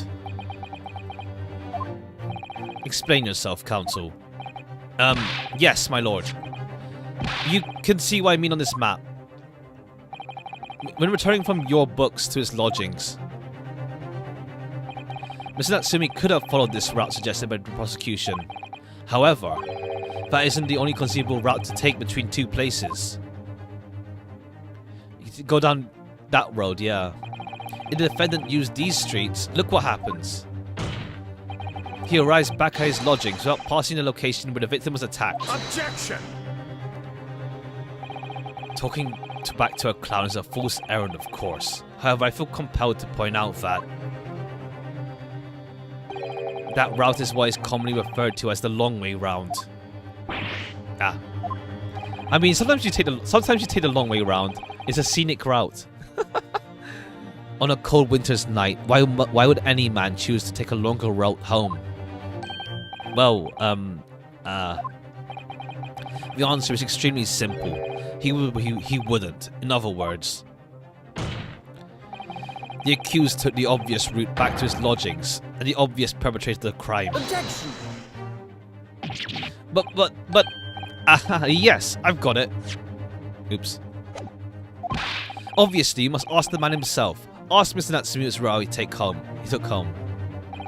I've already informed the court of the accused's response to his questioning. He claims he has no recollection. Ah. That's right. As I said, the bloke seems to spend his time outside wandering aimlessly from A to B. That day was no exception. He says he doesn't remember where he was or which route he took home. I don't believe this.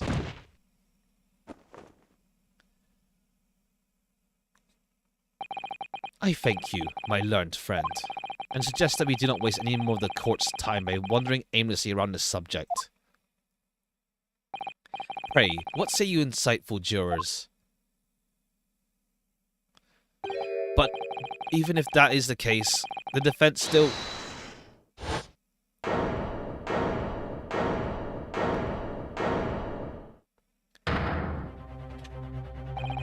I agree with Lord Van Zeeks. Wholeheartedly, in every other way. What? I don't believe it. Does this mean... We members of the jury are completely convinced now. Okay, fine. Time for examination, whatever it's called. Very well. In that case, I hereby call upon members of the jury to present your findings to the court. Guilty! Guilty. Oh, they give them voices now. Guilty. Guilty. Summation, that's it. Guilty. Okay, fine. Your voice is much lighter than I imagined.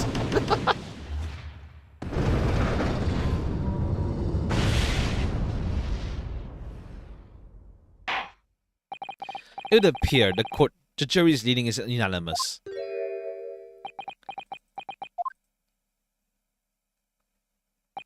To the insightful members of the jury, I applaud your brave resolve. You serve Queen and country admirably.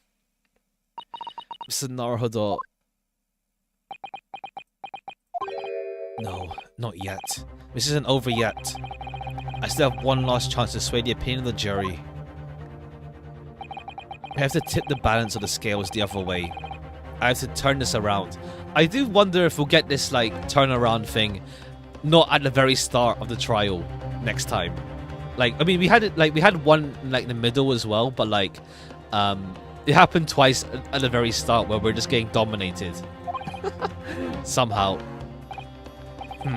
Those are the eyes of the quarry, not yet willing to give up and die. He's just so sus that it somehow makes him less sus. Pretty much. It's just the too obvious solution that that means like it can't be. We're being led on. I presume you intend to wield your rights again in this trial. Rights of the defense, written into antiquated British law that should have been buried long ago. Call it antiquated if you will, but it's the defense's prerogative to carry out a summation examination if it chooses. Very well, counsel. In accordance with the letter of the law, we shall proceed with summation examination. Are the members of the jury ready, Mr. Foreman? Of course we're ready.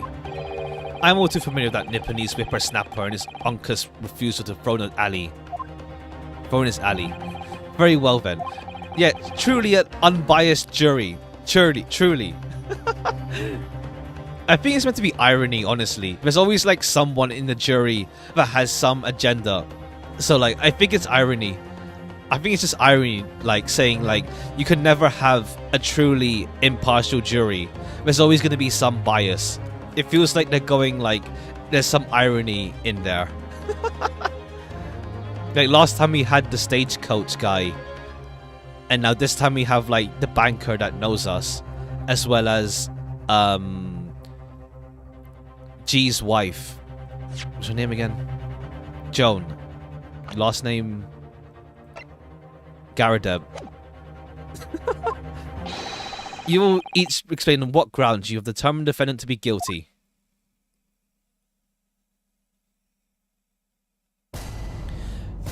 Judicial findings. The juror's contentions. For pity's sake, that little Nipponese oddity already admitted himself, didn't he? If he said that woman in green collapsed before his eyes, why it could only have been the victim. Maybe it's a different woman in green then. The man would have gone around the houses on his way back from the bookstop, not in winter. The other poor woman was attacked from behind, was she? How dreadful. I really don't care. Can we just wrap this up now? I've got work to be doing. Your books, yes. Nice shop that. But Bourbon books? No, not worth a visit. There's no contradiction here. With only minor exceptions, the court reasons for the finding of guilty are all too clear. When the stabbing occurred, only two people at the scene were the victim and the accused. And the accused himself has admitted to seeing the victim in a green overcoat sink to the ground before his eyes. Furthermore, we have heard from the inspector that the lieutenant fled the scene. I must say, I would have ample grounds to convict this man already. Oh dear, even the judge appears convinced of Mr. Natsume's guilt now. Why had to run away like that? And how are we supposed to believe in some phantom attacker that nobody could see? This is impossible. How can I possibly make a case for this defense? Listen, Naruhodo, there's no time for grumbling. If you want to force the trial to continue... Yes, I know. I have to turn the tide. May the jurors change their minds. Well, 4 of them at least. Exactly. We have no choice but to forge forward. You have the floor, counsel. Begin the summation examination. Yes, my lord. Alright, but we have nothing to, like, present or, like, contradict. Come on, Rinosuke, you can do it. There's nothing obviously contradictory here.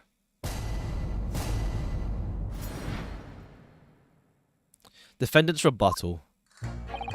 For pity's sake, that little Nipponese oddity already admitted himself, didn't he? He said that woman in green collapsed before his eyes could only have been the victim. Only have been the victim. I mean, yeah, there's a knife in the back, which is the issue here. There's a knife in the back. We don't need evidence here. And person in green, I mean, woman in green, we don't know anyone else. No one else is in green either. A woman in... Let's press this just in case. Hold it! You're right that at the time of the incident, the defendant admits to have seen someone wearing green overcoat walking ahead of him. Well, quite. That's precisely my point. Clearly that someone wearing green was the victim. And clearly that funny Nipponese man with stirring muzzle is the culprit. But let's not forget, madame, the defendant very denies attacking the woman. Why, of course he does. If he admits to stabbing her, his life is over. The man is obviously a liver-faced coward, honestly, claiming the woman simply collapsed before his eyes. If that's the lie as you're suggesting, do you not think he would have concocted something more credible? Oh, I really wouldn't say that. After all, you are foreign. Who's to say what goes through your funny little minds? Jeez. I could tell you what's going through my funny little mind right now, but you don't like it. I do declare the man has already made his admission. He himself has stated there was nobody else around. Surely the conclusion is so obvious. No one else could possibly have committed this awful crime. No one else could have done it. The accused must be the man. Really, it couldn't be more simple. The argument is compelling in its simplicity, I must admit. Oh my, you are too kind, my lord. That went well for her. The man would have gone through the houses. Where's the bookshop? Oh no. I mean, let's see, if I pit, this doesn't make sense though. Admitted himself, wouldn't have gone around the houses on his way back home. Attack from behind, how dreadful. I don't care, can we wrap it up? Yeah, that's nothing. That's a nothing statement. And then he's saying, maybe you will help us because, I don't know. You have nothing here. When I've gone around houses on this way back home from the bookshop, not in winter. Sure. Attack from behind, how dreadful. Yeah, sure. Okay. Hold it! Can you say something of like actual value?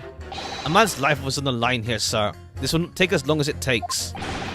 Don't be clever with me, son. My life's on the line too, and so is my family's. The likes of you wouldn't understand, but a laborer like me can't afford to take time off. If I don't work, I don't eat, and neither do the wife and kids. Oh, I see. That must be very hard. I go to the union every morning to find what one needs doing. You're late and the work's taken, it's tough. This time of year, there's water and gas supply pipes bursting left, right and centre. We're off the cheap labour to get the roads dug up to fix it, and it's a hard slog from dawn till dusk it is. So, you were out digging the roads on the day of the incident as well, were you? That's right. In fact, if I remember rightly, it was just around the corner from where it all happened. By that old bookshop it was. What? Another coincidence? That's right. Mearsome Street it was. Wait, what? Mearsome Street? On the map, Mr. Nardo, there are only 3 named streets.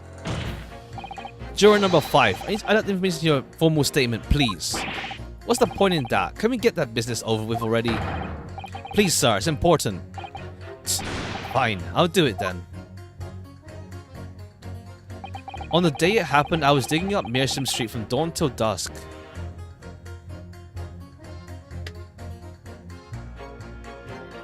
Wait a minute, why would you walk? Oh, why would you, if Mearsome Street is closed, why would you walk there?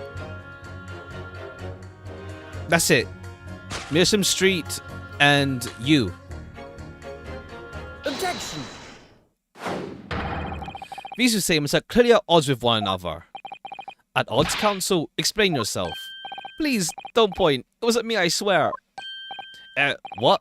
I just want to get this done and dusted. Well, juror number 3. Oh, me sir, what do you mean? Juror number 5's words are extremely significant. Let's take a moment to consider implications of what's been said on our map of the local area. I guess it helps that these are not fully unbiased, because like he helped us now. On the day in question, Mr. Natsumi visited this bookshop to purchase a number of second-hand books. On the same day, we now know there were works being carried out on Mearsome Street, making it impassable. This means that the defendant's route home could not have taken him along Mearsome Street down Briar Road. Oh, yes, of course. What do you think, sir? Well, yes, you can't argue with that really, can you? He must have had a good 2 yards or more of the pavement up. Every gentleman and gentlewoman that came along had to turn back and go the other way. So, the only conclusion is this. The defendant must have taken a longer route back to his lodgings. Yes, I suppose he must have. I suppose that must be right, eh? Juror number 3, you said the following. The man wouldn't have gone around the houses on his way back from the bookshop. But we see now he had no choice. Yes. My lord, Mr. Judge, sir, if I may. Yes? I don't think in all good conscience I can say the man's guilty now. Yes, I'd like to see if his trial continues so we can get to the bottom of what really happened. Alright, cheers. Thank you.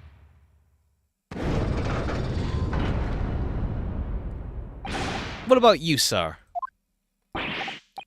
Who? Me? Well, alright then.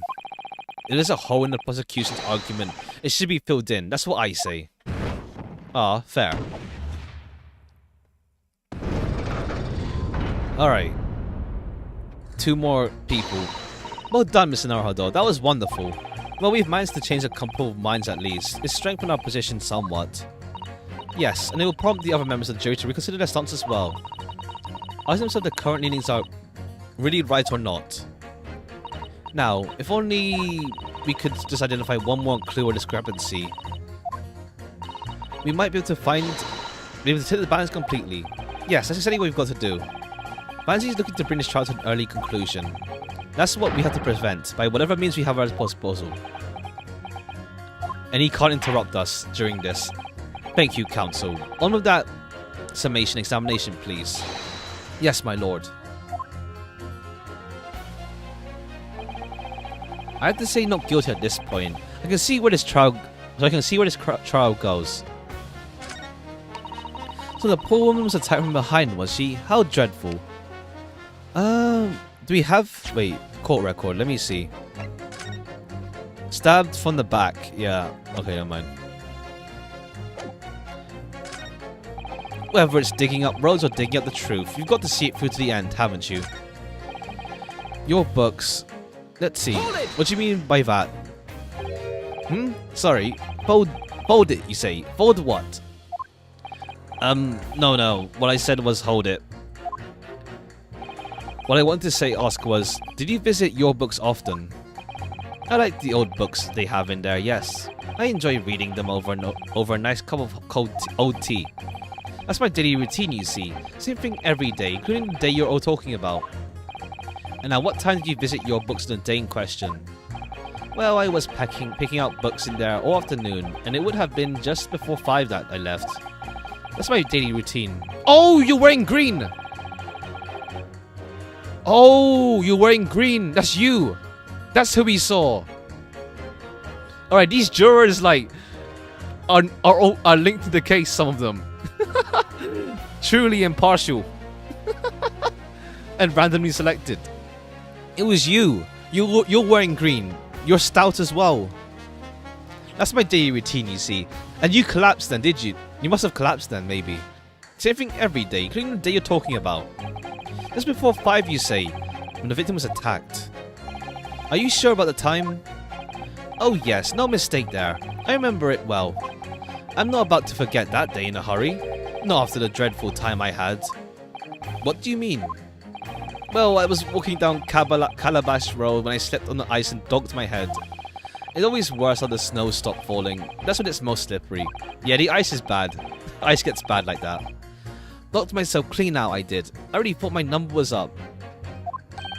Wait a minute. Let me get this straight. This happened on Calabash Road. That's right. I live in Cornpipe, you see. I guess there's a pun on No. I don't think there's any Cornwall in London. Heading down Calabash Road is... Unless it actually is a place, Cornpipe. Calabash Road is the quickest way for me to get back from your books. Juror number 6, I must insist that you add that information to your formal statement. It may very well be significant. Sorry, extremely sick? No, I'm quite alright now. Alright, cool, we got this. You're wearing green. You've changed 2 of the jurors' minds, Naruhodo. Yes, just 2 more to go. They were the finishing blow now. It's time to turn the tables here. You should know how to do Susano's takedown. I suppose those words will have to suffice now. Yeah, we got this. Green. For pity's sake, admitted himself already. If he said the woman in green, yeah. So we pit you against this guy. It was him who collapsed. Objection! Those two statements clearly show a flaw in the juror's reasoning. A flaw? What are you talking about, counsel? Well, juror number 2, juror number 6. My, whatever do you mean, sir? I think perhaps the old man didn't hear you. Unbelievable. It's not like I was loud or anything. There is at least one fact of which we can be sure here. The bookshop receipt found in the defendant's room clearly indicates that on the day of the attack, he had been to Your Books and purchased a number of second-hand titles, then returned home on foot. But that man says he has no recollection of his return journey. That's correct. Though what he does remember is seeing someone appear in front of him on the way. Someone in green overcoat suddenly collapsed on the pavement before his eyes. Yes, we are all aware of this. The poor young woman who was stabbed, obviously. Objection! Can we really be sure of that, madame? My, whatever do you mean?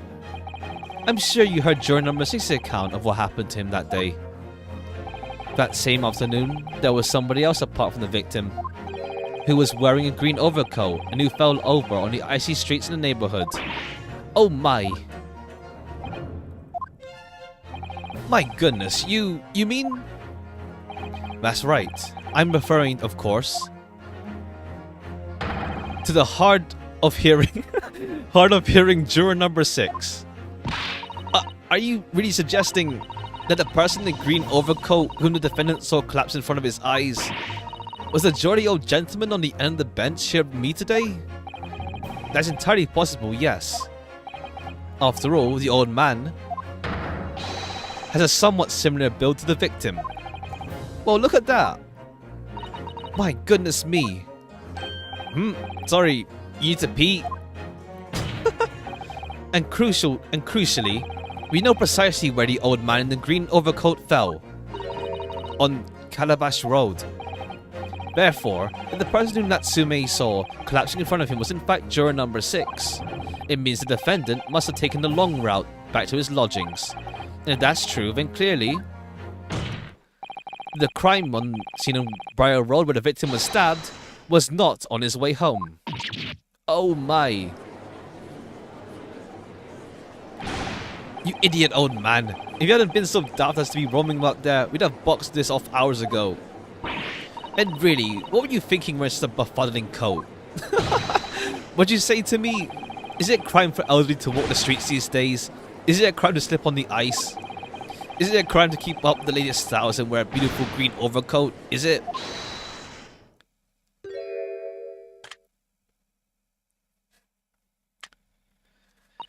My lord, I do hope it won't cause any inconvenience, but you'd like to change your leaning, I presume? I do declare that I would. I should like to call for a verdict of not guilty. Thank you. And I would too. What? Is it a crime to change your mind? Is it? Well... thank you. And now it's in our favor.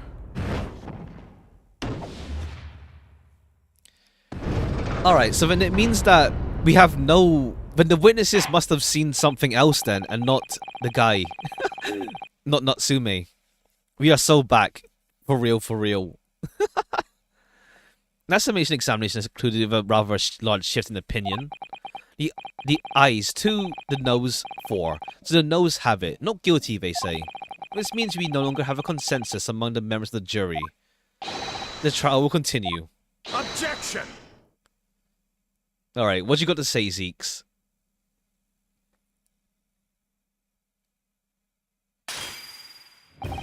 Could it seem careless of me to drink from my hollowed chalice moments after raising an objection, only to crush it in disgust?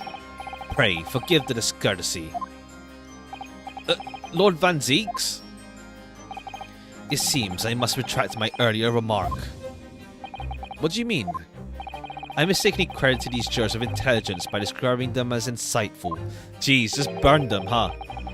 You have witnessed them falling for a cheap trick performed by an Eastern entertainer.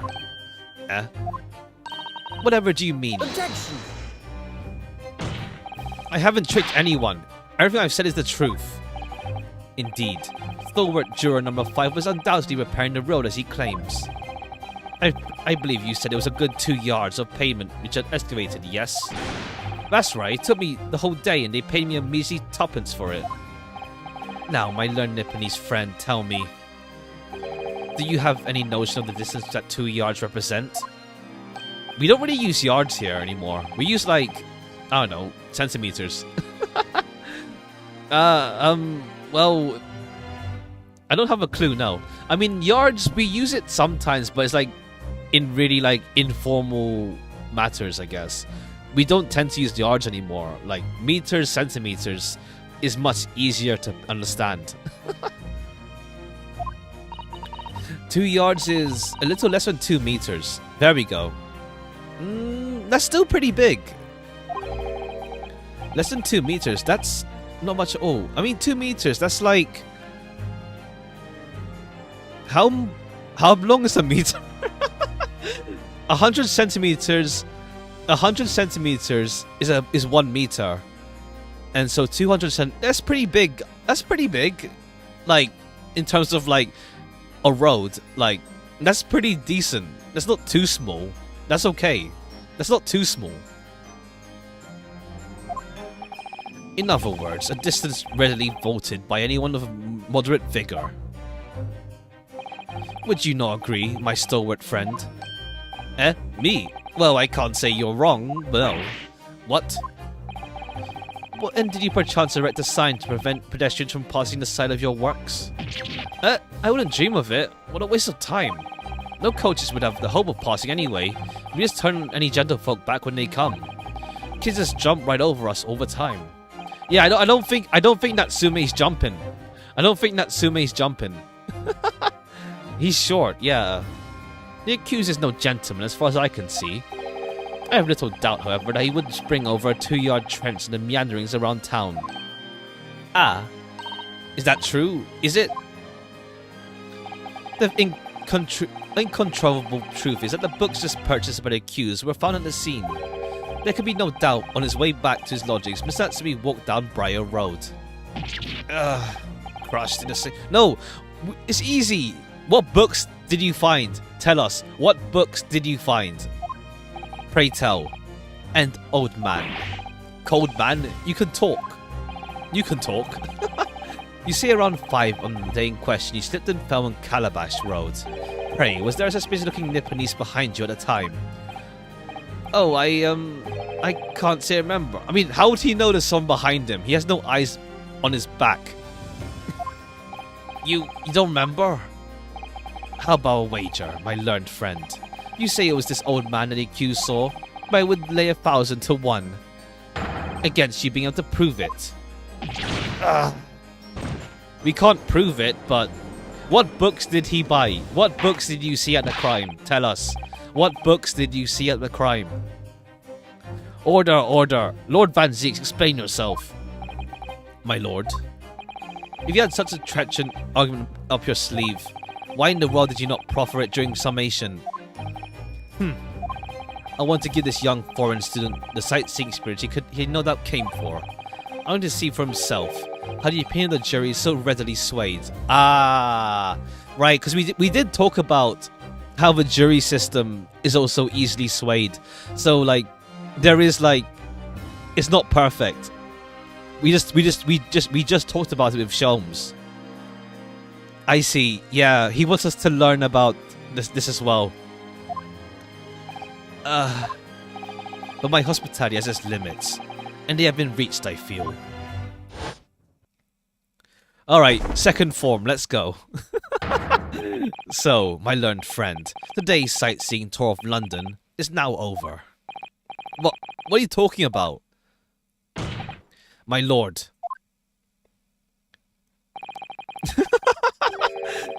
Ha. I guess you could. I don't think. I'd like to presume he isn't as bad compared to like some other characters in that sense of his ignorance.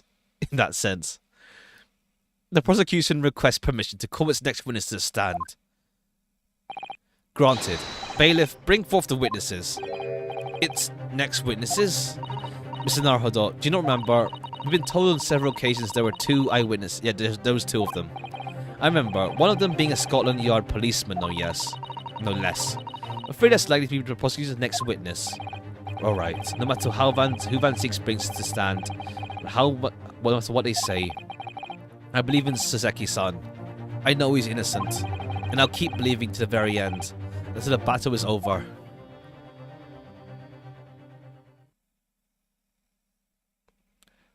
Okay. Witnesses, please state your name and occupation for the court.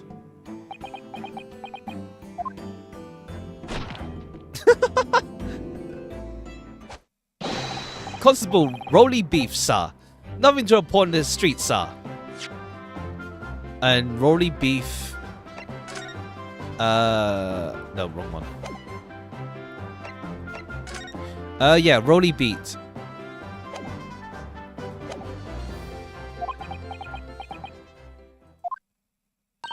And I'm Mrs. Beat. Patricia's my name, and I'm proud to say I'm this Youngtown hero's wife.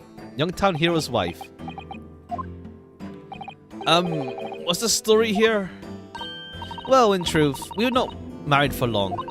In fact, we celebrated our first anniversary the other day.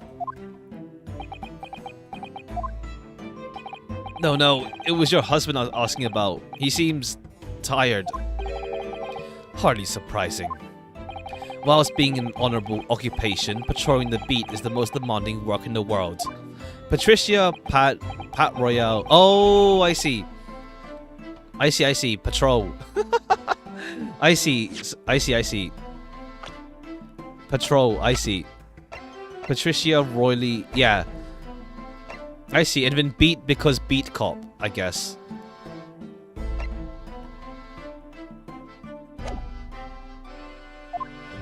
Indeed, apart from rare days off, our gallant officers trudge 20 miles a day, you know. They patrol boarding houses, pubs, collect taxes, survey the streets, check that meters are reading true. And they're responsible for keeping the streets clean, and lighting and extinguishing our street lights. Alright, they got way too many jobs. There are a number of items on that list that don't sound like policing duties at all. I wouldn't just be falling asleep on my feet. I'd have collapsed a long time ago. But it goes without saying that a policeman's primary duty is the apprehension of criminals. Even when he's off duty, a constable is expected to investigate and resolve any crimes on the beat. For the London, Bobby is the man of honour. Sure. And a man of slumber. On the day in question, this man and his wife were walking down Briar Road in the opposite direction, and he witnessed the incident as it occurred. And isn't that not correct, Mr. and Mrs. Beat? That's right, sir. Isn't it, Rolly? Rolly? Constable Rolly, sir. Nothing to report on the street, sir. What a great witness he's going to be. Very good. I'd like to hear your formal testimonies now, please. You will tell the court exactly what you saw on the afternoon of the incident. Yes, sir. Alright, let's see. Just gotta get that power nap for like 5 seconds. It was our wedding anniversary, and Rolly was taking me out for a meal. There was no time to change after work. Okay, yeah. Anyway, two silhouettes appeared out of the fog on the pavement in front of us. All of a sudden, one of us collapsed on the floor, and the other scattered something before running off. We ran straight over, of course, and then went for help at a nearby police box. It was definitely that Japanese man in the dock. Rolly and I both saw him as clear as day. Alright, clear as day, that's a lie. That's some froth. Well, this is extremely compelling testimony, I must say. Oh dear. This policeman and his wife are claiming to have possibly identified Mr. Natsumi at the scene. If the testimony is true, the alternative course of events that you established in the summation will be quashed. It's death now, in fact, because the alternative was never viable in the first place. What an unfortunate bit behancing, and on your wedding anniversary too. Oh, I know, but I still managed to go out for the evening with my man. I thank the Lord for that. Gosh, the life of London Bobby sounds very hard indeed. Indeed, however. The books are scattered, yeah. The books seem to be the weird point, but we're not touching that yet. There is like something clearly we need to find out about the books, but we can't pursue that thought yet.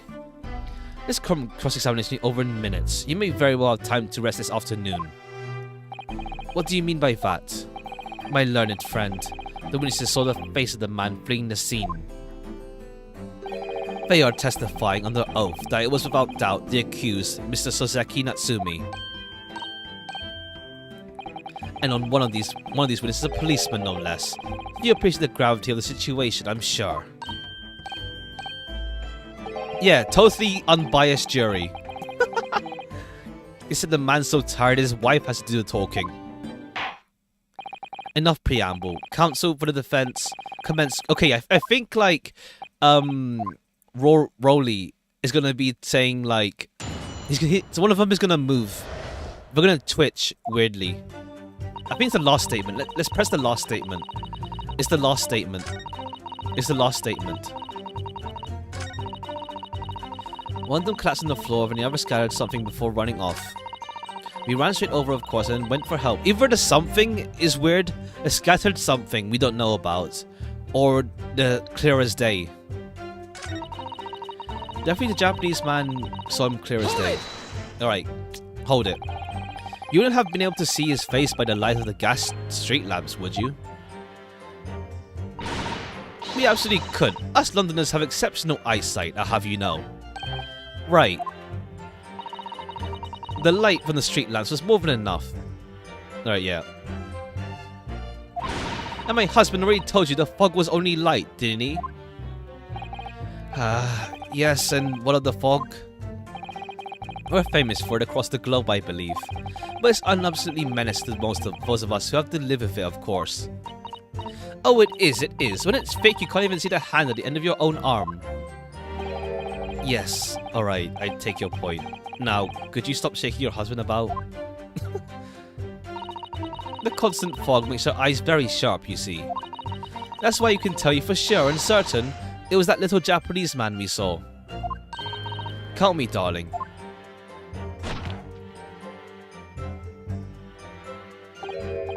What? Yeah. It was the accuser, no mistake. The moustache, the hunchback, the cat-like eyes, the taut mouth, the stump nose. Unmistakable, sir. As far as this campus testimony is concerned, there can't be any question. It was Suzuki-san they saw running away. But where were you walking? So that's it, is it? That's their entire testimony? What do you mean?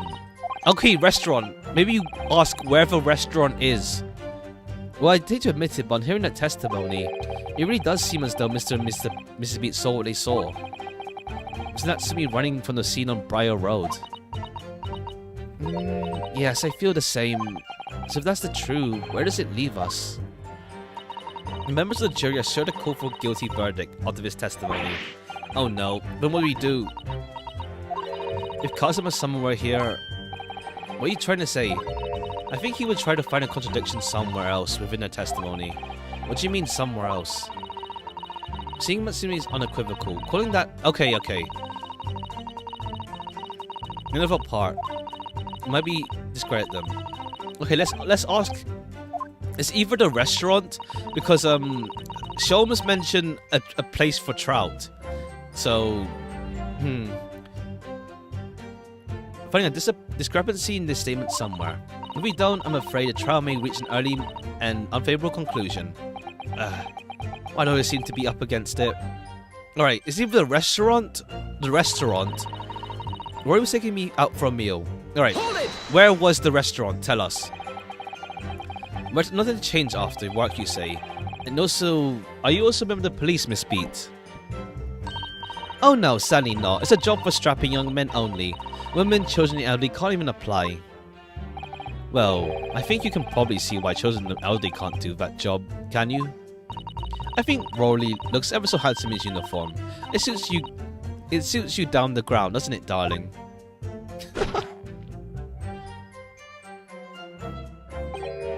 What? I just finished my beat. Pat and I were heading back to the station. I was actually planning on getting changed there. Is he talking in his sleep? This is creepy. Oh no, Rolly. As much as I prefer you in uniform, sometimes I don't recognize you when I see you in plain clothes. Oh dear, that doesn't seem healthy. Kindly adhere to the point. You were going for a meal after you finished your beat for the day, correct? That's right, sir. Yes, though I was fit to drop, to be honest, after spending the whole day on my feet. But pleasing is my life, sir. As long as I'm the proud owner of this, I'll serve my city and my queen to the end. What's that now? My warrant card, sir. Proof that I'm a London copper. It has the noble founding principles of the force written on it as a reminder to all us policemen of our sworn duty to patrol the streets of London town and uphold the peace of the common man. Sir, and for such a noble cause, I can't cover 20 miles every single day without fail and without grumble, because I know, like the podding of my boots, is all Londoners need to hear to feel safe and secure. So, fighting crime doesn't appear to come into it then. Yeah, you're more just a beat cop. But sir, isn't that particular day, I was looking forward to celebrating my wedding anniversary. Mrs. Beat puts up with a lot being married to a Bobby like me. I'm going to show my dear wife how much I care. Ah, at least, I guess you do love each other, I hope. Oh, Pat. Oh, Rolly. Oh, what a charming couple. Their young love is such a joy to behold. If a little over the top, perhaps. And then, okay, I thought it was going to be a restaurant angle. Two silhouettes appeared in front of us all of a sudden. Alright, scattered. What do you mean scattered? Tell us. Scattered something. What do you mean by that? Oh, well, I couldn't quite make out what it was at the time. But then we got closer. We realized what it was. Didn't we, darling?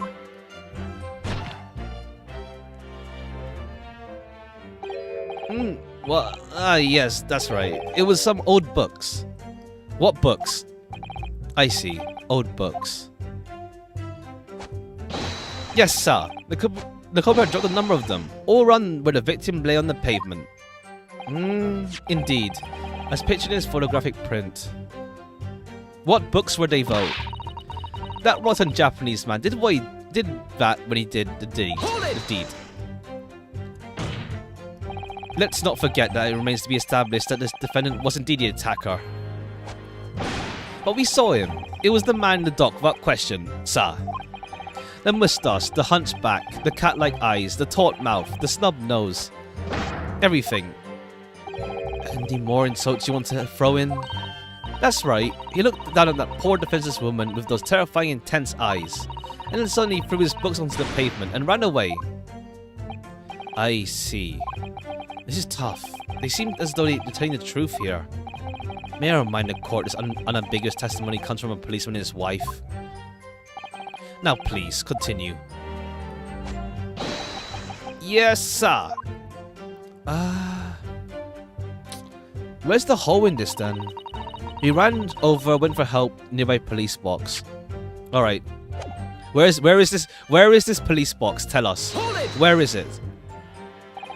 Was it your husband who went to fetch help? No, I went. I may not be a police officer myself, but I am the proud wife of one after all. Oops. Isn't that right, my darling? Alright, come on. Wake up. Let's get to it.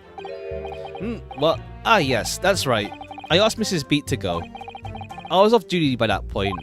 But Bobby's never truly off duty, of course, so I felt obliged to stay and guard the scene. Pretty laudable, Mr. Beat. Preserving the scene of the crime is a task of considerable importance. That's why I sent Patricia, you see. I told her where to find the right police box. Where is it? Tell us. Forgive my ignorance, but what do you mean exactly the right police box? Depends on the crime's location, you see, as to who deals with it. Where the woman was stabbed wasn't actually on my beat. So I told Patricia to wait to the police box for the beat the incident fell under so she could go and report it. I ran there as quickly as possible and asked for help from the Bobby on duty. There's nothing more potent than a young couple in love, working together, you know. And thanks to your swift response, the case was quickly resolved. The actions of 2 model citizens. Oh please, you're making us blush. Isn't he, darling?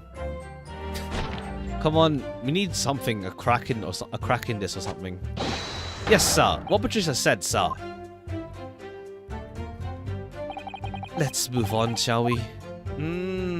That's not the whole then. Mr. Lawyer, sir, can I ask you something? Okay, fine. I guess we have to just press enough times, and then they start to ask us, like, what the hell are you doing? Oh, yes, of course. What is it? Well, you keep asking us all these questions about everything we've told you, so... It seems like you don't believe our testimony. Is that right? Is it? Well, out with it. What? No, it's not really that... Oh. My husband's a policeman, remember? I know what I saw. Yeah, but we can't just, like, be like, oh, he's infallible. I remember every lost detail, everything, like... Oh, I know. What about the books, the man? Let's go! This is it. Come on, tell us. Tell us the books. This is where we screw you. I could tell you the names of every single one. I could. Every single one. Go on. Go on. Are you dare question how reliable my testimony is? Go on. Do it. Do it. That will do, Mrs. Beat. No, it won't at all. That Japanese lawyer has no idea what I'm capable of. Even if I decide to forgive him for insulting us, I don't think for a minute that Rolly will. I really don't mean to cause offense. Please put your husband's fist down. Come on, give us the books. Give us names. Give us names.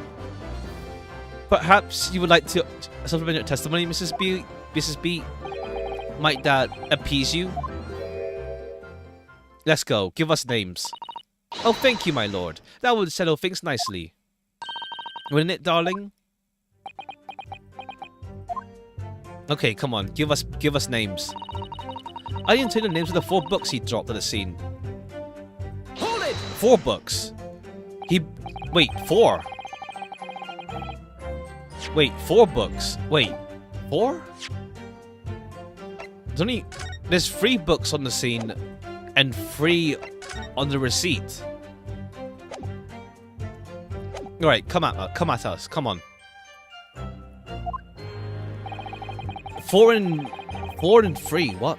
Alright. Those purchased at the queues of the nearby those purchased at the queues at a nearby second-hand bookshop on a day in question. Although I've been to the police box for help, I decided to have a good look over the area for good measure. I'm a proud policeman's wife after all. I did it for Rolly. And what was her husband doing at the time? Oh, he was lying face down in the snow, getting some well-earned rest. He works ever so hard, you know. Ever so hard. Don't you, my darling? Interesting way of guarding the scene of the crime. Well, Mrs. B, seeing as you've regaled the core of the tales of parts of recollection, would you be so kind as to recount the titles of the books you resolved at the scene? I'd be happy to. Now, are you all listening? There was the picture of Monsieur somebody or other, and what's its yearnings. And there was a meal for someone, and the last one was definitely the thing gummy something. Ah shit, she got 3 of them right. A meal, picture, and yearning. Wait, did she say yearning? The thing gummy something. We don't have, yeah. You see? Yes, I see there are 1 or 2 holes in your memory. Oh well, they were along those lines, I'm quite sure. There were indeed books found at the scene with titles along those lines as you put it. Alright, tell us the actual books then. Come on. What did I tell you? I think it's very mean the way you've been implying that my testimony can't be trusted. Don't you agree, darling? Anyone who upsets Patricia wouldn't have to answer to me. Me to answer to. Like, put the gun down. Terrifying.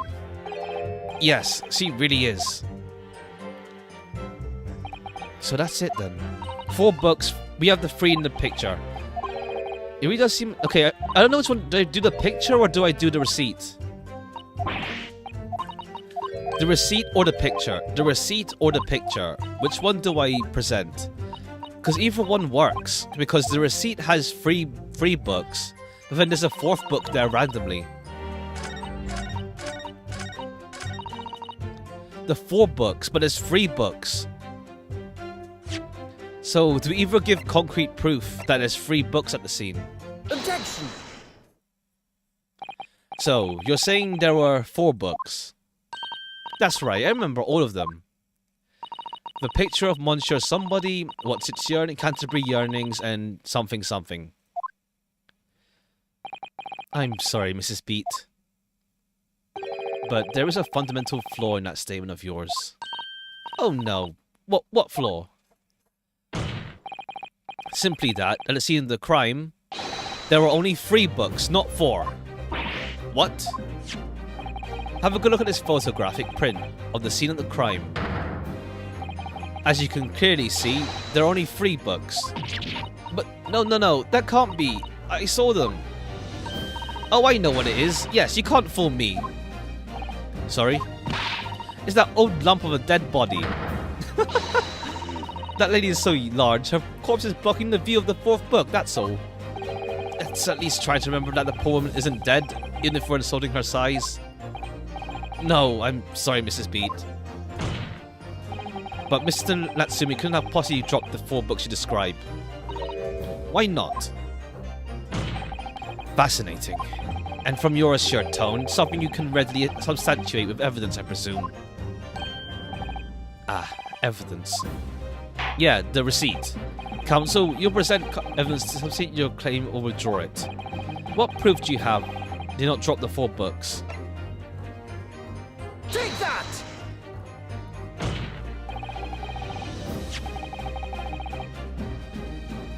The evidence is right here, in the form of the bookshop receipt. From your books? Yes, this receipt details Mr. Natsume's purchase that day. But as you can see, only 3 books are listed. No. Therefore, Mr. Natsume would have only dropped 3 books at the scene of the crime.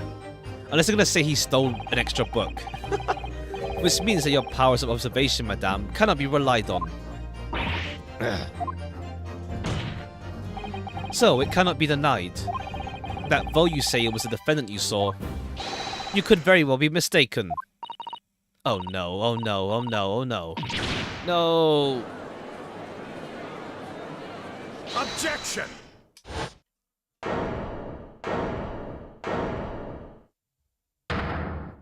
He's pissed. It's plainly evident that it's your powers of deduction that cannot be relied upon, my learned Nipponese friend. What?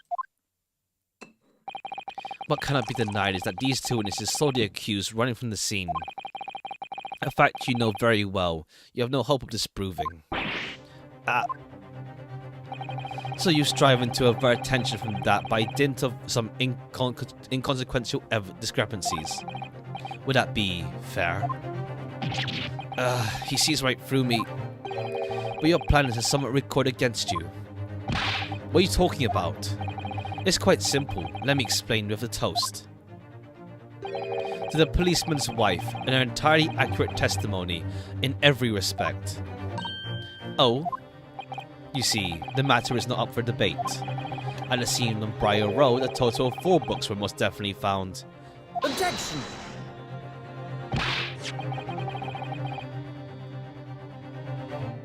But what about the photographic print?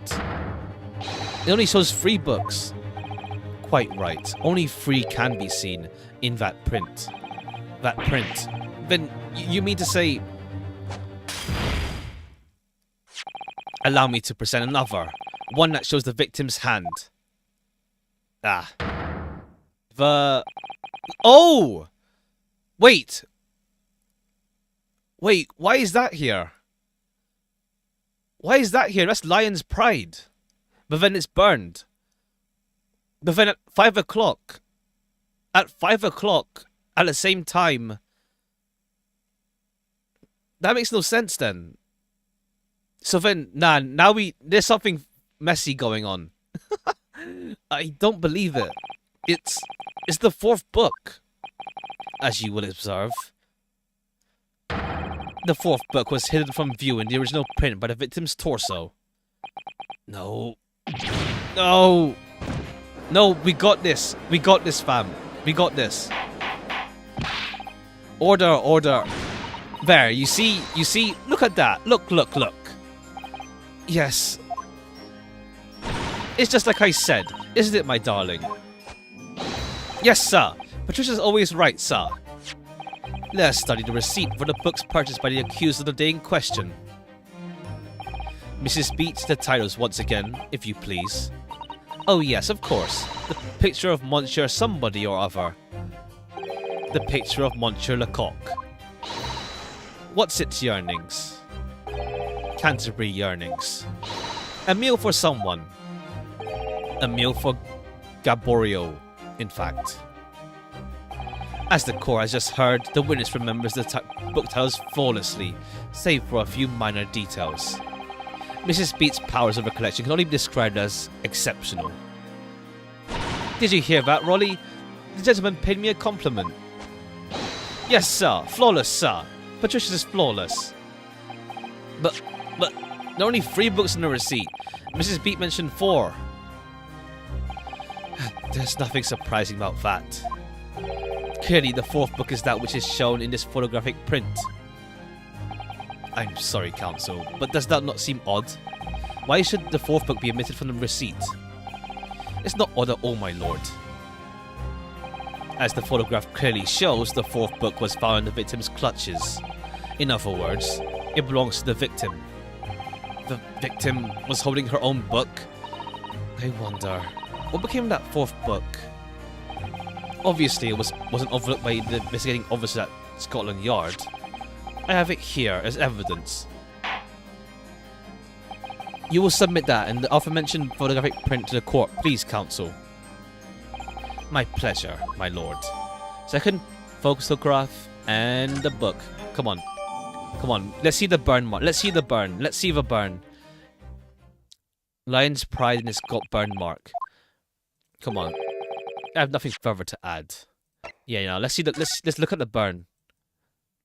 Yeah, that is fucked. Oh, look at this. The book has been badly burnt. You're right. You'd never be able to read it in this state, especially not the later pages. Latter. What a terrible waste. Judging from the scorched edges of the paper, I think the damage must have occurred recently. A book recently damaged by fire. Raise a red flag with me. Yeah. We know what it is. We got this. We got this on lock. We're not really on lock, but there's something fucked up going on. Lion's pride, yeah. We got this. I have nothing further to add. What? You seem surprised, my learned friend. But your resistance until now has been in vain. Entertaining, yes, but futile. The spurious longer route to the accused lodgings that you tried to establish in your summation examination, and that in the attempt to discrediting of the witness's powers of recollection in your cross-examination. Futile? I walked right into this, didn't I? You see, everything you said is true. Isn't that right, my darling? Yes, Pat. Marry me, Pat. So, perhaps the ladies and gentlemen of the jury would like to reconsider their positions, should the court waste any more time on this Nipponese travesty. Or is the decision you have to make all too apparent already? You have heard all the witnesses and seen all the evidence. This trial has run its course. Listen, Naruto, I'm afraid we are in a terrible precarious position. I know, but if I fight back in the wrong way now, I could very well just make matters worse. Think, Rinosuke, think. What do you do now? Wait and see. I think we'll wait and see. There's nothing we can do now, so let's wait. I should just keep quiet now and see what happens. Well, it appears the defense has no objection at this juncture. In which case... Was it not clear? Fine. I realized that, which is why I decided to let the sweat drip from my trembling brow in silence. Fine. Okay, so far we had no situation where we just wait and see. We just object every time. Hold it! No, wait. The defense... Objection! The defense will have to wait. Because that sapless hesitation cannot go unpunished. Isn't your derisive finger-pointing punishment enough? No, my learned friend. It's over. That last cross-examination was your final chance to establish a credible defense, and you failed. The die has been cast. There is no more room for debate. Well, it might be over as far as you're concerned, but... I can't think of what to say. If I may, Lord Van Zeeks, it seems somewhat boorish to close down the debate at this point. Your significant little Eastern Isle must be a lawless hoe indeed. For a lowly judicial assistant to have the audacity to intervene at a moment like this. Oh? I am, to my shame, still a very inexperienced lawyer. So you will have to forgive me, but I consider my assistant's advice essential to her opinions, and her opinions invaluable. Mr. Naruhodo. One of this land's great guiding principles is tolerance, so the court will hear you, madame. Go ahead, Mrs. Zato, please. Yes, like she also has like the more of an active role as an assistant compared to like the other ones, I feel, in terms of like involvement in the court case versus like just talking to us. Very well. Pray, what insight can you give us? What have you all overlooked in this matter that you see fit to pursue further? Well, the court has been presented with new evidence, but only after the lost examination finished. I see. And you believe that this new evidence warrants further examination, do you? Mr. Naruhodo, what do you think? It's just possible that this new evidence might be the decisive proof we've been waiting for. The judge is sure to ask the members of the jury to announce their leaning in a moment. And of course, he's sure to ask you to explain what the crucial piece of evidence is and why. Take this opportunity to examine the new person. Yeah, we know. Yeah, we did that. We did that already. Thank you, Mrs. Also. This is it. Suzato's son has managed to win us one last chance here. I cannot let this go to waste. The defense wishes to present evidence, my lord. Yeah, okay, cool. Very well. The defense may present one further evidence that apparently offers profound insight into the case and hitherto has been overlooked. The fourth book, Lion's Pride. Take that! The evidence in question is what we can see from the newly presented photographic print of the crime scene. The fourth book, found in the victim's hand. Objection! We have already discussed the fourth book at length. Other than it being in the victim's grasp at the time of the incident, no significance has been attached to it. Pursuing the matter further would be a flagrant waste of the court's time, as you well know. Yes, I'm afraid, counsel, I must concur with the prosecution on this matter. When I afforded this opportunity, you led the court to believe that the evidence in question contained a hitherto undiscovered clue. So I must insist you elaborate, counsel. You identified a clue at once. Do I make myself clear? Oh, yes, my lord. It's, Mr.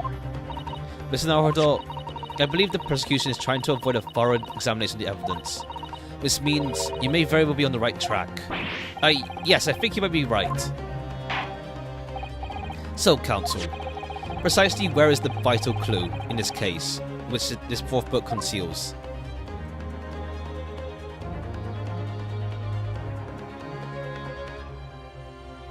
Got it! I would ask the court to observe the back of the book in question. The back? What do you... Good gracious! It's been burnt to a crisp. So we have to ask ourselves, why was the victim clutching what is clearly an unreadable book? It's undeniably an extremely unnatural thing for her to have been doing. So how did the book end up there? Objection! Unnatural, you say? And what of it, my Nipponese friend?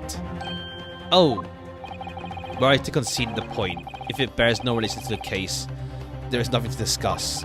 So should you wish to assert that this fire damage is some veiled clue to what happened that day? Pray, do enlighten us all. What truth does this charred book hide? A charred book? There is just one possibility here, which cannot bring myself to rule out. It's an outside chance, certainly, but worth a try. Alright, I'll explain my theory. Don't keep us waiting any longer, counsel. Explain this theory of yours. What are you suggesting that you can ascertain from the damage the sorry Thomas has suffered? The owner. My lord, the burn on the back of this book reveals a startling truth about the book's owner. I beg your pardon, but we already know who the book belongs to. The victim was gripping in her hand as he fell to the floor. After all, it's obviously hers. The question of how this book came to be in the victim's hand has yet to be answered. However, as to the question of who the book really belongs to and where it originated, the defense has very credible answers. Good gracious, how could he possibly... Very well, I'll play along with this futile attempt to delay your inevitable demise. But do remember, the members of the jury may well burn you if your little gamble goes awry. Counsel, the defense response here is very likely to influence the final outcome of this trial. To tell the court, who do you claim is the owner of this burnt book? John. Take that! The answer is that the book belongs to the couple who own the house where the defendant has his lodgings. A certain Mr. and Mrs. Garadeb. The landlords. And whether this is some extraordinary coincidence and some kind of fate at work, I don't know, but... Of all the people in London, one of the 6 chosen for the jury duty in the courtroom today is none other than Mrs. Garadeb herself. Oh my goodness, me? I think you must be mistaken, sir. I'm not Mr. Garadeb's wife. I'm his maid. Things would be so much easier if you would just drop the pretense. Alright then, how about a simple question for you? Have you ever seen this book in Mr. Garadeb's house? I would never presume to know all the books he keeps, sir. Objection! This is outlandish behavior. This woman is the accused landlady, you say? You implicate this hard-working member of the public. You besmirch her without a shred of evidence. Your actions are unforgivable. Objection! This is not a mere conjecture. The defense happens to know that on the day in question, at almost exactly the same time as the victim was stabbed on the pavement below, another incident was taking place in the room on the top floor of Mr. and Mrs. Garadeb's house. Good lord, what sort of incident, counsel? A fire, my lord. Afraid to say it was. Happened in the blink of an eye, you know. The whole place filled with smoke. Couldn't see a bally thing. Didn't take long for the fire to spread, of course. The bally furniture started going up as well. Worst of it was, I lost my favourite book called The Lion's Pride. Okay, so this is how it comes in. Oh, he's pissed. A new expression. The Lion's Pride. By Jove, the very same title that's the subject of the debate. Oh dear me. Objection! This is risible. All you've told the court is that a book by the same name was involved in the fire. In which case, it would have been reasonable to assume that it was burnt to ashes. And entirely unreasonable to infer it magically removed itself to the scene of the crime. Perhaps it would make more sense if I told you that the cause of the fire was marital discord. Without going into details, it appears Mrs. Garadeb was considerably enraged. Apparently, she continued to attack Mr. Garadeb, even amid the flames.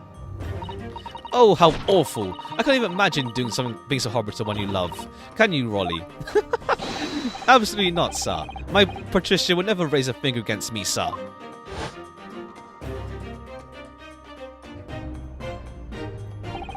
Had all my favourite novels in that case. But as soon as the fire got hold of them, that was it. Whoosh, up in smoke. Then the wife started hurling things at me. There was I, back up against the window, under heavy enemy fire. Incendiary books incoming 10 to the dozen. The man had his back against the window and had his burning books thrown at him. Goodness gracious, are you suggesting that the book was thrown through a window and landed coincidentally at the scene of the crime? Objection! No. A thorough investigation of the surrounding area was conducted at the very evening of the incident. There is no report of the Garadeb's window pane being broken. That's quite true. We also saw no sign of broken glass when we visited the Garadeb household. but it's not Is it not conceivable the window was open at time in? Not even remotely. Let's not forget the season and the chillest weather that accompanies it. No Londoner would ever leave a window open in the middle of winter. Does the defense postulate the sorrow and old seriousness counsel? Do you earnestly claim the book found in the scene was a flaming projectile thrown by Mr. Garadeb's wife? No projectile, but it could have got there somewhere. It is possibility, my lord. We don't know how it got there exactly, and she must have. If she's holding it, she must have been, you know, alive when conscious. Well, I hope that everyone can see you for what you are now, you little foreign trickster. You call yourself a lawyer, and you're just coward, a mean coward. Really? Claiming that our little tiff set the whole neighborhood alight, honestly. Implying that I'm merely posing as a maid for appearance's sake. How could you? It's nothing to do with this beastly case, not any of it. All you've done is sully our family's name. No, I assure you, that was never my intention. Dragging up standing citizens' name through the mud simply to divert attention from the vain defense. I should box your ears, that's what I do. It's utterly unforgivable. Too right. Here we go. How long have you sat here now, listening to this Nipponese spouting out his fancy foreign theories? But, think about it. At the end of the day, the only person who could possibly have stabbed the victim is that little hunchback with a moustache, and he ran away from the scene too. I do declare you're right. It's true. Yes, what did I tell you? Makes sense to me. Sorry, what's that? It would appear that ladies and gentlemen of the jury are now once again in full agreement. What is your position, Lord Van Zeeks? In truth, my lord, I feel this have been unnecessarily protracted proceedings. But then, one must always exercise patience in order to savour the best vintage. No, wait. The mystery of the fourth book still hasn't been... If books are your predilection, my learned friend, study them on your own time.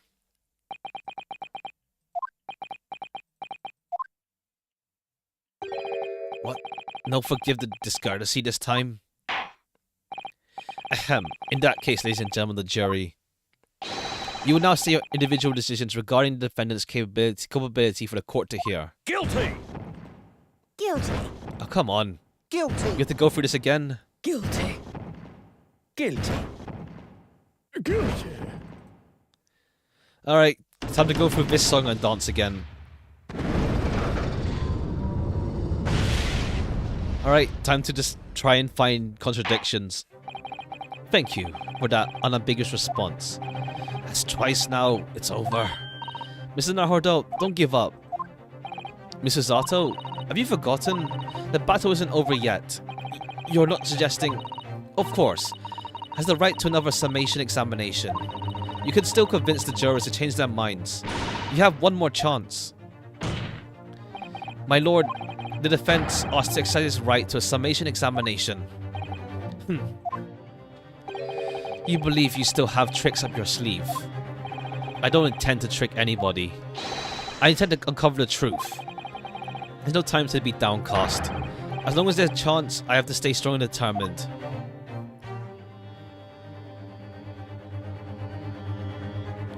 Alright, so this is the we have a part 2 for this trial. I guess maybe there's an hour left, maybe. I'm pushing it a bit for time, but I want to leave tomorrow as purely case 5 if I can. So let's see. Let's keep going and we'll see.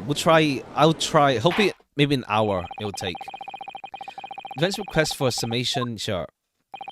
And I have determined the court must uphold the defense's judicial right to this procedure. So, counsel, you now proceed to the second summation examination. I presume the jury is ready, Mr. Foreman. We are, my lord. For my memory, it's about 1.1 to 1.5 hours left. Okay, good. That's perfect then. That's perfect. An hour and a half left. That's perfect. Okay. I must ask each of you now to state clearly, because it feels like we have no, like, murder culprits. That's the issue, though. We have the 2 guys we meet on the outside, but they haven't even shown up yet. But we have no culprit in mind.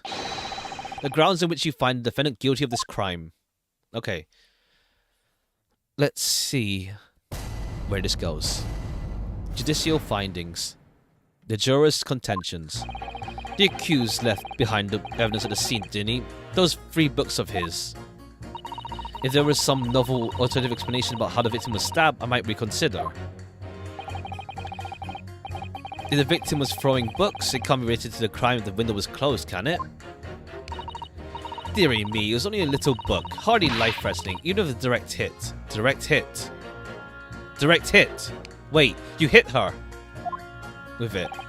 Look, I just want to get this over with. If I don't bring home some pay tonight, I'll be in a tiny bit of trouble. Come to think of it, we had a fire at home a while ago. Give me the sneezes. These 2 are saying Jack, so... more tangible this time around. With one notable exception, of course. My learned student friend wasn't able to find fault in the previous witness's testimony. So the court must accept the fact that it was indeed the accused seen fleeing the scene. And moreover, no one else was even at the scene to commit the crime. Well, if this... Unless he tossed the knife and it just stabbed her like... Just like playing COD. Just throwing a knife for the win. The eyewitness is correct. It would seem as if the conclusion is somewhat set in stone. See how it can be argued any other way. That means I'm afraid that during the summation... Essentially, you establish some other tangible explanation for the facts. How? How would that constitute a tangible explanation here? Isn't it obvious? Who stabbed the woman and how? Those 2 details are all you need to provide. Simply give us a name and method by which the attack was conducted. And there I was thinking this might be hard. No, you have to do it. Otherwise this really will be where the trial ends. No pressure then. Alright, we got this. What do you mean? Okay, let's see heart. Like, only a little bit. Let's see. I presume you're prepared, counsel. Sorry. Yes, my lord. Alright, focus your mind now.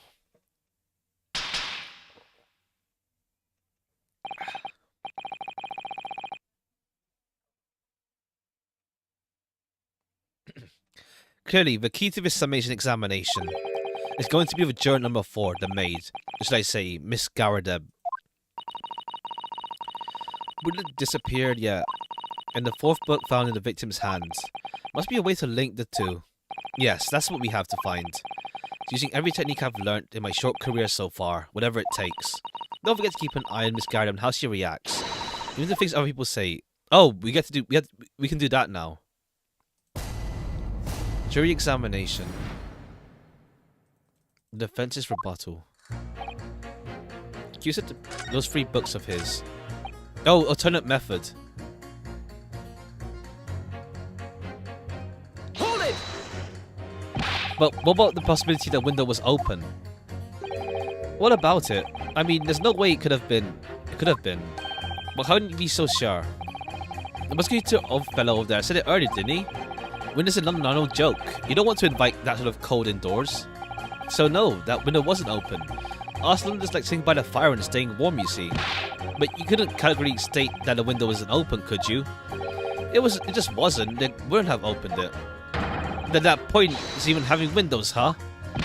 Counsel, you'll kindly refrain from childish bickering. Oh, sorry. Somehow I need to show there's an undeniable possibility the window was open. Because this young... Oh, wait. Okay, yeah. I got it now. It's her. Even with a direct hit. Yeah. The room was in fire. Oh, yeah. So, it was on fire. Oh, right. The guy at the end. I think he'll say something. I mean, yeah. Okay, let's press you first. That makes sense, yeah. Hold it! Because the guy was saying he experienced it. But the little book was on fire at the time, was it not? With flames of love, have you know? There's really no such thing as loving incendiary bomb. Well, he brought it upon himself. He's playing with fire to betray a fiery love. Isn't it? Well, don't you agree? Oh, well, any kind of betrayal is certainly a bad thing, yes. But I think the argument might have arisen out of your misunderstanding, Mrs. Garadeb. Never you mind that. The point is we're just having a jovial little dispute, nothing more. And I won't have any more of these suggestions that it was anything whatsoever to do with the crime. Right, well, we'll see about that. What about juror number 5? He's just getting slapped. Isn't he be turning a hair Garadeb's... But it's... yeah. What if he's used to it? What a gentle soul he is. Alright, we have to... Look, give us more info. Don't just say shit like that. You just want to get over with? How can you sit there and say something like that? A man's future is at stake here. Well, him and me both, like I said before. What? I told you already. I'm a day labourer, aren't I? If I don't bring home some readies with me tonight, you'll find me floating face down in the Thames tomorrow morning. What? You heard me. My missus isn't one to mess about, you know. She can be fierce, but believe you me. That's not good. Another shining example of marital bliss then. A situation like this cropped up the other day. It was, well, do you know, it's funny, but I can't quite remember. Sorry? It was too frightening, that's the thing. I must have blocked it out. Fair. Helpful. I wonder if Mr. B will ever be dragged into the Thames by his scarf. I don't even go over Mr. Zato. There must be some way to jog his memory about this. Fire at home, yeah. Tell us about it, sir. Does that have anything to do with your decision about the defendant's culpability in the case? What's that? Sorry, what? What's that? Speak up, lad. Could you tell us more about the fire? It was last winter. My grandchildren baked me a lovely cake on my birthday. Ah. It had 75 candles on top, it did. What a sight to behold it was. You could put candles on a cake? Was it some kind of devil worship? Did they not have that? I guess they don't. I guess it's a Western tradition. Of course not. It was an angel cake. It's my birthday, obviously. Seems as a common custom here in Great Britain, Mr. Naruhodo. Anyway, I mustered all my puff to blow them out. Only I must have blown wrong somehow. The flame didn't go out, but candles went flying all over the room. The furniture caught and everything went on fire. Everything went up. The whole place full of smoke. Definitely sounds like devil worship to me. And by the sneeze, I presume you mean a cold? But how'd you catch a cold from a fire? What a fiasco it was. The grandchildren, blessed them, threw water over me as they tried to put out the flames. And then, because the whole room had filled up with smoke, of course, we had to open all the windows to clear it. The windows. The biting winter air rushed over me like the devil was dancing in my grave. It did. I caught a terrible cold from it. It put me in a hospital for a while. I won't forget that birthday in a hurry. I knew it was devil worship all along. But something about this old man's story is playing in my mind for some reason. Okay, so we just pit those two then. Demonstrate who are... Okay, yeah. Come on. Come on. Yeah. Come on. We got this. I like this old man. While being a jury, he's always saying stuff that helps. Yeah, he helped us twice this time already. He's helped us twice. While the banker guy hasn't helped us once. And he showed up last time. And obviously, Garadeb ain't helping. The accused left behind evidence at the scene, didn't he? Those were 3 books. If there was some novel explanation for his victim was stabbed, I might reconsider. Even if the window was closed, yeah, pit this against the old guy. Objection! Those 2 juror statements clearly contradict one another. They do? How exactly, counsel? Don't point at me again. I told you, it wasn't me. What's that? You say, speak up, lad. Speak up. Juror number 3, do you see? Oh, me? See what, sir? Did you hear juror number 6's account of his birthday celebrations last year? It seems, despite being a Londoner, he once opened the windows in the middle of winter. Well, yes, of course, because it was an emergency. I mean, obviously, if the room was filled with smoke from a fire, then you'd be mad not to open the... Oh! Exactly. On the day in question, over time an incident, there was a fire in Garadeb's household. And Mr. Garadeb had the following to say about it.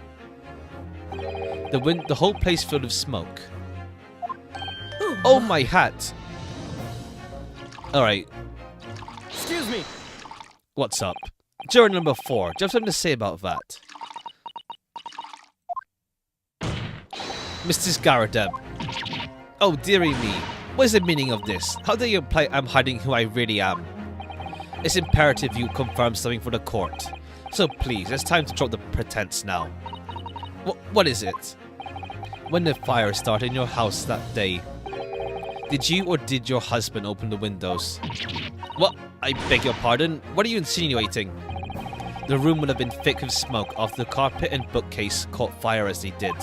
In a situation like that, it's inconceivable that you wouldn't have opened the window. And what if we did? Oh, all right then. Yes, you're right. My husband was frantically trying to open the window, which can't have been easy since I continued to give him a justly deserved book battering. Even though your house was on fire. Oh, you never stop throwing on until the rage anger subsides. It'd have been terribly bad for the nerves to do otherwise. Of course, I should have realized. That's a significant step forward. You managed to establish that the window was open. You simply must have that added to Garadeb's formal statement. Yes, the window was open at time and clean forgotten, but it's true. Alright, now you and you. Objection. What? Hold it. I'm sorry, but as foreman of the jury, I have to object. That's what? What are you talking? What the hell are you talking about?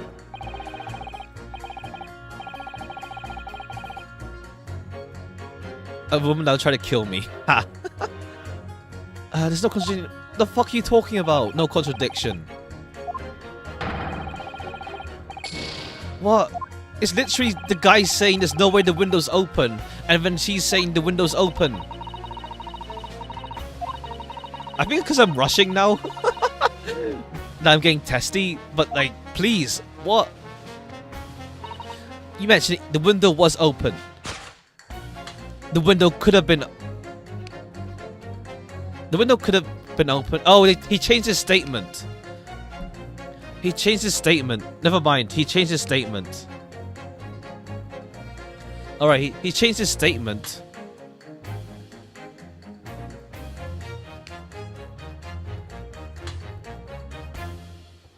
The window could have been open when the woman was throwing books. I mean, it's definitely a possibility. Okay, so what? Then you window throwing books, and then you that those 3 books of his. Winter houses are dire. You have to open windows to clear the smoke. That's when the chill gets you. You see. Okay, I guess I'm gonna guess it's hers and the banker. Shit. No, again. Let me skip. Come on. Window was open. Blah, blah, blah, blah, blah. Sure, Garadeb finally admitted to it. Officially for defense, feel like the fog's starting to clear, and an alternative explanation to this case is starting to show itself. Oh, maybe it's just coincidence. It's just really bad coincidence. So let's pit you against you, Garadeb. No, not Garadeb. Throwing books. Objection. Oh, for fuck's sake. Hold it. I think I'm getting testy because I'm trying to rush through it now. Not rush, but like, to get it done in due time. What the fuck do you mean then? I guess we just press you and then see. As we know, there's no 4 books, not 3. Well, what difference does that make? There's every... Okay, calm down, calm down. There's every possibility the 4th book, in fact, belongs to the defendant's landlord. No pain, no gain. Ha. That's the part I have a problem with. Sorry? Well, at that point the woman was stabbed. This landlord fellow was at home, wasn't he? Enjoying a fiery scout with his wife or something, you said. That's not exactly how I put it, no. Well, anyway, the point is, the fellow and his wife were somewhere else when it happened. I think that's what you call a strong alibi. So it couldn't have been the landlord who did it. This only leaves the Nipponese fellow. Honestly, I can't see what all this palaver is about. It's a done deal, isn't it? I suppose it is, since I've nothing left witty to say. So where's the contradiction here? Enough explanation for her about how the victim was stabbed. Hold it! So you might be willing to change your decision, you mean? Oh my, such a delight on your face. But I'm afraid I can't be swayed by emotion. Despite what you may think of me, I'm a very modern, metropolitan and rational woman. That's great. If one reads the morning paper, it's all forgotten by tea time, isn't it? Why read then in the first place?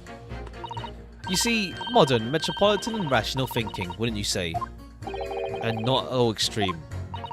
As I see it, an overwhelmingly suspicious Japanese man has been implicated by overwhelmingly strong testimony. So despite one or two minor puzzlements, I do declare the man is overwhelmingly guilty. Modern, metropolitan and rational logic, when you say. Overwhelmingly. Well, us modern gals are always delighted to embrace newer fads, you see. So I'd be considering a new theory if you could come up with one. I think it's just it is logical, to be fair. It is logical. Just we don't have the answer yet. Let's do our very best to the point the modern and metropolitan young lady. Right. I'm glad you admitted rational. The window could have been open when the woman was throwing books. I mean, it's definitely possible. Hold it! Yeah, sure. At that point when the victim was attacked on Briar Road, we know there was a small house fire in Garadeb household on the opposite side of the street. Well, yes, it certainly seems that way. On account of the smoke, I imagine that it would have the windows wide open in spite of the cold. You also know that Mrs. Garadeb was throwing flaming books at her husband. Her husband, who was backed into a corner by the window due to the wife's frenzied attack. Yes, that's right. There's definitely a chance that one of the books could have flown past the man out the window. Only what? Only I can't really see how it could have gone all the way over the other side of the road. That's all. Ah. I don't really see how it can change my decision, really. Oh, I see. That wasn't enough? What's going to take to persuade these people? Now you mention it, yes. Clean forgot. Okay, come on. Elaborate. The fourth book found at the scene of the crime shows very obvious signs of the fire damage. And the title of the book, The Lion's Pride. The same title, in fact, as the book that Mr. Garda told us he'd been reading. Well, I really couldn't say. On the day in question, did you or did you not throw out your husband? The copy of Lion's Pride that he'd been reading. I did. It was the first thing I could lay my hands on, so I hurled it straight at him. Now you come to mention it, yes. He was rather enjoying reading it, you're right. Why did you not reveal this information to the court from the outset? Because I couldn't, you insolent little man. I didn't remember. At times like that, you pick up and throw whatever you can lay your hands on, as well, you know. I really don't. I barely noticed I was throwing a book, much less the title of it. Alright, what's up? Excuse me! What is it? Juror number 5? You know something? Oh, he remembers his trauma. I remember what it was, the memory I blocked out. Ah. It was listening to this granny sing. Brought it all flooding back. Who are you calling a granny, you cheeky devil? I'm Mrs. Gardeb, or the maid, I'll have you know. The man doesn't even flinch. Please tell me that's not because he's used to being hit. That's not good. It was about 2 weeks ago now. I just got back home after work, like... I put my hand in my pocket for the wages I'd just earned that day and I nearly died. There was a hole. Every last penny I dropped out. Oh dear, what a disaster. You haven't heard the half of it, boy. Oh? The wife was cutting up some chicken at the time. I couldn't hardly get the words out, but I told her straight. I lost a day's wages, love. Next thing I knew, the blade was whittling past my ear, stuck into the wall next to me, about an inch deep. Oh, the knife. No words, just terror. I could smell it then, you know. That god-awful stench of the Thames. I was sure I was going to end up face down in the muddy banks that night, I tell you. Now, that's a real disaster, isn't it? I'll never use the word lightly again. Anyway, the point I'm trying to make is this. When a woman loses her rag, they'll throw anything at you. Knives, hatchets, hammers, you name it. Listen, you mustn't think all women are short, feminine, and unrefined. No, I wasn't thinking that. Throwing objects at people is, well, it's so uncivilized. At least attack with honor. Using a bow over like, what? Attack? Who are you going to attack? Never mind. Anyway, this man's words could be rather significant, I think. Alright, we got it. Fine. It's this one. We'll come back to the bow and arrow thing later if I dare. Alright, it's this one then. Pit you against... here's a theory.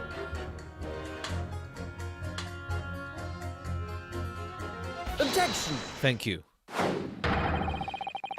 A deeply significant connection. Good grief, you mean they don't contradict each other? Explain, counsel, at once. Juror number 2, do you think perhaps that this could be one such novel alternative? Oh my, whatever do you mean? An alternative explanation as to how the victim was stabbed in the back. What are you talking about? We've demonstrated the 4th book, The Lion's Pride, that was found at the scene of the crime. Originally in Mr. Garadeb's room on the top floor of his house. Therefore, it's equally possible that some other object besides the book could have been found its way from the Garadeb house up to the street below. What's that now? Oops. After all, Mr. Garadeb could have thrown any number of different objects at her husband. Isn't that right, juror number 4? What are you insinuating now, you little beanpole? I'm beginning to think that ever since the true origins of this book came to light, perhaps he's had a feeling that this might be what happened. Now you listen here, Eastern Gala. As the foreman of the jury, I demand a straight answer. Oops. You give us this yarn about some other object making its way to the house, but what? What was it? I'm really taking a big gamble here. There's a bold accusation to make, but I haven't any evidence to back it up. But I'm certain that at the very least this warrants further investigation. Alright, Mr. Foreman, I'll try my best to explain. The other object found is the knife. Take that! Juror number 4, Mrs. Garadeb. What now? I must apologize in advance for this. But I need you to confirm something else for the court. Unless that's why he's chipped. That's why the blade is chipped, which is... then that means at least it makes sense how someone could get a knife in the crime scene. I don't think she threw it at her. Like, it doesn't make sense physically. But like, someone got the knife because it was thrown out the window and then stabbed the person with it. This knife. Have you ever seen this knife before? Good Lord, Counsel, what on earth are you doing? That's the weapon that was lost in the victim's back, man. My lord, remember that when the victim was attacked, Mr. and Mrs. Garadeb were in the throes of an argument. Mrs. Garadeb was hurling anything she could at her husband, who had been backed up against the window. A window that had been opened to clear the smoke and through which a book sailed it to land at the crime scene. You can't seriously believe that book was found in the victim's grasp. Are you saying that it flew out the window and across the street to land neatly in her hand? Even my missus hasn't got aim like that. Yes, I admit it, there are many details we don't know yet. But that's the point. That's precisely why we must not allow this trial to end. Not right now. Oh my. Mrs. Garadeb, your answer, please. Have you seen this knife before or not? Oh, Ah. FUD.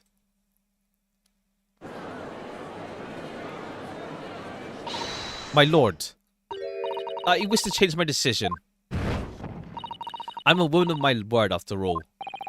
Thank you, madame. I agree. I certainly didn't see this coming. Okay, cool. I guess we don't have to do too many pitting. This pretty much just opens up the case for us. I don't think it'd be right for this trial to come to an end with so many unanswered questions. Mr. Foreman, I'd have to agree. Not that I think the granny did it, mind. Yes, you know what? I'm not quite happy about this at the moment either. All together now, ladies and gents. What about you? I guess you just didn't hear anything. Alright, cool. We have 2 lives left. We did it. Oh, congratulations, Mr. Narhado. So, let me check something. I didn't check if we could do this yet. Let me check. Okay, I can save just in case.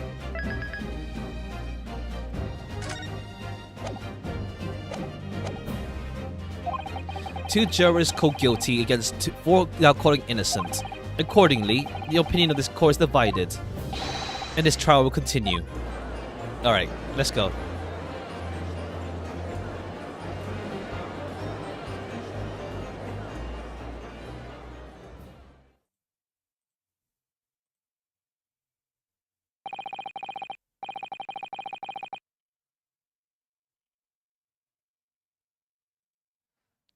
Now then, Lord Van Zeeks, how does the prosecution wish to proceed?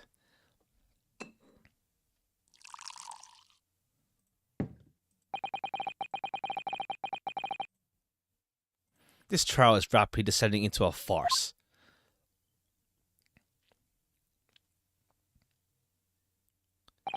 Like a corked wine, the first few sips are bitter enough. But what follows is so repugnant, it's good for nothing save the gutter. If I may, Lord Van Zeeks, the defense has put forward a credible alternative explanation for what happened. Credible? Is that your considered opinion, Mr. Foreman? The defense's argument is a joke, to which I barely know how to respond, but let me start by insisting. But you must familiarize better with the antithesis of the places being discussed. What do you mean by that? His ankle this time. It should be more than apparent that between the crime scene and the Garadev household runs a rather wide street, Briar Road. Which means that the distance from Garadev's house to the scene is some, yes, 15 yards. Let me see, 15 yards... That's around 14 meters. 14 meters? Oh, that's a little further than I imagined. And as you ladies and gentlemen of the jury rightly noted as having tenuous significance, the book we found in the clutches. In other words, the smouldering book wantonly hurled by the lady of the house travelled some 15 yards to land on the opposite side of the road, nearly between the victim's collapsed victim's fingers and thumb. Is that your final conclusion, my learned and deluded friend? And did the jackknife follow a near identical trajectory to plunge into the middle of the victim's back? This fantasy is somewhat stretching the notion of having a bad day for the victim, I think. Yeah, that's a really terrible day. It just happens. One day you just stabbed in the back. Even those pathetic serialized detective stories have more believable plots. Alright, there's nothing I can say to that. That prosecutor loves the sound of his own voice. Mr. Zato, serialized detective stories are pathetic, are they? How dare he? Maybe let's pick our battles here. My lord, might I be allowed to speak? As judicial assistant, you may speak for the defense, yes, go ahead. The prosecution may consider the idea a fantasy. No, what's the defense? The possibility was believable enough to persuade the jury to change its leaning. And as such, the court has a duty to explore this alternative explanation as thoroughly as possible.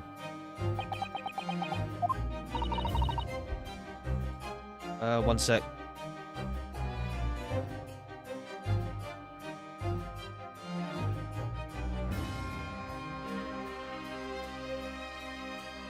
Right, to that end,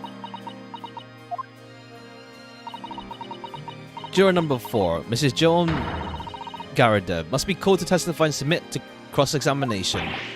Saints alive. A cross-examination of a juror. Order, order, order. Well, this is highly irregular.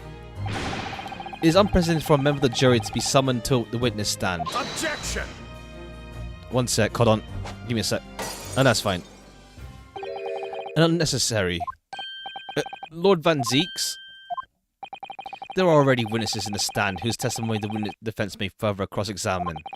If my learned friend's farcical theory has any truth in it, then both a burning book and a jackknife must have flown through the sky before this couple's eyes. And we must assume they would be able to testify accordingly. What say you, witnesses? I guess those two that will appear next trial? I don't know. The two people we just saw randomly. Yes, sir. Constable Rory Beat, reporting for duty. Rolly. Well, good morning, officer. Sorry for dozing until now, sir. I haven't slept for a month on account of a villain who's appeared on my beat, sir. Oh, they are so heroic, those southern bobbies. Patricia, my darling, I've been neglecting you, but no more. Oh, Rolly, my hero, you make me swoon.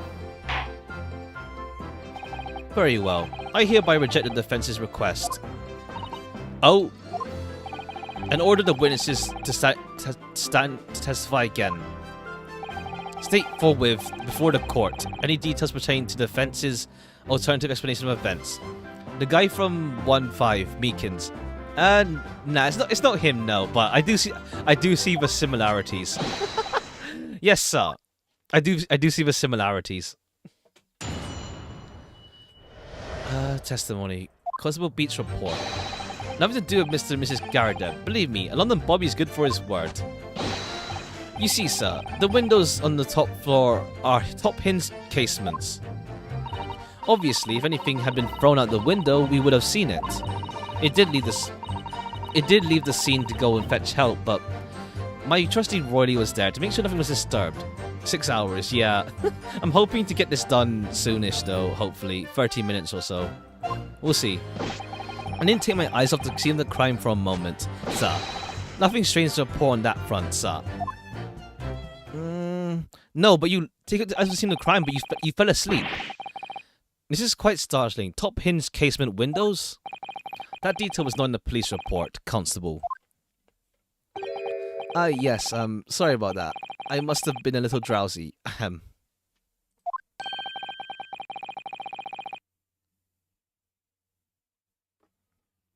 You cannot excuse your sins for drowsiness every time, Constable.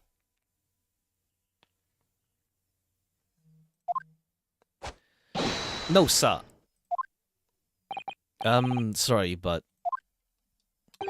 What exactly is a top-hinged casement window? And you? You cannot excuse your ignorance with such trite remarks, my learned friend. Of course, sorry. I found it, Mr. Naruhodo. Cast your mind back to the windows in Mr. and Mrs. Garda's room. Alright, I'll try. Oh, those windows. So the window opens in order to allow air to circulate inside the house. Yeah, those ones. But it's a top-hinged casement window. It swings open. I see. There's no way for it to have gone horizontal. Rectify your ignorance. A casement window most prominent feature is its stay, a metal bar which prevents the window from being opened beyond a certain amount. It prevents it opening? This is news to me. Absolutely correct, sir. In other words, if a book or knife were to be thrown through the open window, it would have been clattered against the pane and fallen straight down the pavement below. No. You see the problem then? Good. Your education of windows is complete. There was never any possibility of either the book or the knife traveling 15 yards over the road. That is, unless the window pane had been shattered. of something we've discussed already. That can't be. Do you see about Rolly? The young Egyptian man collapsed in agony. Yes, my darling, I saw it. I saw how he crumbled before me. Oh, Rolly, you're so strong. How is this happening? I haven't even started the cross-examination yet, and already my argument has been destroyed. Counsel, if you could drag yourself upright again, the court awaits your cross-examination. My lord. Oh good, another desperate situation. I don't know where we attacked this from then.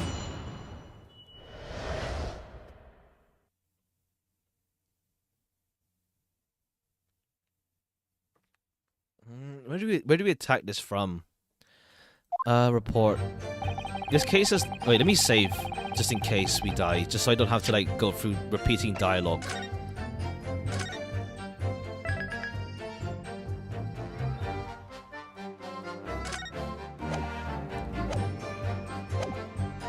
Nothing to do.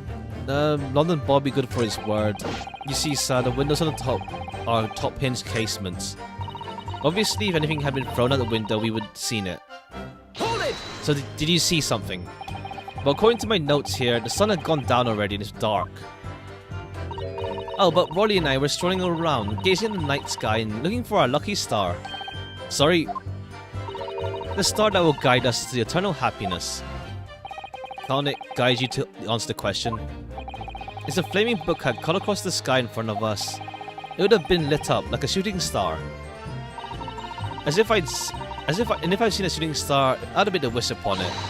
Let Rory be Inspector, I would have said. 3 times at least. Ah, of course. Well, with that smoke and everything, we could actually see any stars.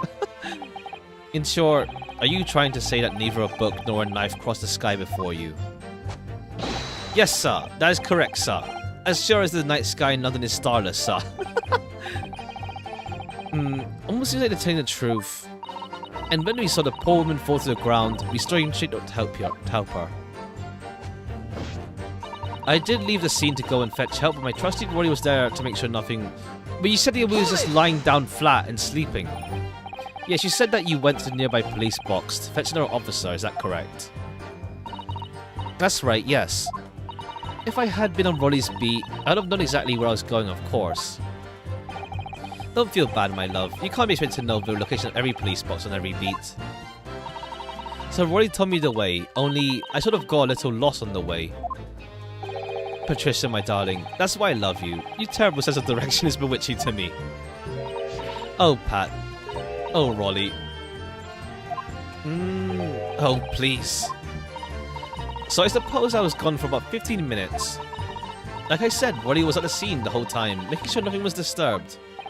I was off duty at the time, of course, but a true Bobby is never really off duty, sir. You were like face down lying on the snow. No, you're lying. Hold it! No. Nothing to report. That's correct, sir. I had my eyes wide open the entire time, never looked away for a second. No one else supposed to see it and nothing was removed from it. I can swear on my yard's honor, sir. Wait a minute, let me just double check your report. That's the books.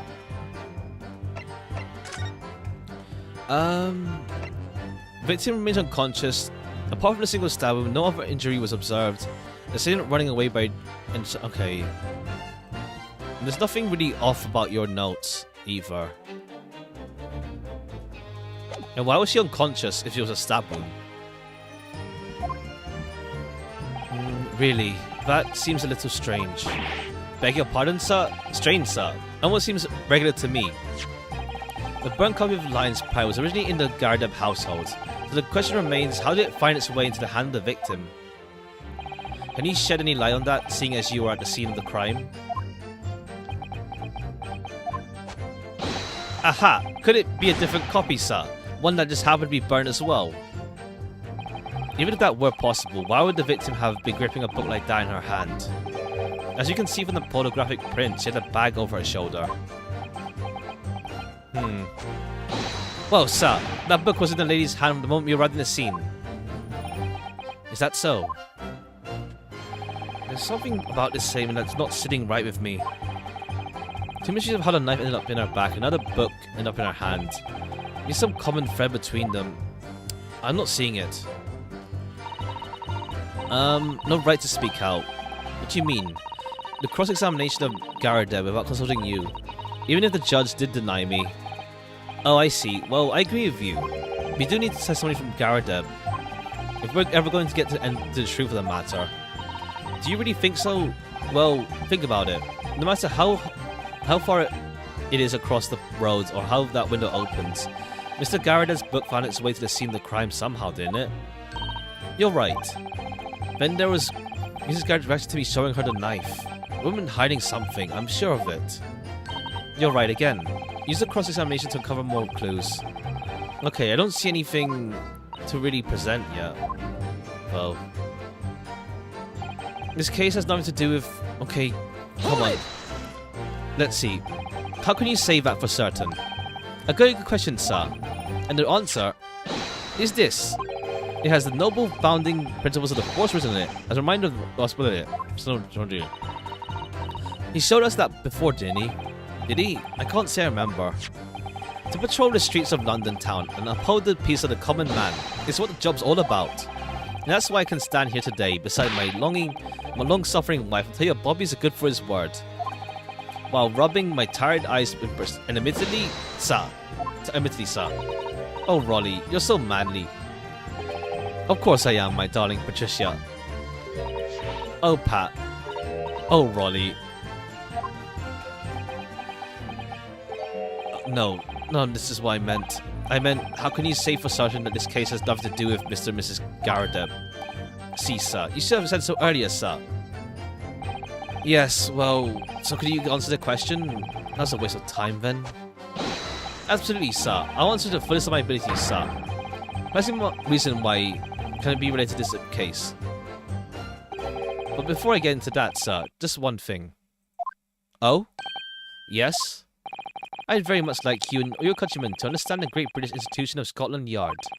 So I hope you'll take back some tales of us London bobbies and how we uphold our guiding principles. I wasn't planning on going back just yet. I've only just arrived here. So, to the end, sir. I have to lend you my warrant card for your perusal. But I must warn you, you'll be able to get through it without shedding a few tears. Thank you. I'll try. Okay, this is something. Bobbies and rules of conduct. Okay. Oh, this might give us something. Let's check the rules. A policeman will strive to preserve the peace within his allotted beat. A patrolling officer is meant to walk 20 miles around his beat every day for, any crime that falls under just in the beat in which they're discovered. When a crime is discovered, a policeman must assist with investigation and help police.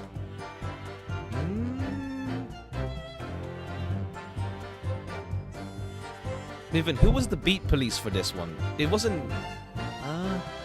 Any crime falls under jurisdiction of the beat in which they're discovered. A policeman who will strive to preserve peace within his allotted beat. A patrolling officer is meant to walk 20 miles around the beat every day for the furtherance of community relations. Any crime under the jurisdiction of the beat falls under the jurisdiction. Wait, why did she go to a police box if it's under your jurisdiction? Oh, that's it. Why did you go? That makes no sense then. It becomes your beat because you discovered it.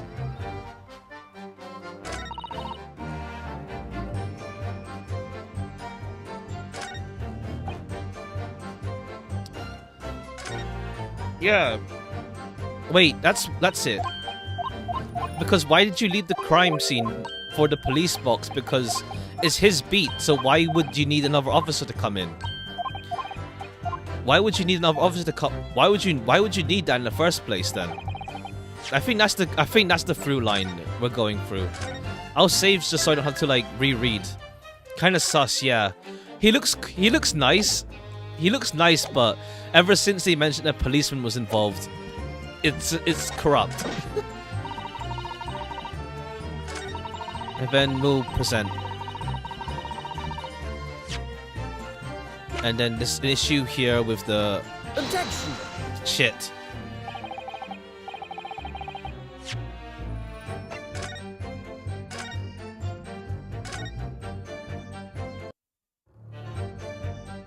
I don't wanna waste my life. This case has nothing to do with Mr. and Mrs. Garda, believe me, for his word. You see, sir, the windows on top floors. Okay, that's not the through line? I think maybe the last line is it. Maybe it's the last line. Objection! No.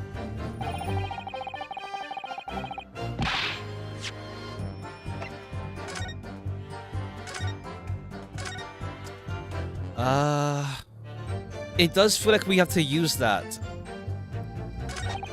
Good for his word. You see, sir, the henchman. Yeah, sure. Let's just double check this then. By which you mean they don't open fully, is that correct? Yes, sir. They're just there to allow a bit of air through the house, you see. They're restricted as to how much they open. And therefore, if anything thrown out the window from inside the room would simply strike the pane and fall to the street directly below. For clarity, allow me to mark the map. Okay, fine. More evidence here. Here is the location where the objects would have fallen. Yes. Directly opposite the scene of the crime, on the other side of the other rather wide road. Mentioned this top hinge casement thing before. Well, I have another question for you, Constable. And what would that be, sir? How do you even know?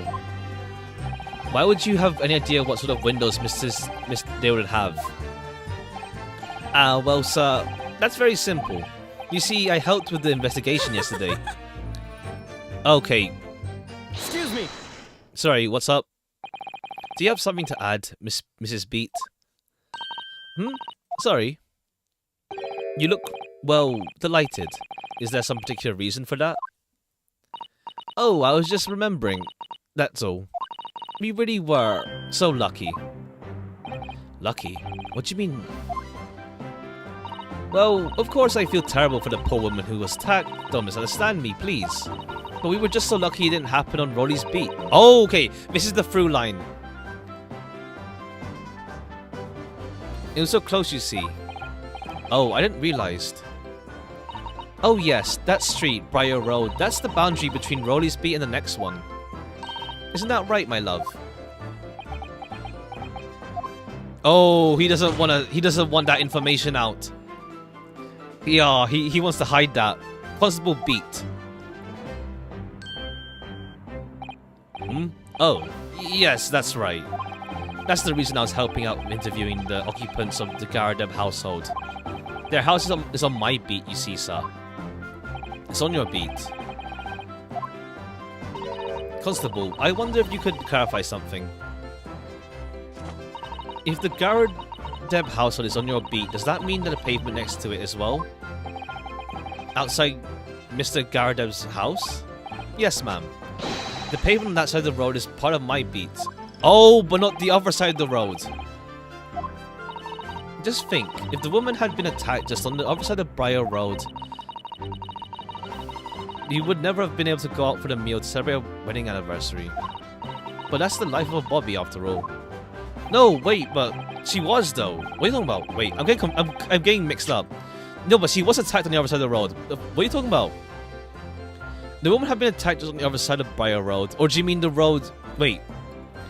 If the Garadeb house was on your beat, does that mean the pavement next to it as well? Yeah. So then that makes no sense then, because she died. She got stabbed here, but then this is the pavement here. So that means this area is not on your beat.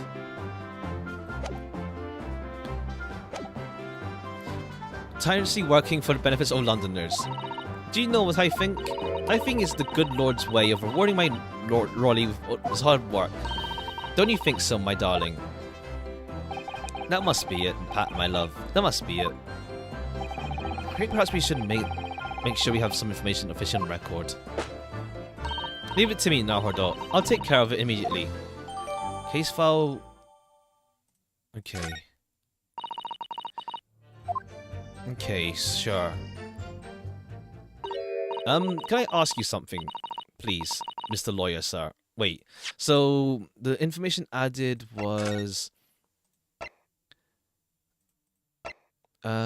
pavement of Briar Road East Side. So what was it? Pavement of Briar Road East, I guess East Side. Just to be sure. Oh, yes, of course. What is it? You're doubting us, aren't you? I can tell. But also, wait. The thing saying about crime. Any crimes that fall into the jurisdiction of the beat in which they're discovered. A crime is discovered on his beat. A policeman must assist with... But you weren't on the beat. You were going home. And also, it wasn't in your beat. It's the other side of the road. So it's not you're not meant to be involved. Because why would you assist? It's not on your beat. It's meant to be the other policeman, not you. If I'm understanding right. If I guess I would put a knock to this case is that this whole beat stuff is a bit confusing in like logic wise, because it's entirely a different, like, it's not something that is common knowledge. So it's like it's something to work around thinking about, I'd say. What? I wasn't really... I mean, what's he doing? And also, having the beat be like a split in the road. Please, just because I'm a woman doesn't make my testimony any less valuable. You might see me as the wife of a policeman, but I'm a woman, my word I am. I really don't remember ever suggesting that I doubted you. No excuse, I don't want to hear it. My voice will be heard. My lord, you'll let me speak, won't you? Alright, come on, give us some spicy thing to just disprove. Yes, Mrs. B, I'll allow you to supplement your testimony if you desire. Sometimes the path of least resistance is the sage one. That was a very loud mutter. I heard that. The Japanese man thinks a policeman's wife's word counts for nothing, does she? Yeah, she's pretty prideful. Well, watch out. I might let you get away with something like that, but my Rolly won't. Duly noted, Mrs. B. Please, I humbly ask you to continue. Never trust a Patricia. I see. I know why so. My eyes never let me down. My sense of direction is a little off sometimes, though. Oh, I see. Because he did mention sense of direction. So she must be thinking on the wrong... yeah, she's thinking on the wrong side. On the wrong side, where she got attacked. Hold it. Let's double check that. Mrs. B, nobody's questioning what you've told us. I saw I did. That evening I saw it clearly. Little Eastern man with the whiskers and the funny curved back, slinking away from the scene. And I know I didn't see as well. I didn't see any flaming books or knives flying through the sky. Oh, very clear. High school was rough, but I swear there didn't appear judgment towards any people named Patricia, Nick, David, or Leo. I see. Oh yes, well, that's a little embarrassing really. I've only known like a Leo and a... David? Did I know a David? I don't think I knew a David. I knew a Leo. He was alright. He was cool. Oh yes, well, that's a little embarrassing really. I'm always ending up on the worst place when I've found arrangements to meet Rolly. Okay, what's up? On the wrong place when I've made arrangements. He gets so cross. Excuse me! Alright, excuse me, sir.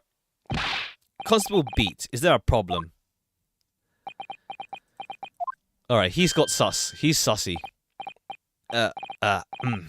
No, sir. No problem, sir. Did your wife remark just now bring something to mind, perhaps? Oh, well, in a way, sir. Yes, sir. I was just remembering that the same thing happened that evening, is all. Oh! You mean Mrs. Beat lost her way? On the night of the incident? Well, you see, I sent her to find a police box in the next beat over from mine. She was gone a fair bit longer than one I was expecting.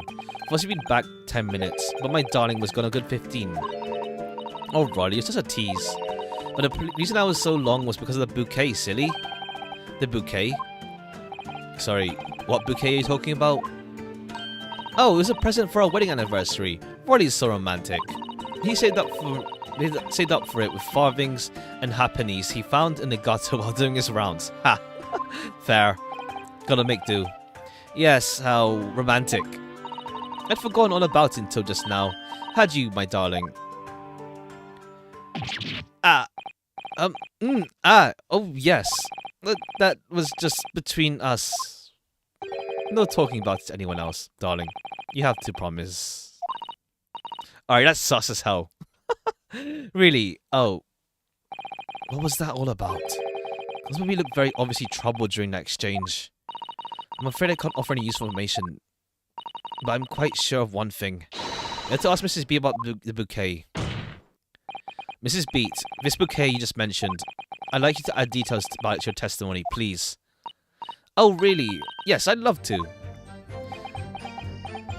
Act poor to stay rich. Ha! Alright, the cogs are turning in, drop my bouquet, end up losing my way. Where did you drop it? Is the question. Let me save just in case. I don't want to just keep dying randomly. Alright, so where'd you drop your bouquet? Hold it!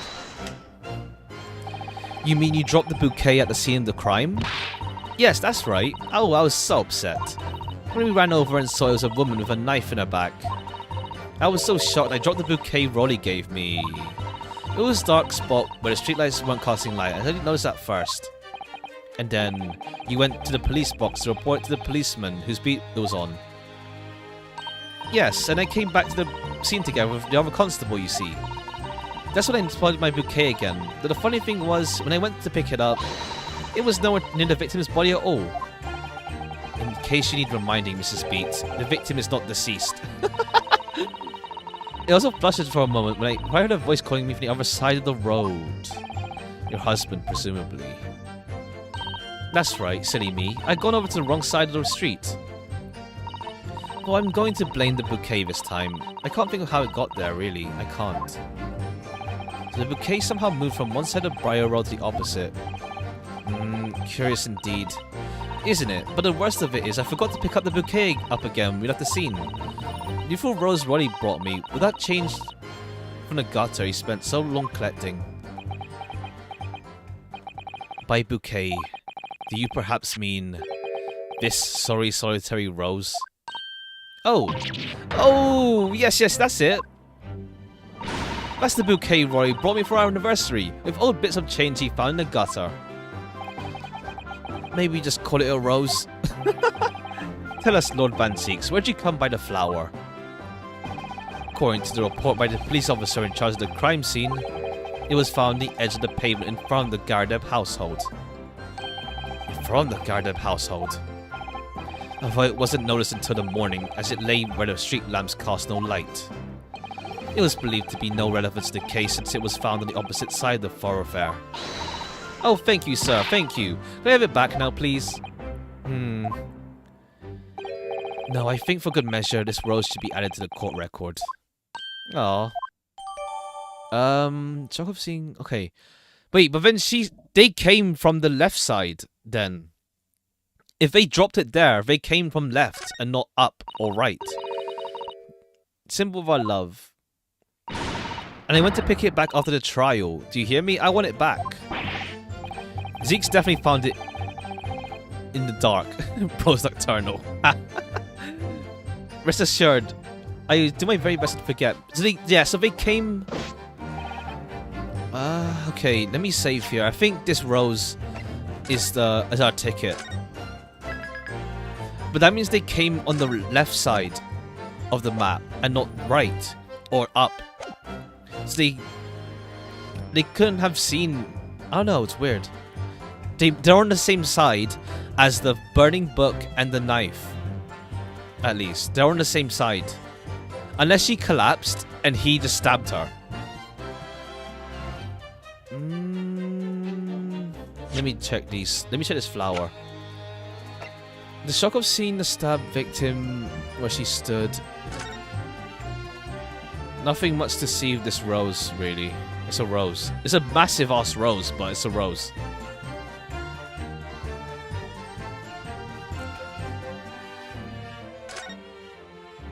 It's a very stylish paper the flower's wrapped in, isn't it? It's just an old newspaper, Mr. Naruto. Oh, I suppose it's because I'm not used to seeing English print. It looks so exotic to me. I see. Is something wrong? Oh, no. I was just thinking that if you wrap the stone-baked sweet potato in English newspaper, it might look like some sort of fancy cake. Susato-san, you do love your cakes. And it's a rose. Nothing much to see here. An English rose. It's such a beautiful flower. This is a rose, isn't it? I've never seen one before. Do you not take interest in flowers, Mr. Naruhodo? I wouldn't say that exactly. I do know 3 types at least. Gosh, 3? Yes, plum blossom, peach blossom, and cherry blossom. Perhaps you should consider branching out, learning some that aren't fruit-based trees, perhaps. Okay. This rose is important. This rose is the big thing. What do you make of all this? Yes. Oh, okay. Sense of direction. Do you know I'm starting to get a picture of what really happened now? Yeah, they came from left side. They came from left side, not right side. And because the victim was on right side, they had to call some other officer because it's not their beat. It's becoming increasingly clear that someone else has been hiding something from us as well. Never seen red, but I've also never looked at English, Japanese or British flags. Yeah, I mean, both flags do have red on them. Blue, white, red, and then red and white. Alright, sense of direction. Let's go.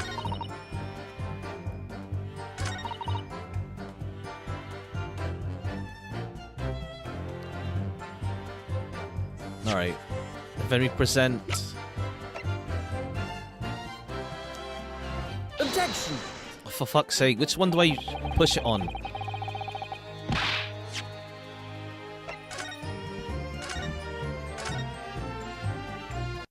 Which one do I push it on? It's about sense of direction, isn't it? Alright, let me save at the start, just so I don't have to click through this with Susato and Ryunosuke.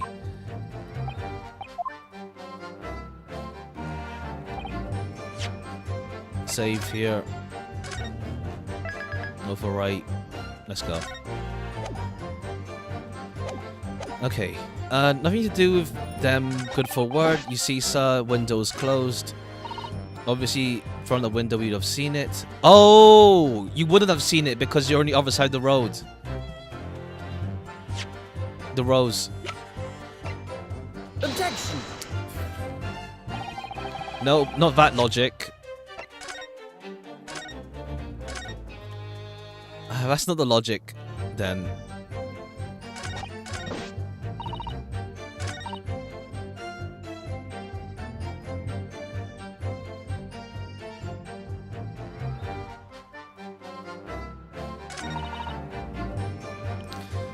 Drop your bouquet. Oh, do I do the map then?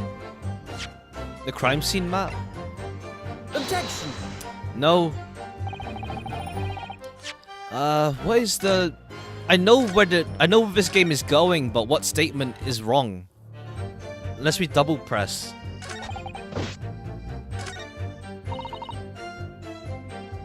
Hold it!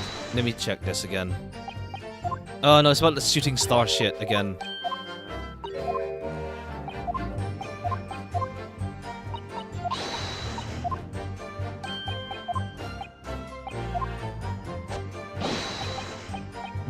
That's not it. I know there's something like weird east, like the body's on the other side of the road, but he must have been coming from. If it was in front of their house, it must have been. It must have been this way. They came in this way. We were all assuming it came this way, but they have no way to see the house.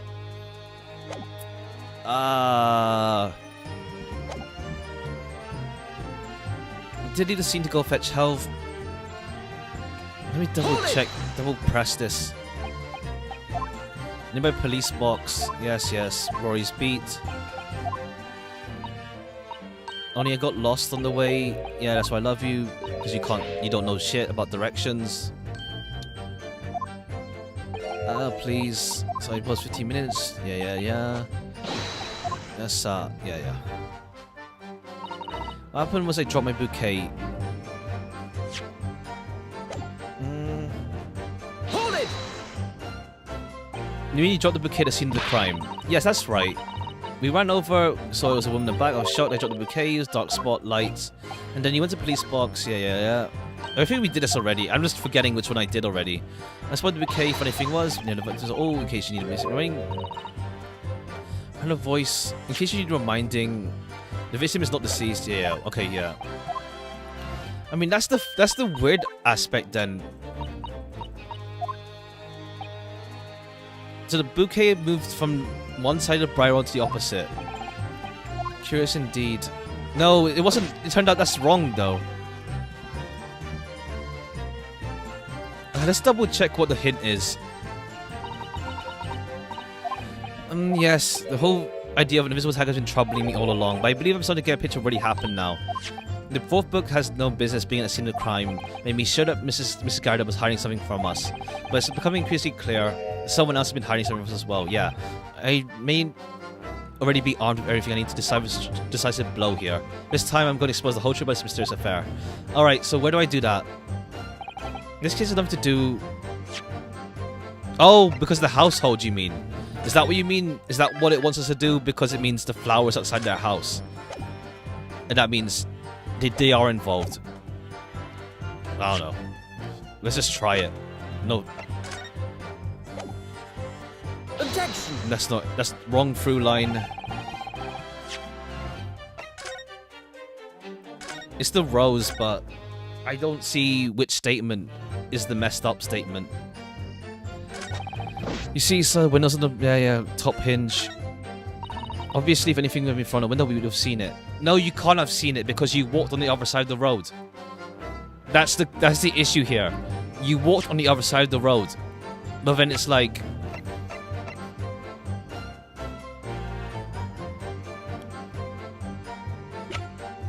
You were on the other side. You were walking on the other side. Is it the case file? Objection! Come on. I don't know what through line it is. Use my time machine to go back really quick. Pretty much. I don't want to like just die like by accident. I need these 2 lives in case. If anything in front of the window, we'd have seen it. That seems to be the issue. I did leave the scene, but my trusty Rory was there to make sure nothing was disturbed. I dropped my bouquet and ended up losing my way for a while.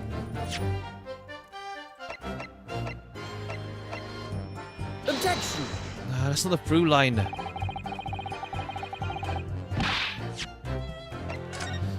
I think that's the only... That's like the main... Like, I know the logic, I just don't know where we're meant to present it at. That's pretty much the only, like... What's it called? It's really, like, linear in that sense. There's the through line for this, but I don't see it. I don't see it. I know what we're going at, is that the bouquet... I know what they're doing. The bouquet is here for some reason, but that also means that you came from here. So that means you're also on the same side where you could pick up this stuff and then go to the victim. Is what I'm assuming is the logic here. So you weren't walking from here and then see, oh, knife falling down, book falling down. You can't have seen shit because you walked this way. Because you dropped the flower here. Is what I think is how they're saying it. Even without mixing up east and like the bouquet, they said they dropped the bouquet here, but it turned out you dropped it here. I don't know. Oh, maybe it's with Rory, and like why did the bouquet move?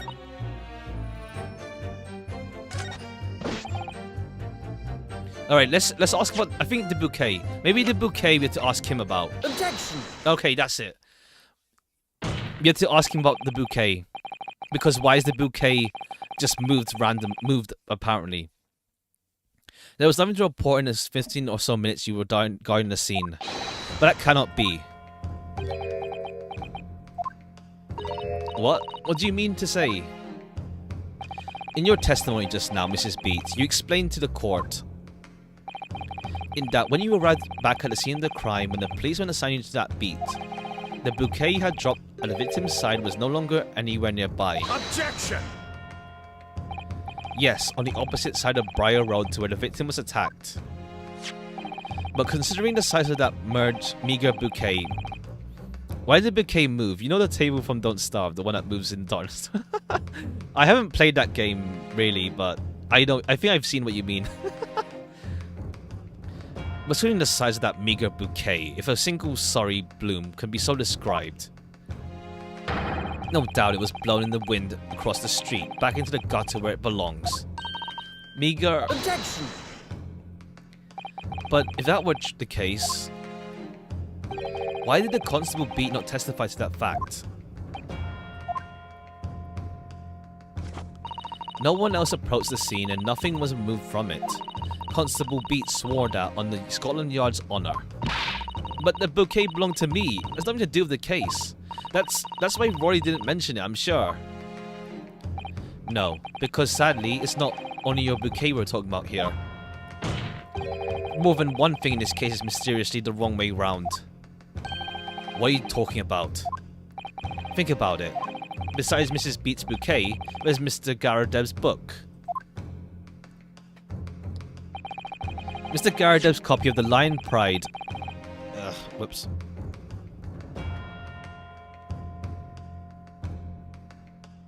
Alright, I just had something in my eye. Mr. Garadeb's copy of Lion's Pride, which was thrown at the lone window from the side. The book is the flower, solved. Would have landed on the west side of the street, but the body's on the east side. It was actually found here on the opposite side of the road, in the victim's hand. Meanwhile, according to the testimony you've heard, Mrs. Beat's bouquet should have been dropped here at the scene of the crime, on the east side of the street. But in fact, it was found over there, on the opposite side of the road, in front of Mr. and Mrs. Garadeb's house. There's no logical explanation for those things, unless somebody deliberately moved them. Why would he move the bouquet though? Unless to I don't know. What are you trying to say?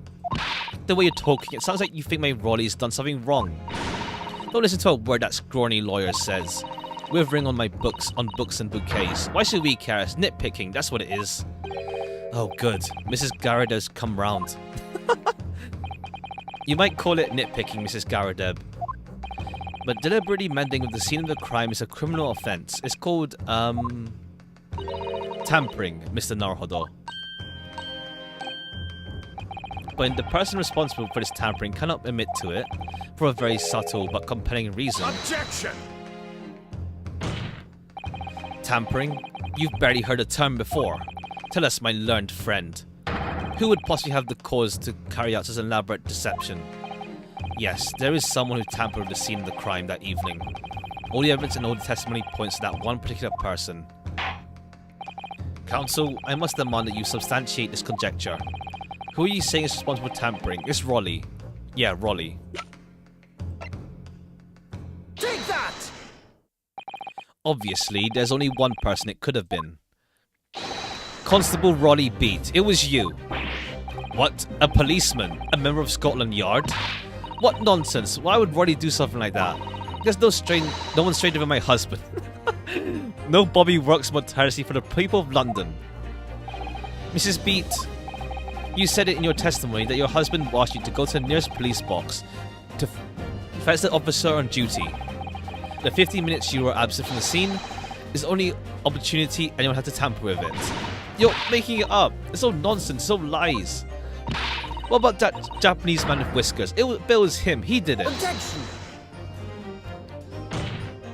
If that was true, Constable Beat would have seen him do it. Oh.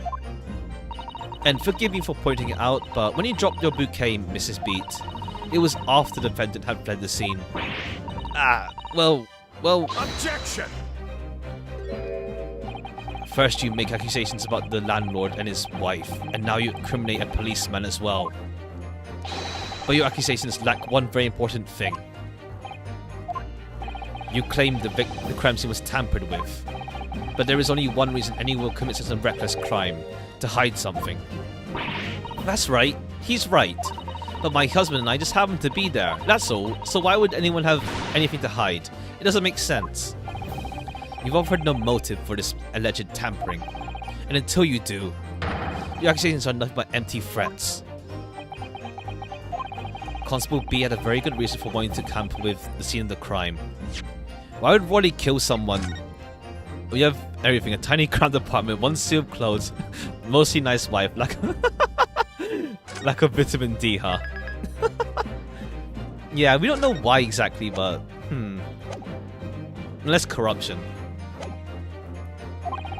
That's the key to this entire affair. Mr. Narhodo, have you managed to solve this mystery? Counsel, you have made a very serious accusation against the London police officer. If you are mistaken, I'm sure at no point your reputation as a lawyer will be irrevocably damaged. With that stark warning in mind, you will now explain to the court the motive for the alleged tampering. Yes, my lord.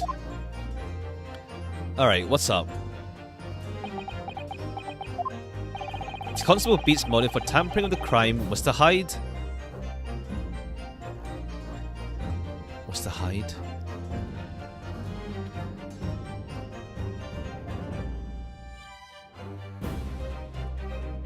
Where the book fell? I mean, I guess if it's like burned... Oh! Because it would leave a mark in the snow, wouldn't it? Let me save, but if the book fell, then that means, yeah. But why would you do that for the book, though? For you see, my lord, the police has a baton, I have a katana. Who wins? Me. Where the book fell. Where the book fell to the ground. That's why to cover up at all costs. And why exactly? Oh, well, of course. The reason is, do you have something to hide, my learned friend? For it seems you're unwilling to share the reason with the court. Oh, fine. It's not the book, then. What, where the victim died, and then he moved the body? Oh, because her direction is arse? Is that why? Because her direction is terrible? Where the victim fell. Where the victim fell to the ground. This is what the body had to cover up, at all costs. What? Where the victim fell? You mean where she was attacked? What are you talking about? We told you about the very start, didn't we? On the pavement of Briar Road. We saw it happen, remember? It was right here, as if anyone didn't know. That's certainly what everyone has been led to believe. But in fact, that isn't where the victim was stabbed at all. What? What?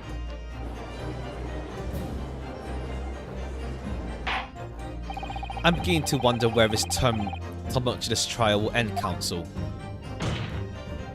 If that's your assertion, then the court is dying to know, my Nipponese friend. He really wants... He's not going to deny it. He wants to know. Where the crime took place that evening, on the east side. Take that! But that's on the opposite side of the road? I don't understand. On the evening in question, Mrs. Garrida's book fell directly from the open window above, and your bouquet, Mrs. B, never moved at all. When did it move? What did move? Was the scene of the crime itself? Ah. Good gracious. Objection! Perhaps you haven't been listening to the ample testimony the court has heard. But these witnesses both saw the moment the attack took place. That's right, I saw it with my own eyes. It was 5 o'clock in the evening and already dark. There was a typical London fog in the ground. When you saw the incident unfold and ran to the victim's aid, that was actually on the west side of Briar Road. No, that's not true. It can't have been. Constable B then arranged for you to be absent for a while by sending you for help. And during 15 minutes you were away, he transplanted the scene of the crime. He moved all the things shown in the print, the victim herself, and 4 books. He moved everything, in fact, to the pavement on the east side of the Briar Road. Extraordinary. But the constable overlooked one thing. What? What did he overlook? The bouquet, I presume. Exactly. It was dark. The prosecution told the court just a few minutes ago about the discovery of the rose bouquet. Lord Van Zeek said it wasn't noticed until the morning, as it lay where the street lamps cast no light. Yes, it couldn't have been seen in the dark, obviously. Which is why it was only the bouquet that was found in its original position, on the pavement on the west side of the road. And that is the defense's theory about what already happened that evening. How do you respond? Constable Rory Beat. Alright, you're gonna just go, like, insane mode on us. And just fully awake. Well, I'm very sorry. I didn't mean to nod off again, but I haven't slept properly in a month. Did I miss anything important? Oh, Raleigh. It isn't true, is it? What that lawyer said is all lies, isn't it? I know it is, because you're the most upstanding, righteous man I know. I had a dream. A terrible dream. All the things I did that night. Everything come out. Everything exposed. Are you sleep? Are you just like sleep talking now? Only it seems it wasn't a dream at all. Good golly. You just admit it now. Order, order, order. What on earth is the meaning of all this? Oh, Rolly, why would you do something like this? Moving a corpse is a criminal offense, isn't it? Wishing the victim dead should be one too. Constable, explain yourself. Why would you do this? As a respected member of Scotland Yard, your duty is to protect the good people of London. I can't say, sir. What? I really am ever so sorry about all this. He does appear to be honourable. There's corruption then, huh? There's some corruption going on. For damaging the Yard's reputation. For everything. Is he gonna die now? Off stream? Off stream? Is he gonna die, like, after this? I have a possible explanation. For why, on that particular evening, Constable Beat felt compelled to move the scene of the crime. I can think of one reason. What? How could you possibly know? You, a foreigner, presume to understand the mind of the Scotland Yard policeman. And yet, Lord Van Zeeks, it is this foreigner who has uncovered the startling truth of the matter thus far. I believe it would be beneficial to the court to hear this extraordinary young lawyer's theory. Counsel for the defence, if you please. Yes, my lord. Now then, I think you had better show us some evidence. Let me save here. I think this is the end of the trial nearly. But let's save just in case we nearly die. At once, my lord.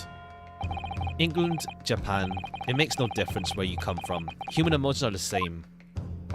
And I think I have a fairly good idea of the feelings behind this man's actions. What gives away the motive for Constable Beat's unthinkable actions? The motive? Oh, this thing. Take that! His rule set.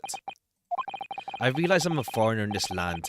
I've only just arrived from Japan, which is why all this information about London's so-called bobbies is completely new to me. I've learned that, though honourable, patrolling the beat is the most demanding work in the world, for example. Keeping the peace, looking after this is... Oh, does he want credit? And that's why he wants to be promoted? So it's like, he's like, no, I'm going to move the body to my place now, so that I can do the stuff. Let's see. If I'm understanding right. Result that the young Bobby is charged with a great deal to each day, certainly. But for Constable Beat, the day in question was special. Oh, he doesn't want... Oh! Right, because for the dinner service, he had to move it to the other side because... Right. He had to do it... Right, because the rules state if it's on your beat, you have to just, like, investigate on all that stuff. But if it's not, then someone else will handle it. That's why they called another officer. That's it. On account of this bouquet, my lord. Oh yes, it was our very first wedding anniversary. Okay, this guy's just mad overworked. And it's like, I don't want to deal with this shit. So like, bye. I don't want to deal with this. I just want to spend time with my wife. And because this guy's just mad overworked. I guess.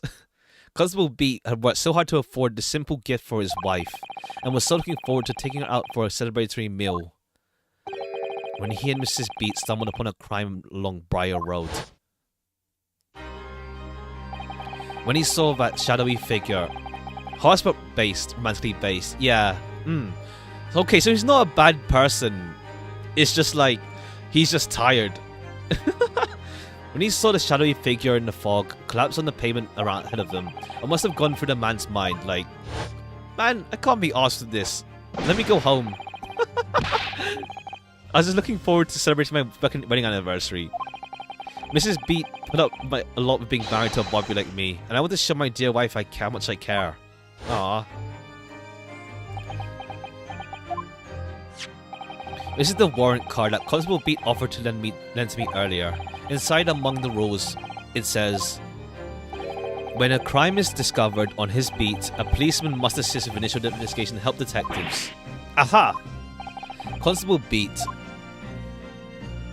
Is that or is that not the reason why you moved the whole scene of the crime that day? So I think what? So this case is meant to just show like just how like messed up the police system is as well, maybe.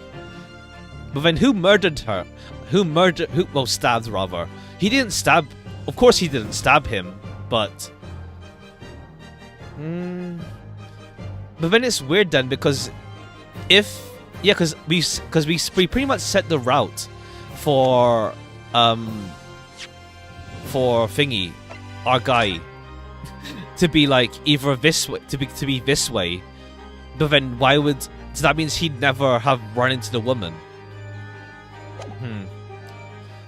Unless it's gonna be a case of like we don't know who did it again, like with last case, and the case, yeah, we have no idea who did it.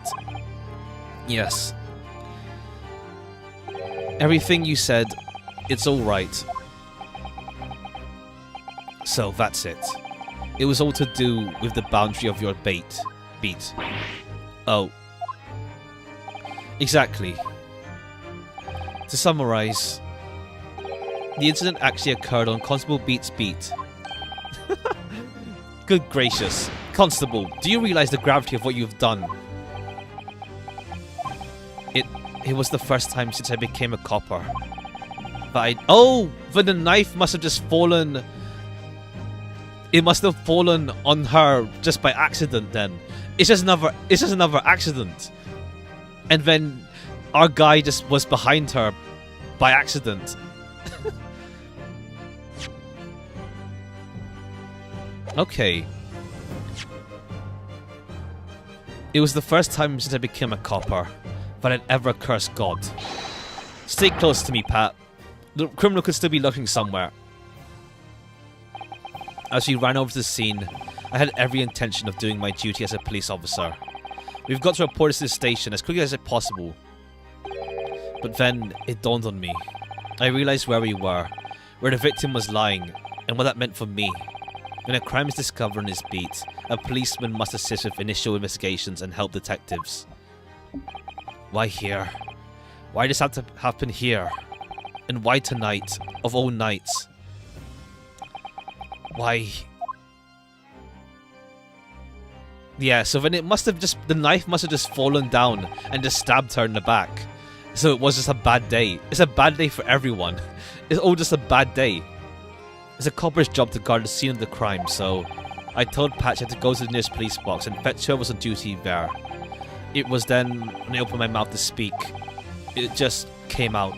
I couldn't believe the words that were coming out of my own mouth.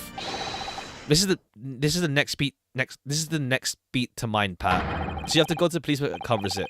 Turn right along Mearsham Street and then...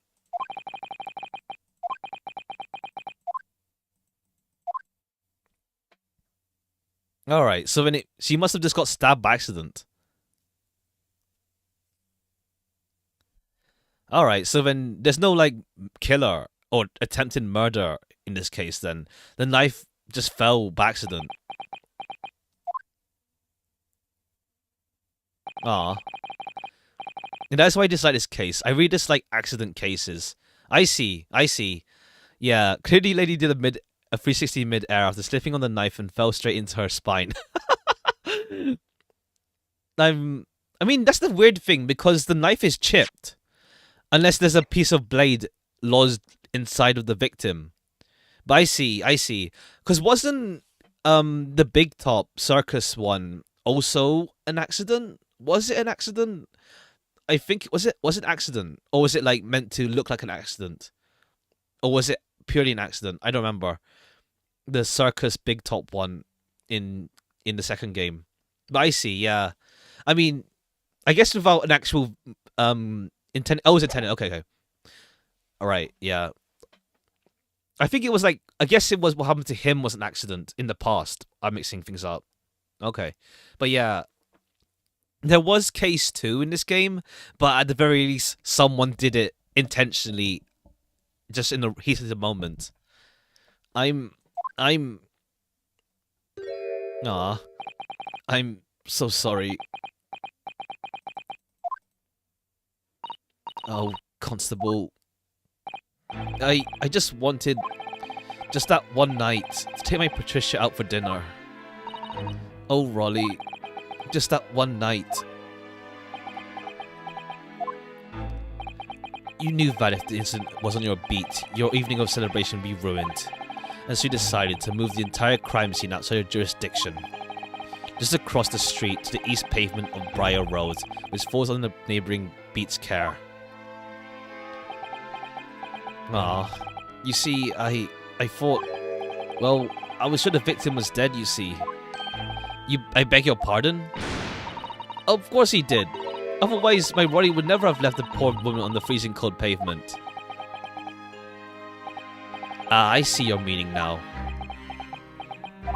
But God got me back from my sins, didn't he? That's why I missed the rose I bought for Pat. Oh no, Roddy, that was not my fault. I should never have dropped it in such a dark place. I'm so sorry, Rolly. And can you tell us, Constable, how many books did you move from one side of the road to the other in total? 4 it was. Yes, sir. Definitely. 3 of them dropped by Natsume, and the 4th being the one that fell from the window upstairs, in the Garadeb household, of course. But what made you place that book in the victim's hand? When all the others were scattered haphazardly around, I mean. Oh, well, sir, that's because that's how I found it. How you found it? What do you mean? When I first came over to the crime... Oh, she was like... Maybe the book fell on the pavement. She went down to pick it up and then got stabbed in the back for it. The victim was already holding the book. So when I moved everything, I made sure it was still in her hand. You're sure it was the book, The Lion's Pride, the victim was holding? Yes, sir. No doubt about it, sir. Interesting. The 4th book, yeah. I thought it was open and shut case at the time, you see. There were only the 2 people on the scene, and Pat and me both saw it happen. I was really look at it. Had to be the fellow who ran off who done it, I thought. I couldn't see the harm, really. I didn't think moving it all over the road made a job of difference. I suppose this is it for me now. I've had it. My lord. Yes, Lord Van Zeeks. I believe that concludes the cross-examination of the witnesses. Constable, you may withdraw. Yes, sir. Mr. Prosecutor, sir, what will become of my Rolly? What will happen to him? Slips 360 goes to pick up the book. Ha. London, am I right? Ha. For now, you're free to go home. The police will contact you in due course. Please, please don't punish my husband. This was all my fault. It's because I'm always moaning at him for coming home late. Okay, yeah, this whole case has been like familial disputes as well, or marital disputes. Leave it now, Pat. Let's go home. I'm tired. All right then, my love. One last thing, Constable. Sir, let this be a lesson to you. In a criminal investigation, every detail matters, however insignificant it may seem to you. Oh, he's pissed about last case, for sure. Carve that lesson in your mind. Zeke's gonna kill Rolly and never again make the mistake of tampering with the scene of a crime. I don't think so. It tends to be just the ones that were defendant who dies. So, maybe Natsume dies, but we'll see. We'll see. Never again, sir. You mean to say... Leave, now. The trial's not yet over. Oh, he's letting them... Okay, fair play. Sir. Fair. I mean, now we can just put it down as an accident. Well, quite a startling revelation, I must say. Whoever thought of a third party transplanting a crime like that? Indeed, my lord. Nevertheless, there are some immutable facts here. Principally, that the accused, Mr. Soseki Natsume, is the only person who could have possibly committed this crime. Objection! No. No, I disagree. Now that we know the true scene of the incident, there is someone else. Another person who could be responsible for the knife in the victim's back. Forgive me for being presumptuous, but I believe the prosecution is probably well aware of the possibility already. Lord Van Zeeks, is this true? Very well. Name the person if you will, and if further investigation is warranted, the prosecution has no objection to the trial continuing. Alright, we know what happened, so I guess this is just closing things out now. Joan. Take that! I think we're just closing things out now, I guess. The defense would like to request the cross-examination of a new witness, my lord. Once again, my assistant made the same request earlier. In order to find out the truth about this case, it's imperative we cross-examine juror number 4, Mrs. Joanne Garadeb. Me? Oh dearie me. Objection! And now it's gonna end up throwing the jury system into like dispute. Request has already been denied. Objection! But the situation is very different now. Mrs. Garadeb, answer me this. What do you want now, you little toad?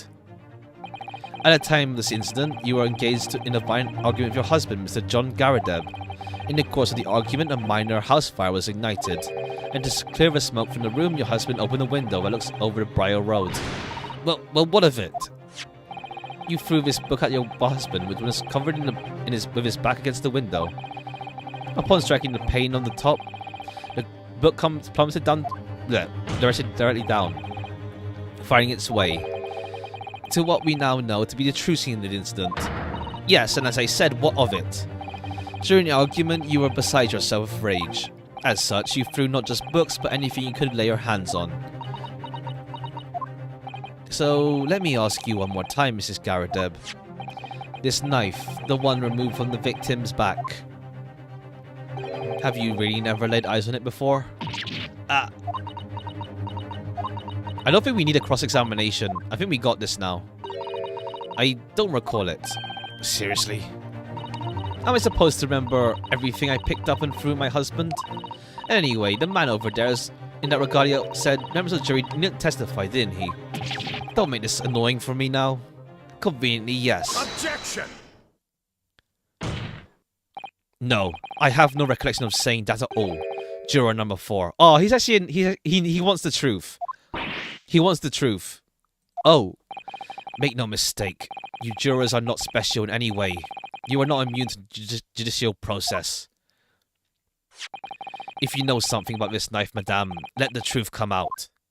But that's just a common or garden knife. It could have come from anywhere. You have several like that at home. If one went missing, how would you expect me to know? What's that? Are you joking? What are you saying? Please, Mrs. Garadeb. You mentioned you have some at home. Now you listen to me.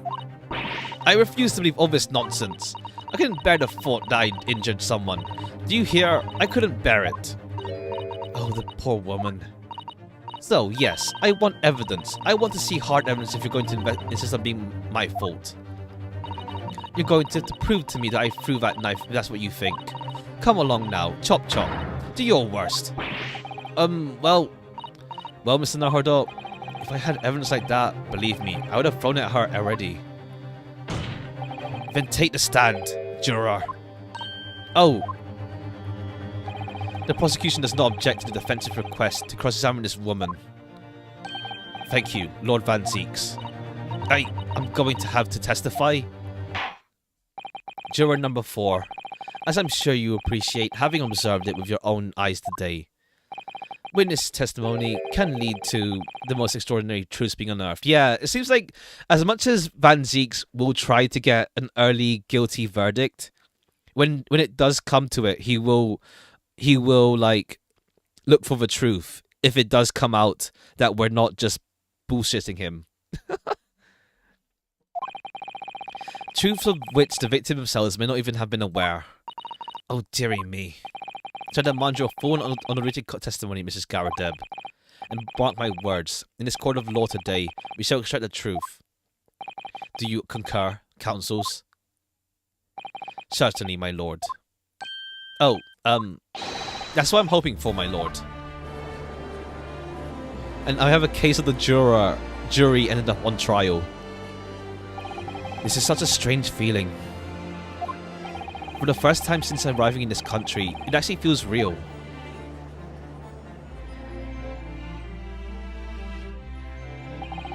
I'm here, in the Old Bailey, and I'm a lawyer. Ah. Alright, let's just get this wrapped up now. Witness, state your name and occupation. Oh, yes, my name is Joan Garadeb, and well, I'm a juror and such like. It sounds like even she doesn't know what she's a housewife or maid anymore. The court has decided your testimony required to be in order to clarify matters in this case. Do you understand, madame? Yes, my lord. You will tell the court everything that took place in your household on the evening in question. And I warn you, do not attempt to hide the truth. Oh, dearie me. Chin up, Joni. Nothing to worry about now. Hi! And you're standing up as well. I didn't know you were here, John. Alright, John's just here. Wasn't only you in the room that day, old thing, was it? However, I think I ought to testify as well, don't you? But what about your knee, dear? Don't worry about that. Hardly notice it. I'm not the sort of chap to leave a comrade to face disciplinary action alone. Oh, John. I presume you are Mr. John Garadeb? Yes, sir. Former second lieutenant of the 3rd Regiment of the 4th Northumberland Fusiliers, sir. Seen my fair share of action and now living in the quiet life, as it were. The quiet life? Were you not engaged in incendiary battle with your spouse the day in question? Well, yes, quite.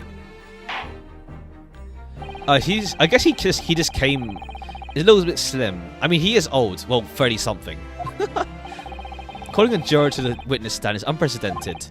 However, the court will hear your testimony now, juror number 4, and advise your husband. You recount clearly and concisely events in your home the day in question. Sir, at once. One sec. Give me a sec, hold on.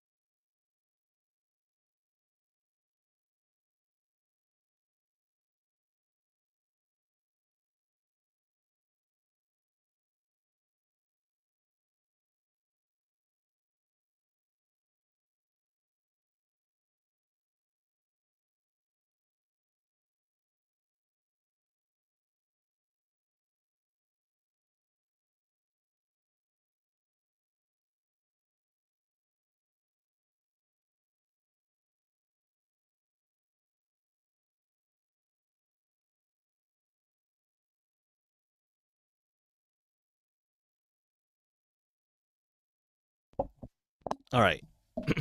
How long left of this case is there? This is like going... This is 7 hours now. But, let's see. Battle of Garadeb. Yes, on the day you're referring to, the wife and I did have a bit of skirmish. I can't recall the reason now. Knocked the candlestick over and set fire to the carpet. 7 hours, going for a record. I just want to get this done so, like, tomorrow is going to be, like, pretty much right away into it, but... So case 5, the final case. We're like partway through this last case. I mean, it's gonna be weird. So hopefully, like, we're at the climax, at the very end now. This is just the final finale, I think. It's either last or one before last examination. Okay. Meanwhile, I was picking up whatever I could find to throw at him. Plenty of knives around that place. Can't say I noticed if 1 or 2 went missing, I'm afraid. Look, that bally thing in his bag was one of ours. You have a job proving, I think. I mean, yeah, we would. Sounds as though it was quite the battlefield in your household that evening. Although an entirely one-sided assault, it seems. The enemy caught us on the hop, sir. Had no choice but to dig in and take defensive measures. To be honest, the enemy had kept shelling us for another minute, we'd have been toast. Of course, a veteran such as myself is only too aware that on every battlefield you're just a gnat's whisker from death any moment. Are we still talking about a marital quarrel here? Well, I must say, I'm dubious that this testimony will shed any light on the origins of this jackknife. In combat, one's focus narrows such that surroundings are barely noticed. These witnesses may not be able to offer anything more than they have testified already. This may be a dead end. Antiques may well be right. Well, whatever the chances, we only have this last one, please. Tell me the truth. I'm afraid so. Alright. Very well, counsel. Begin your cross-examination. Sure. Alright, let's get to this. Battlefield of Garadeb.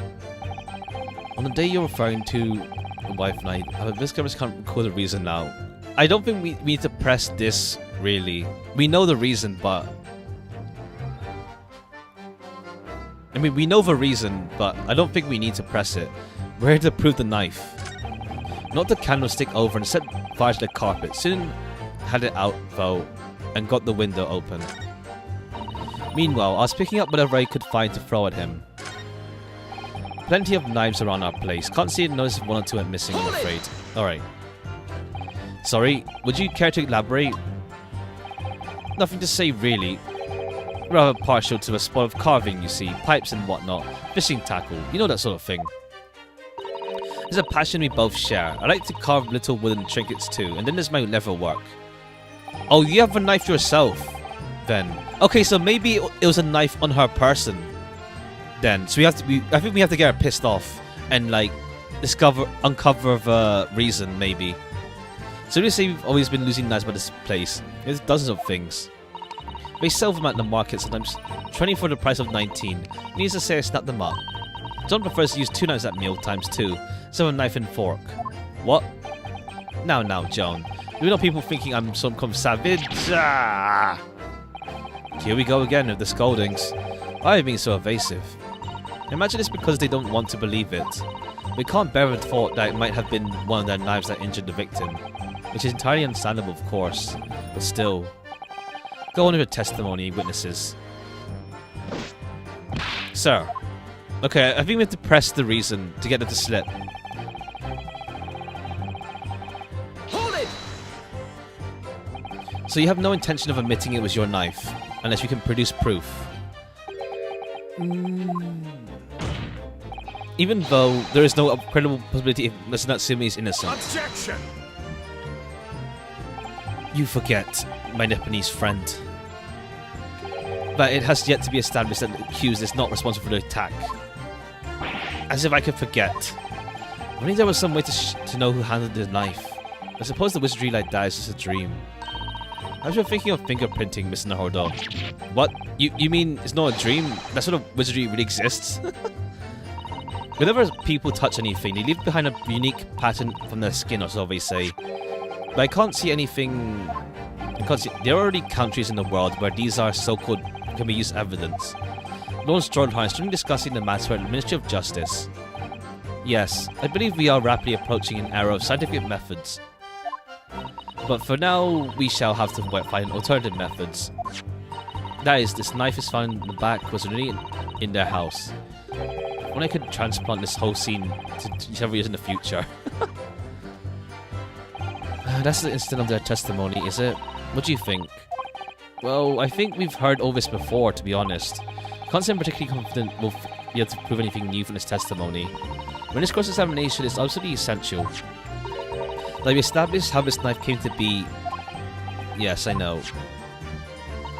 I'm sure both of them must be feeling very worried. Worried in fact their knife belonged to one of them. If we could find any sort of evidence to support that theory, it would clinch the trial for us. Okay. It would. So for Soseki-san's sake we must find the lost evidence. Alright. Let me save here. I think we have to get him to, like, talk too much, I think. Alright, come on.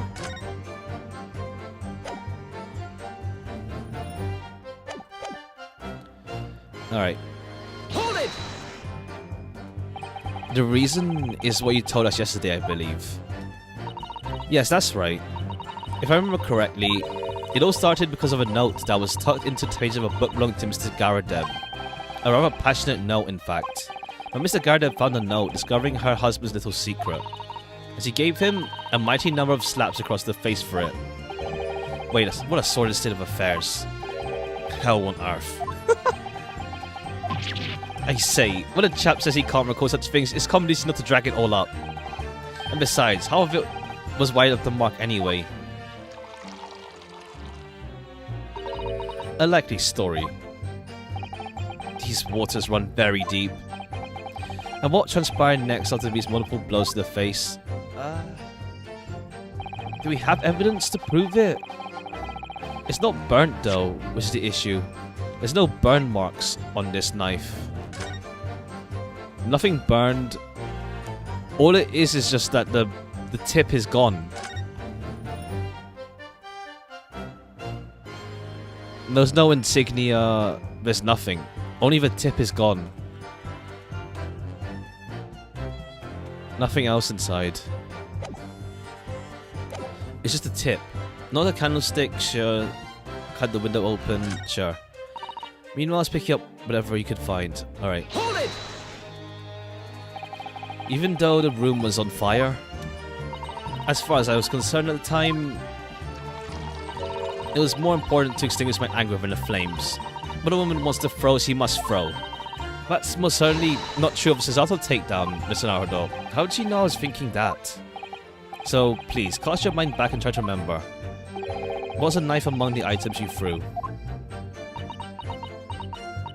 In all honesty, I don't recall. But I must point out, I'm no monster.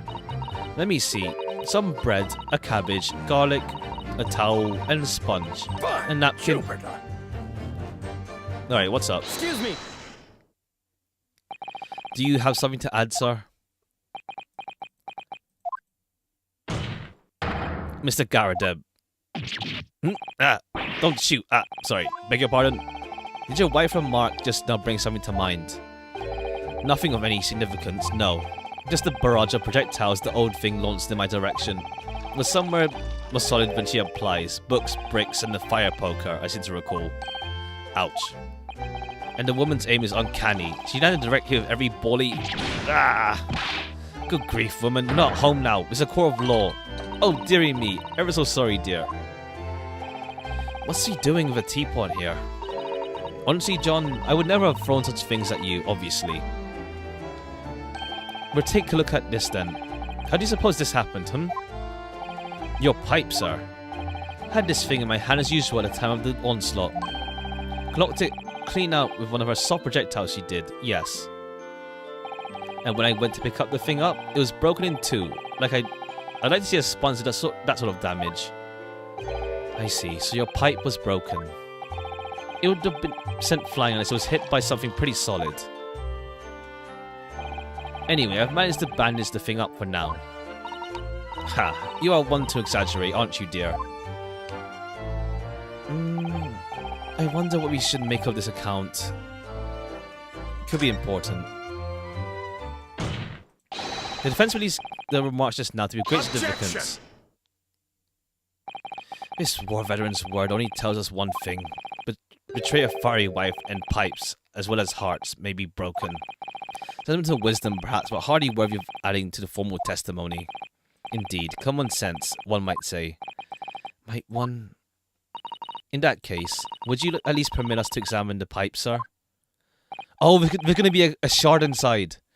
See, why not? Oh, dearie me. There you go again, trying to ingratiate yourself with a young lady. Okay, yeah, there's going to be a shard of knife inside. The pipe, yeah, has been added to the thing. Yeah, there we go. It's going to have a thing inside. Mine's been smoking a shard of metal. Something just twinkled inside the chamber of the pipe there. I saw it. Something stuck in there, I think. Let's turn it over and give it a shake. What's this? Tiny fragment of metal. My guy's been smoking metal the whole time. Tip of a blade. Surely it couldn't be. The fragment of metal.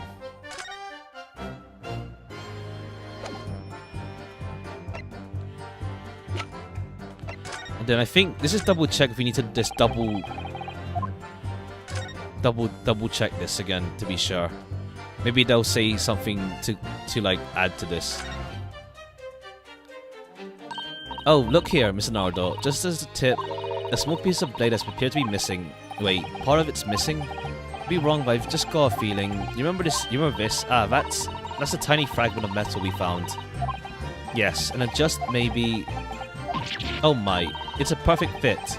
Somehow I just knew it. Okay, fine. We didn't have to like reconfirm, but we got it. Alright, we got it now. I was really disappointed for you that your request was turned down.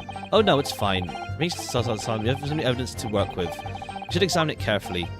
Well, thank you for that rebuttal. Now we can return to the crux of the matter. What can you tell us about the knife used to attack the victim? Plenty of knives. Can't say I noticed if one was missing. Is that bally thing? You have a job proving it. Yeah, prove it with this knife shard. Objection! There we go. Now it should be one and done. Mr. Garadeb, could I ask you to take a look at this, please? You can ask, but I can't see a bally thing. You can't? You used to call me Deadeye Deb back in the regiment, of course, but that was some time ago. Even then, I'm trying to enjoy a large print book by fire these days. I struggle to tell a B from a D and a P from a Q, to be honest. Oh, he does, dearie me. It's being asked about every other letter and every other word. You must be very duzzy. What is that? A tiny scrap of metal? Yes, almost certain from the tip of a blade. And what may appear at first to be tiny scrap is in fact a crucial piece of evidence. Interesting. And where did the defense come by this evidence? It was lodged inside the chamber of Mr. Garadeb's pipe. By pipe, you say? By Jove, I wonder how that got there. And what precisely does this fragment of metal signify, Counsel? Are you suggesting it's in some way related to the matter of stabbing on Briar Road? Yes, come on. I am. What? When put together with another piece of evidence in the court record, I believe this tiny fragment of metal will unravel the whole truth. Oh, he's got burned as well, his outfit. We're rather confident that's your only statement, Counsel. Very well then, present the pertinent evidence to the court. What evidence, when paired with this fragment of metal, reveals the truth of the case? The knife. Take that! There we go. Now it's one and done solid. This is the knife we found on the victim's back. If you look closely, you will see that there is a small piece of tip that is missing. A common issue with inferior blades for the unsavory street markets. Criminals who use them regularly leave the tips lodged in the victim's bones. And what of this particular knife? No doubt its tip has suffered a similar fate, now languishing somewhere near the spine of the victim. Objection! No, that's not the case. The tip of this particular knife's blade is the very fragment of metal we discovered. Good grief. Lord Van Zieks, I don't believe it. The knife from this crime scene and this fragment of metal are a perfect match. Good golly gosh. Alright, we got this now. Is this some sort of Eastern sorcery? This is no magic, my lord. This is a miracle. A miracle. So Van Zieks has figured it out, has he? Council, explain this extraordinary coincidence at once. Yes, my lord. The crucial point we have to ask ourselves here is when did the fragment of metal found its way inside the pipe? Something that was clarified for us is the most recent testimony. I had this thing in my hand as usual, and then it got, knocked it clean out of my hand with one of our soft projectiles she did, yes. Never have been sent flying unless it was hit by something pretty solid. Oh, dearie me. During this segment between these two that occurred as the victim was on the pavement below, Mrs. Gardev flung this knife at her husband. However, the knife missed Mr. Gardev instead of striking the pipe in his hand at the time, which caused the tip to break off, of course. Good lord. Yes, and that is when a tiny tip of the blade found its way inside Mr. Gardev's pipe. The chances of that are 1,000,000 to 1. And yet there's no credible explanation for how the tip of the blade ended up in your pipe. Then, after losing its tip, the knife ricocheted off the pipe, flew out the open window. In short, this knife which fell from the window of the Gardev's house is the very same knife that struck the victim in the middle of the back on the street below. Oh gosh. Oh dear. Oh no. It's like, it's not as satisfying because it's purely an accident. It's purely accident. They didn't mean to kill her. Or, well, stab her.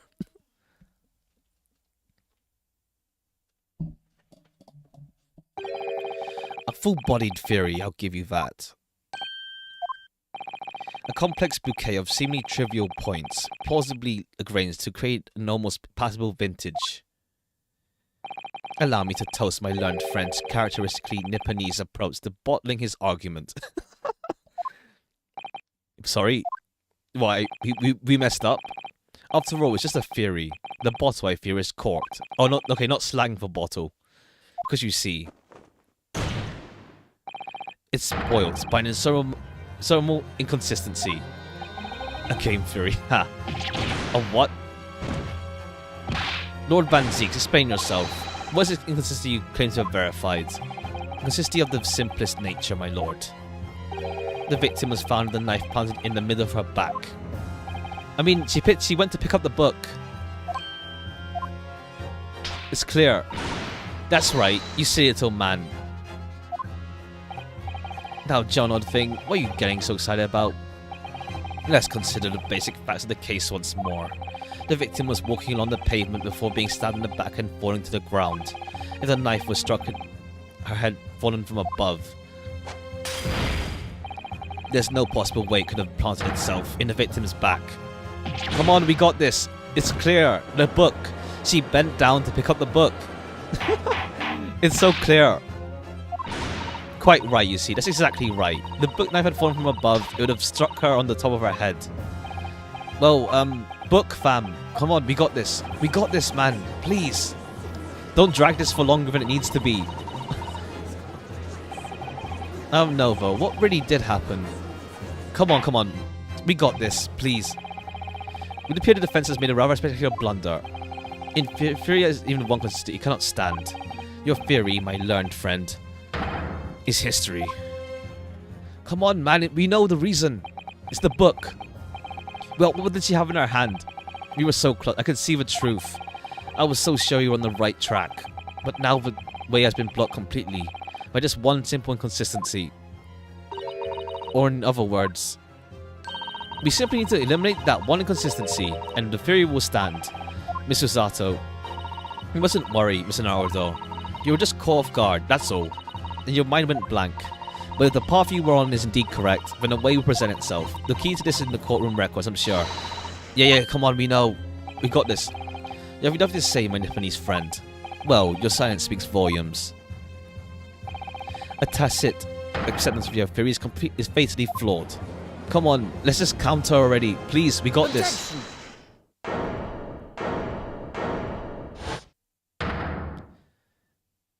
Come on, we got this already. This inconsistency doesn't mean I was on the wrong track. It means I need to sharpen my mind and dig deeper for the truth. It's a test. Yes. If the knife fell on the victim from above, there's no way it could have hit her in the middle of the back. Under normal circumstances, that is. What are you implying? Counsel. There is a piece of evidence in the court record that can explain this consistency. That can explain how the knife that fell from above could have pierced the victim's back. You already have the answer. Goodness. Utter madness. Okay, I think it has to be the photo. Okay, it's the photo for sure, not the book. It's the photo that shows that she was holding it in her hand. We need to show that she was clutching it.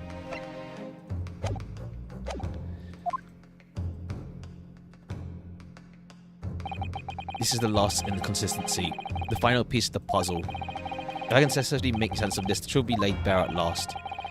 How the falling knife became lodged in the victim's back is the picture with her holding it. Take that! This, the fourth book, found at the scene. Okay, cool. The game knows you mean the book or that. This is the final piece of evidence the defense will present. The burnt book. Is that not Mr. Garadib's book? Yes, and to understand its significance, we have to consider how it came to be at the scene in the first place. Photographic print shows the book in question, and the victim holding it in her hand. And as we all know now, it was the police constable that put the book between her fingers like that. Quite so, as part of his wholesale transplanting of the crime scene on the opposite side of the road. That's true, however. As part of his testimony, Constable Beat made an extremely enlightening statement on that point. But what made you place that book in the victim's hand? Oh, well, sir, that's because that's how I found it. That when he first went over to the scene, the victim was already holding the book. So when I moved everything, I made sure it was still in her hand. In other words, the victim already picked up the book of her own volition. And clearly, that must have been before she suffered the knife wound. Well, I should say so. That's being attacked with a knife. I don't imagine she'd have been doing much of anything. So the question becomes, why did the victim have that book in her hand? By Jingo! I think I'm beginning to see what may have happened now. Oh, dearie me. We know that the book fell from the top floor of the Garadib household on the pavement below, at precisely the moment that the victim was walking past. Yes, exactly that moment. The young woman was walking along the street in the light fog, when all of a sudden, a book rolled right in front of her. The book I threw. Yes, Mr. Garadib, and what do you think the woman did? What would you do if you were walking along and suddenly a book landed in front of you on the pavement? Well, I really can't imagine it, but I suppose she might have reached down, and picked up the book. Yes, that is exactly what the woman in fact did. She picked up the book. Oh heavens. And when the woman reached down to pick the fallen book up, what position would her back have been in? That's right, facing the sky, completely and utterly defenseless. Then, in the next moment, while the woman was still bent over picking up the book, the next object fell from the room above, the jackknife, straight into the middle of her back. And at that same time, walking by chance directly behind Mrs. Green, was the defendant, Mr. Soseki Natsume. Well, I never. It appears to Mr. Natsume that the woman simply collapsed on the floor. In the darkened fog, he didn't see the knife falling on her from above.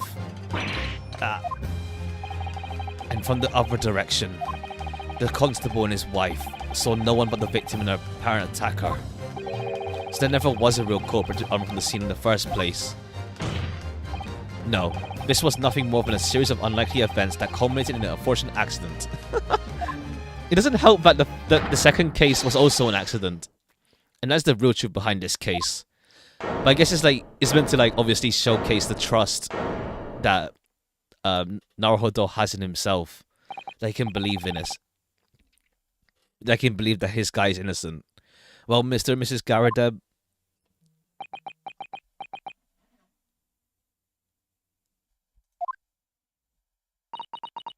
the very first time you showed me that knife, I had my suspicions.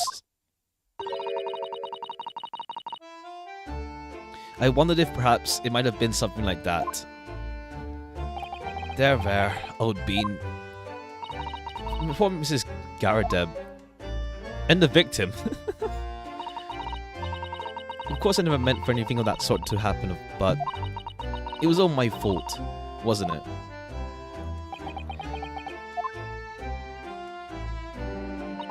I take full responsibility. I let my anger get the better of me. I threw that book, and I threw the knife as well. John, dear, it's alright. I know. I'm ever so sorry. Truly. I'm sorry. And when he catches her this time. Yep.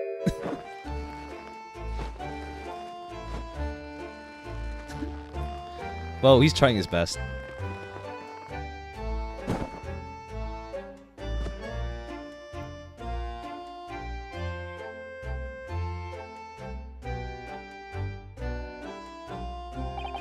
Lord Van Zeeks, what news of Mrs. Garadeb? She's been taken to the infirmary. It appeared that today's events had left her in an especially flustered state. However, I believe she'll recover in due course. There is no cause for concern. Also did a 360 flip. No, not really a full 60 flip, but it sure is a series of events. Yes, unbeknownst to themselves, they caused what could have easily been a terrible tragedy. They shall prepare themselves for the consequences of their actions. There is some good news, however, my lord. They have just gone away from hospital where the victim is being treated. Her condition is improving steadily, and the doctor believes she'll regain consciousness soon. That's good. Cool, so everything's all chill. It's strange, we've been talking about the victim all this time, but we've never once met her. How wonderful. The woman is out of danger, it seems. 180 arm flip, 50 points. Ha! Yes, that is good news. I wonder if we'll see her next case, to be honest. Mrs. Toseki Natsume.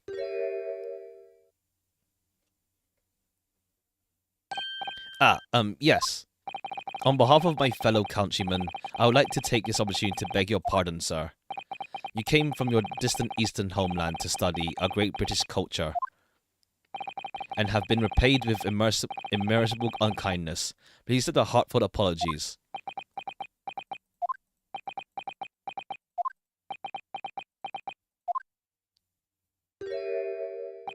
No, it is me who should be begging your pardon. Oh no, Mr. Natsume, that evening, when the young woman was just collapsing on the pavement before my eyes, I jumped to the wrong conclusion again in my confusion. What conclusion, sir? I was sure that the woman was dead. Yes, Constable Beat said the same thing, didn't he? He thought she had been killed too. I suppose he must have looked completely lifeless.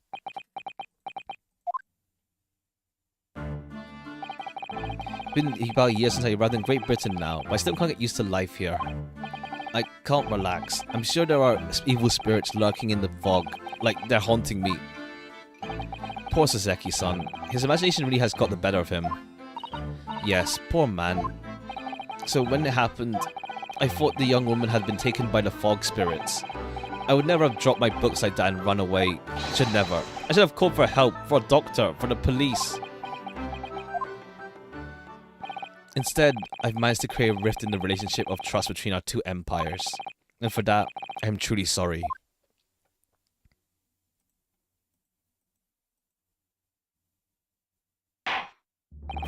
One could indeed say that some mischief spirit has been at work today, I think. One that creates a chain of unfortunate mishaps. We were befolded by the spirit and led to false conclusions, thanks to Lord Van Zeeks and a young lawyer here from the east. That chain has now been broken, and the spirit exorcised. I heartily commend you both. Oh. Now then, ladies and gentlemen of the jury. Yes, my lord. In concluding this trial, I must ask one last time for a decision regarding the defendant's culpability. Are you ready to present your findings to court? As the foreman of this jury, I can assure you we've reached a fair and just conclusion. I do declare, the truth can be extremely cruel at times. Well, I didn't suspect the woman next to me, that's for sure. Sitting in front of old Bean while she's out of action, you know, might know what her decision would be. Does this mean I'm finally gonna get out of here and start work? Well, it's about time. I say, I have a corker of a story to tell the grandkids about when I get home, won't I? Very well. Ladies and gentlemen of the jury, I hereby demand your final decision. Mr. Foreman. Not guilty. Not guilty. Not guilty. Not guilty. Not guilty. Not guilty. Alright, last case didn't have, like... Oh, to be fair, it was like... We didn't actually finish the case, I think. It was just messed up. Very well. Mr. Sasaki Natsume, I hereby pronounce you... not guilty. Woo.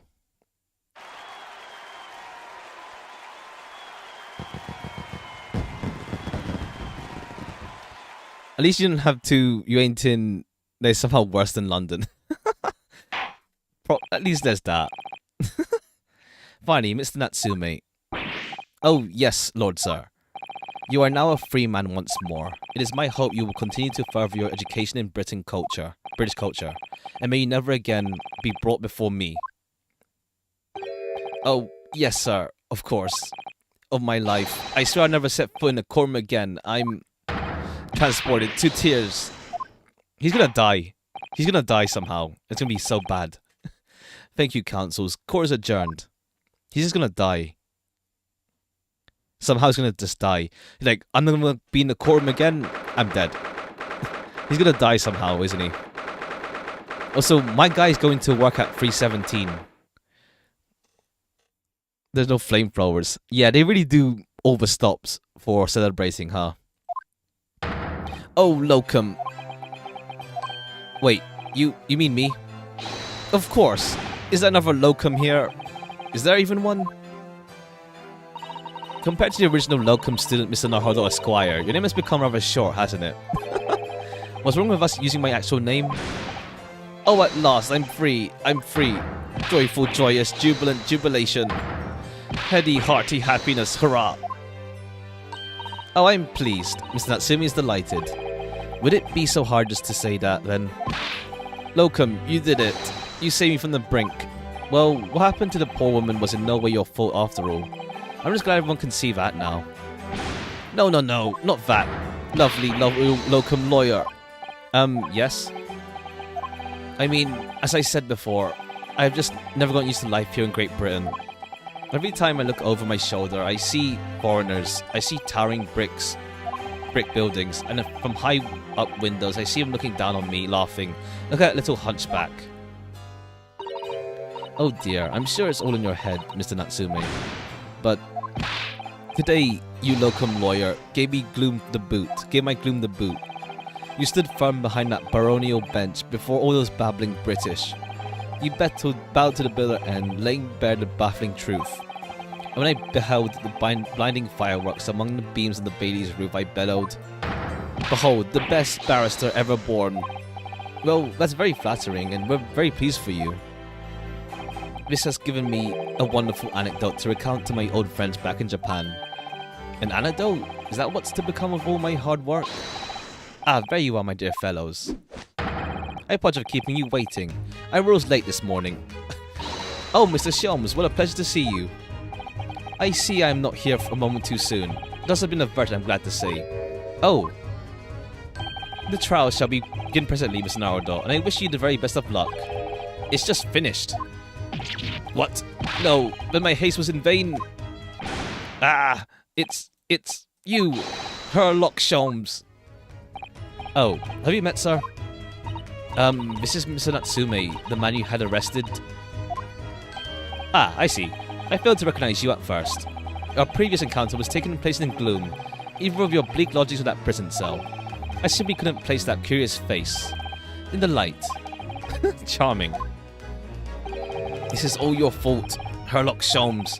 You're the reason I had to go through this terrible ordeal. I'm going to give you a piece of my mind. My apologies, sir, but I assure you, I've placed you now. You're the fellow who abandoned that poor young lady and ran off, are you not? Had she been taken to hospital more urgently, I feel perhaps she would have regained consciousness by now. Oh, but she's fine, isn't she? It was unavoidable, I'm sure. We are but human after all. Anyone would have been shaken by such an experience. But she's okay now. I do feel very badly about how I behaved. Oh, never mind. Now then, what was it that you wanted to say to me, sir? Nothing. Priceless. Oh, I am sorry. Really, but that was quite priceless. Poor Saseki-san. He's being a bit of a dick. Still, on the bright side, you've had the extremely entertaining experience without paying a penny. And it would seem you were not even found guilty. But there is no bright side. Whatever do you mean, Mr. Natsume? Even after this, I'm still cursed by the spirits and now by the Reaper. Lord Van Zeeks. I haven't forgotten, you know, what facing that man in court means. Even if you're found not guilty, you're still doomed. It'd still be alright, Mr. Natsume. The Reaper appears but trying to make trouble. I'll protect you. Hiya! With a perfectly executed Susato takedown. Much as I like being turned on my head, a bit of warning might be nice next time, Mrs. Susato.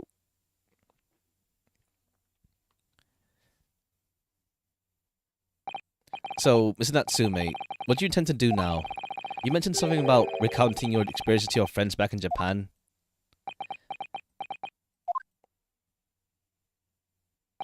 Yes, I intend to return to my homeland soon. Oh, he's gonna die in an accident, in a ship accident or something. Been years since I arrived in Great Britain. I visited universities, libraries, bookshops, been honoured with tutelage of professors. I've learned so much about the wealth of literature here, and the city has shaped. And I've come to realize that it's my calling to sail home and tell my fellow countrymen about it. That's very touching, Mr. Natsume. Or in perhaps less veiled terms, you wish to withdraw halfway around the world, escape the terror of the Reaper's curse. That's not it at all. The more I learn of literature, the more the strange feelings claw my insides. I feel compelled to return to my roots and attempt to pen a work of my own. Oh, I see. A work of literature by Saseki-san. Could be an interesting read. Okay, even though he does live. And what about Mr. Zato and yourself, Mr. Naruto? Sorry, what about us? Will you return to Japan alongside your mustache compatriot? Why would we? A week has not yet passed since we arrived in London. And not only does it feel as though we have finally found our feet, and you are accommodated in a hotel at present, are you not? That's right, but we need to find lodgings before it bankrupts us. And currently we can only afford another 10 nights before our entire budget exhausted. Well then, you can take my lodgings. Oh, the windowless room. But while it lacks in windows, it more than makes up for the floor and ceiling and walls. Great. And of course, I'd be happy to leave behind the cursed evil spirit. Oh my, evil spirit.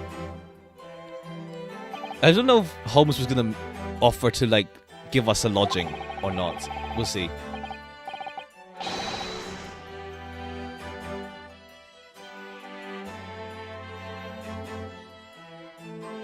It tries to suffocate you while you sleep. It's an invaluable wake-up call. We'll think about it, if that's it right. Perhaps I can offer a more welcome alternative. would you consider taking lodgings with me? Oh, we get to live with him. Let's go. Really? Well, a vacancy has conveniently presented itself. Though it is up to in the attic, I might add. Are you sure it isn't just a storage loft? I spoke with the landlady this very morning on the matter of price, and Iris is cleaning the room as we speak. You must come at once. I presume you have no luggage to speak of. Oh, this is simply wonderful. What an honor to be invited to taking lodgings in the Great Detective's office's attic. I'm too overcome for words, so suggesting we look elsewhere is out of the question. When it's settled, Iris will prepare a welcome dinner this evening. And you must come too, Mr. Natsume. I don't know what to say, but thank you, and yes. Wonderful. Then I'll go and complete the paperwork for your formal release, Mr. Natsume. It shan't take long. Somebody's happy. Locum, I knew you wouldn't let me down. I'm truly delighted to have met you here in London. Likewise, Mr. Natsume, it's been a privilege meeting you, too. It's a shame we're going to leave to say goodbye so soon. Well, I've come to realize that I belong in Japan. But Locum, we'll meet again one day. Yes, I'm sure. And hopefully by then, I'll be a successful lawyer. I don't know if the second game takes place in Japan or not. We'll see. Hopefully by then, I'll be a successful author. Well, my dear fellows, our carriage appears to have arrived. Shall we go, Mr. Naruhodo? Yes, Mr. Sholmes. I mean, isn't she doing paperwork? I little doubt Miss Natsumi will be released in time for dinner this evening. I've little doubt. And so, with Soseki-san's innocence successfully established, we rode with Mr. Sholmes to what was to become our new home, 221B Baker Street. Alright, let's see if this ends in a cut. Okay, there's still more cutscene. 4:41 p.m. Not a bad attic, honestly. So this is to be our new office, yes. Our office? I like the sound of that. Me too. It's simply wonderful, isn't it? I hope you can see this, Kazuma. It's only a small step, but I like to think we're getting a little closer to your dream now. So, my dear fellows, do you like the place? Oh wow, without his cape. Mr. Sholmes, thank you so much. It's a delightful room, Mr. Sholmes. I simply adore it. Good, I'm pleased to hear it. Iris and I are delighted to welcome you. I hope everyone's hungry. It's nearly time for dinner. We'll eat as soon as Mr. Natsume arrives. We have a lot to celebrate. Oh, he's dead. Or is he dead? Iris, you must let me help you. Alright then, Susie. You could be in charge of the salad. Splendid. He's gonna be dead. He's not gonna come. He's not gonna come. He's gonna be dead. So, Mr. Naruto, how does it feel to have your own office in the capital? It's very exciting, actually. I can't help wondering what adventures await us.